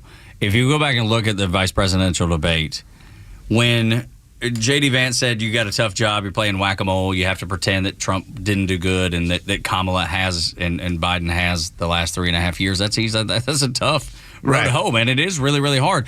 But did you see Tim Walz in all the accomplishments that J.D. Vance was laying out for Donald Trump and why you should reelect him? J.D. Vance was standing over there on the other side, shaking his head, nodding his head, because he knows it's right. Yeah, absolutely. It is really funny. This is, and again, like with Donald Trump said, like, hey, inflation was 1%, or there was no inflation. It was like 1%. And they're like, actually, it was like 1.6%. And he's like, yeah, sorry, I didn't hit the 0.6. Meanwhile, Joe Biden, when I took office, inflation was 9%. No, it wasn't. But have they fact-checked him? Did they call him a liar? Did they call Kamala Harris a liar? Did they call Tim Walz when he repeated that lie a liar? No, but that's the game that they continue to play. The problem is that we can't trust these people. Kamala Harris has continued to lie, tells you, and you know what? The funny part is when she tells you the truth, Carlos, you actually have to look into that truth and go, wait a minute, unrealized capital gains. She's telling us that she is going to tax you 25% on something that you own that you haven't sold, that now if you're on Social Security or you've been living in that home for 50 years, you're going to lose it because you can't pay her and the government 25%. Now you actually told the truth and you're trying to hide that. As pointed out, I don't want a relationship with the government like this. It's I toxic. just don't. And so when she does bring up some of these concepts and these ideas, for the most part, I look at everyone and go, I don't want that. Please leave me out of that one. I'm sorry. I'm not looking to pay taxes on unrealized gains. That just doesn't seem to be very helpful for me. Sounds like a really good way to get rid of my personal property. It's all absurd. Yeah. All of it is. But you know what? My Aunt Peg, she sits in front of the TV and she takes in every piece, as Los would call it, the programming. And then she's able to regurgitate it, like when we were sitting in Charleston. I'm here for my download. Yeah, and she, no kidding. She was like, he said he had become a dictator on day one. And I was like, oh, my God. And then I ran across this piece of audio, and it summarized exactly what my Aunt Peg is. This could all just go away. Everything. He just wants to enslave us. They would like to overturn voting rights. They would like to overturn gay rights. They would say, oh, I'm in the process of overturning women's rights. They'll take away our rights. He just wants to take away our rights. Everything. Like, if he's reelected, say goodbye to everything you love. We need Kamala. She'll save us. And, she's a woman. I like that. Say it with me. Kamala Harris. Kamala. Unbelievably smart, articulate, and good. She's great. A bit of celebrity surrounding Kamala Harris. Kamala just believes in the American dream. If she gets elected, we're good. But if Trump gets in, he'll never leave office. He can never leave the office of the presidency. Never leave office. It's just a fact. He'd never leave office. You see what I mean? So, like, it just goes on. They hear it and regurgitate it. Yes. Whatever is said, you're right. They spit it out, and I've seen it in my own life with my sweet Aunt Peg. On Peg, they're going to take away, it's Donald Trump, when he gets in office, he's going to say, hey, give me your guns. We're going to mandatorily take your guns back. You have to mandatorily give them up. He's going to say, hey, you're not allowed to post about things like not wearing a mask or your feelings about COVID or your feelings about this government. You can't post about that. That's what I see, Donald. Oh, wait, no, I'm sorry. That's already happening under someone who takes away rights. Let me tell on Peg this. You don't have the right to kill a baby. That's not a right. Sorry. You can pretend that game all day long that's a right. You don't have the right to kill a baby. You also don't have a right to vote, by the way. 9 o'clock hour brought to you by Southern Exteriors, 877-9-SOUTHERN, southernexteriors.co. It's southernexteriors.co. They can take care of your home. Whatever you need done on the exterior of your home, they will fix it and make it right. Look you in the eye, shake your hand, do the job the way it's supposed to be done. A man who saves lives joins us next. And the life he saves could be yours or the one of the kids that you love. Next on Extra 106.3.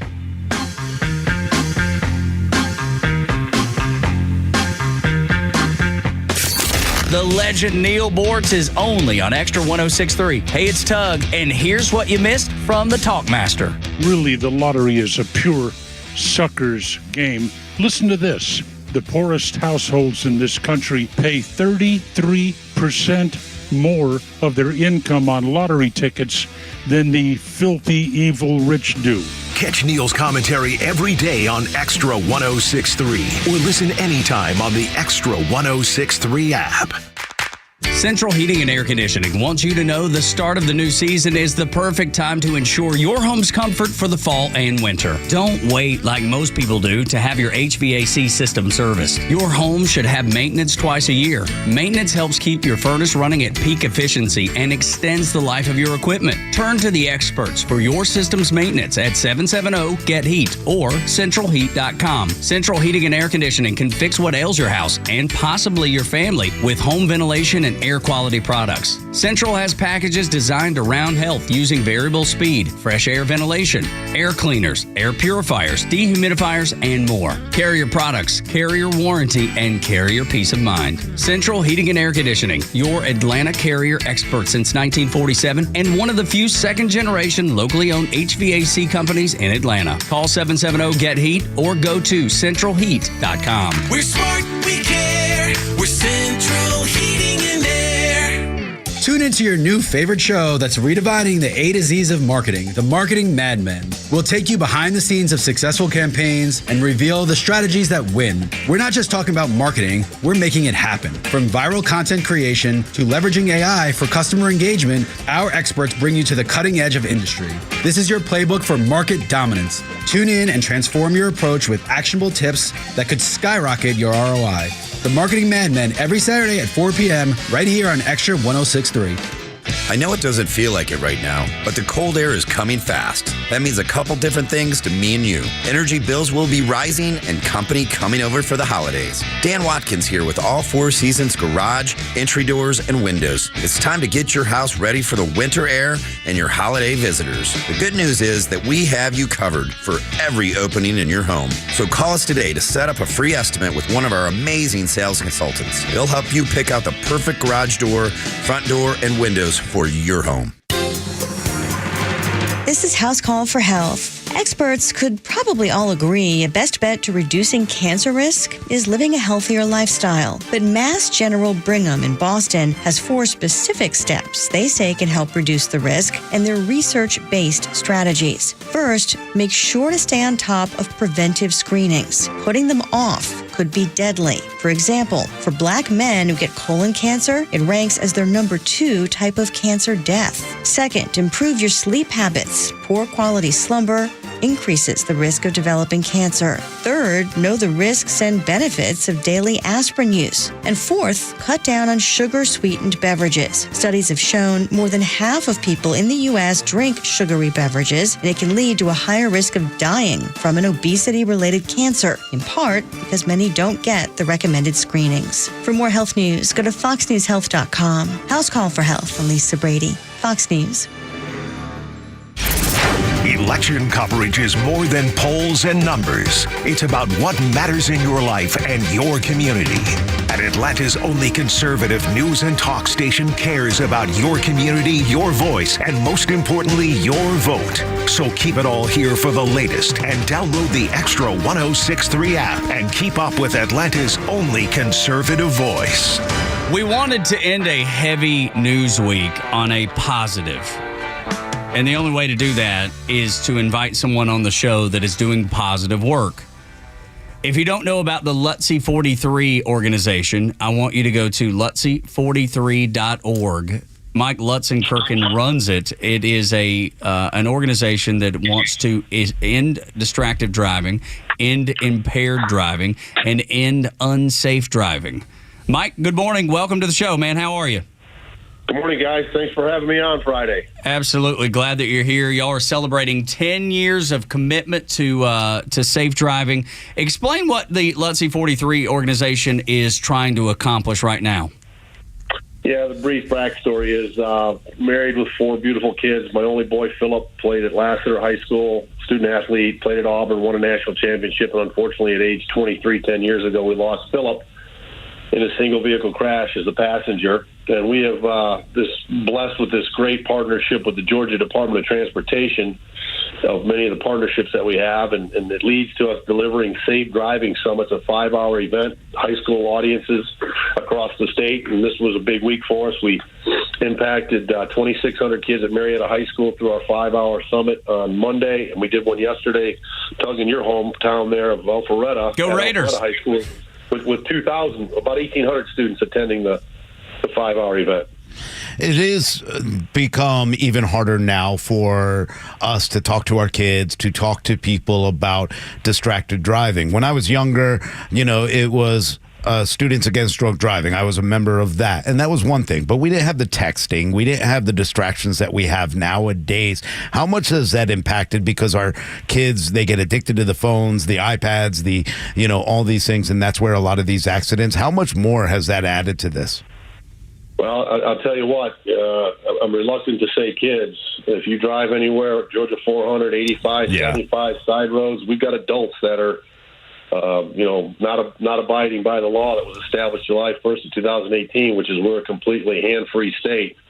Technology is certainly a challenge for everybody in the vehicles to put down that phone and drive hands-free. And I know the first year that we put that policy in place in the state of Georgia, we had an 11% reductions in fatalities due to distracted driving. So, we try to address every subject with the kids. One thing we don't do a good enough job, in my opinion, is let those teenage passengers, once your friend goes past the 6-month GDL law in Georgia where you can't drive with teens in your car, and then you get that opportunity, those teens that ride with that new teen driver, inexperienced driver, they have just as an important role of that vehicle getting from point A to point B safely.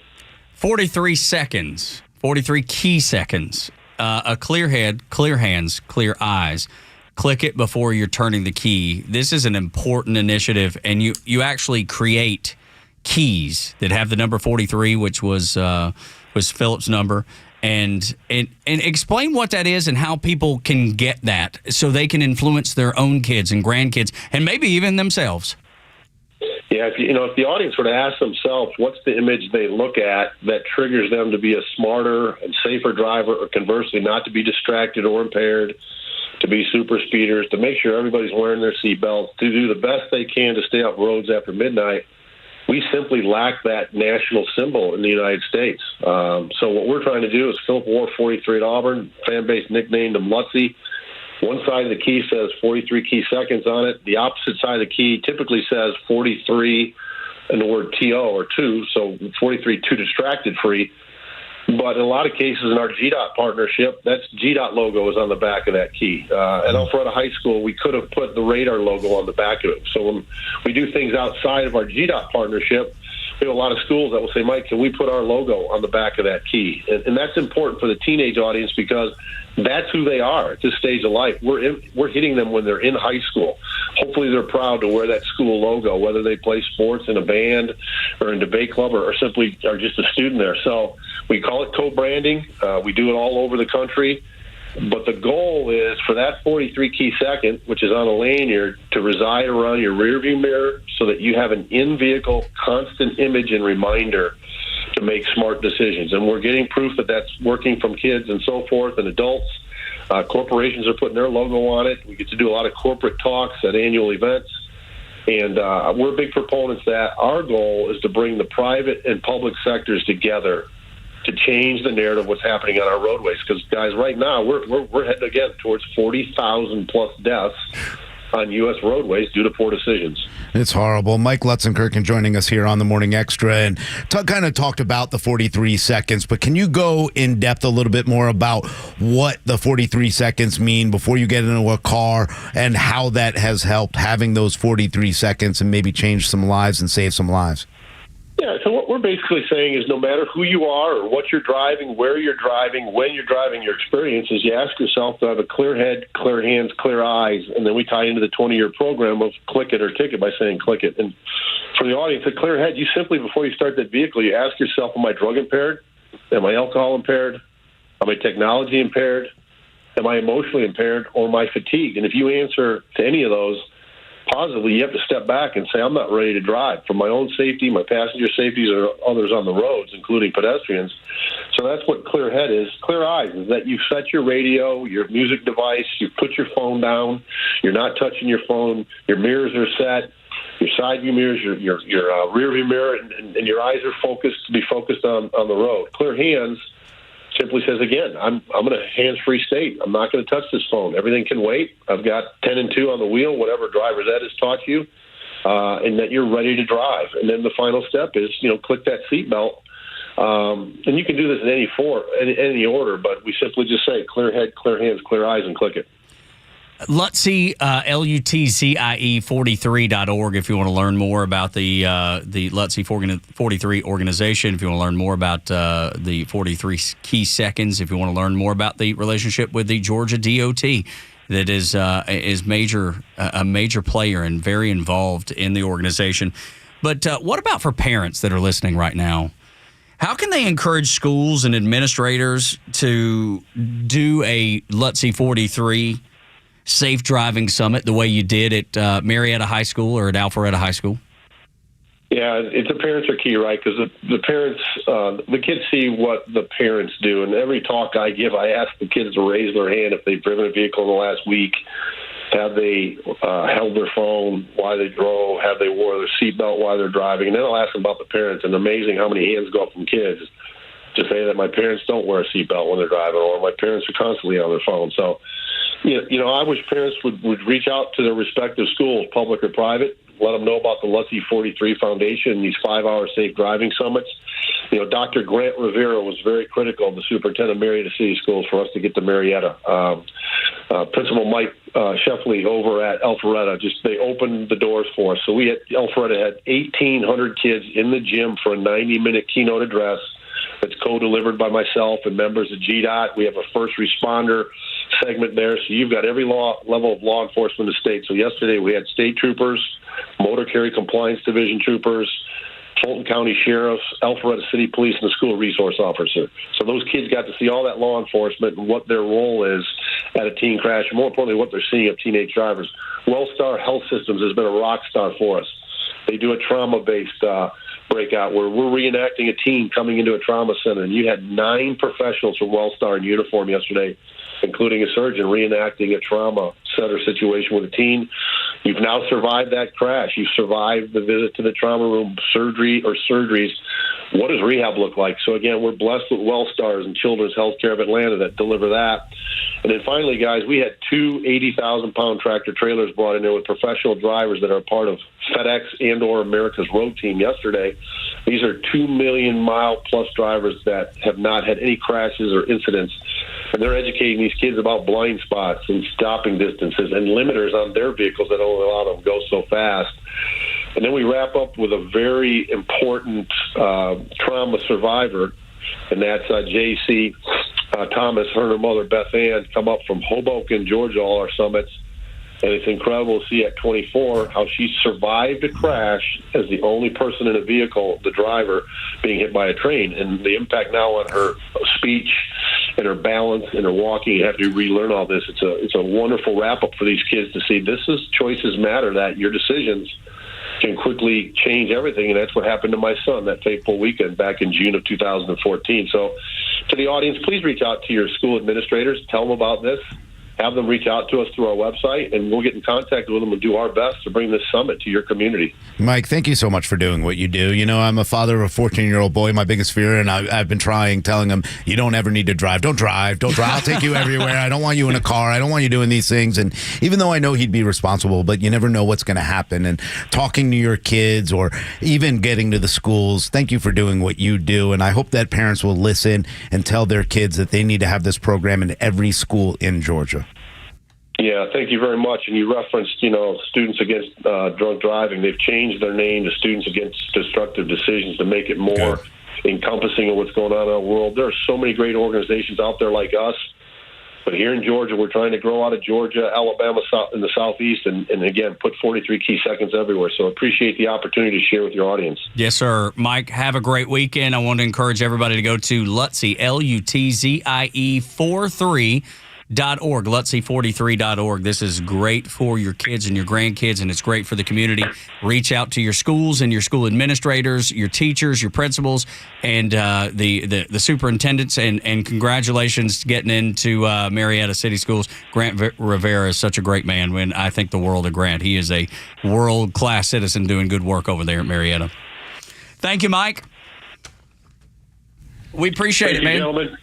Okay, take care, guys. Have a great weekend. Yes, sir. You too. Just a tremendous organization. They do great work. And Mike Shively, too, the new principal of Alpharetta. Thank you so much for having Mike and Lutzie 43 out there to talk to everybody out. I mean, go talk to your schools and the people that need to. That's exactly right, Rhino. Every school needs to step up for this. For Front Office Los and Rhino, thank you for being here. Board Up Goey Virgin River 2. My name is Tug. Beck is up next. Y'all come back now, you hear? Hey, it's the Kimmer. Look out. The Kimmer Show is live every afternoon from 3 to 6, just like the Kimmer.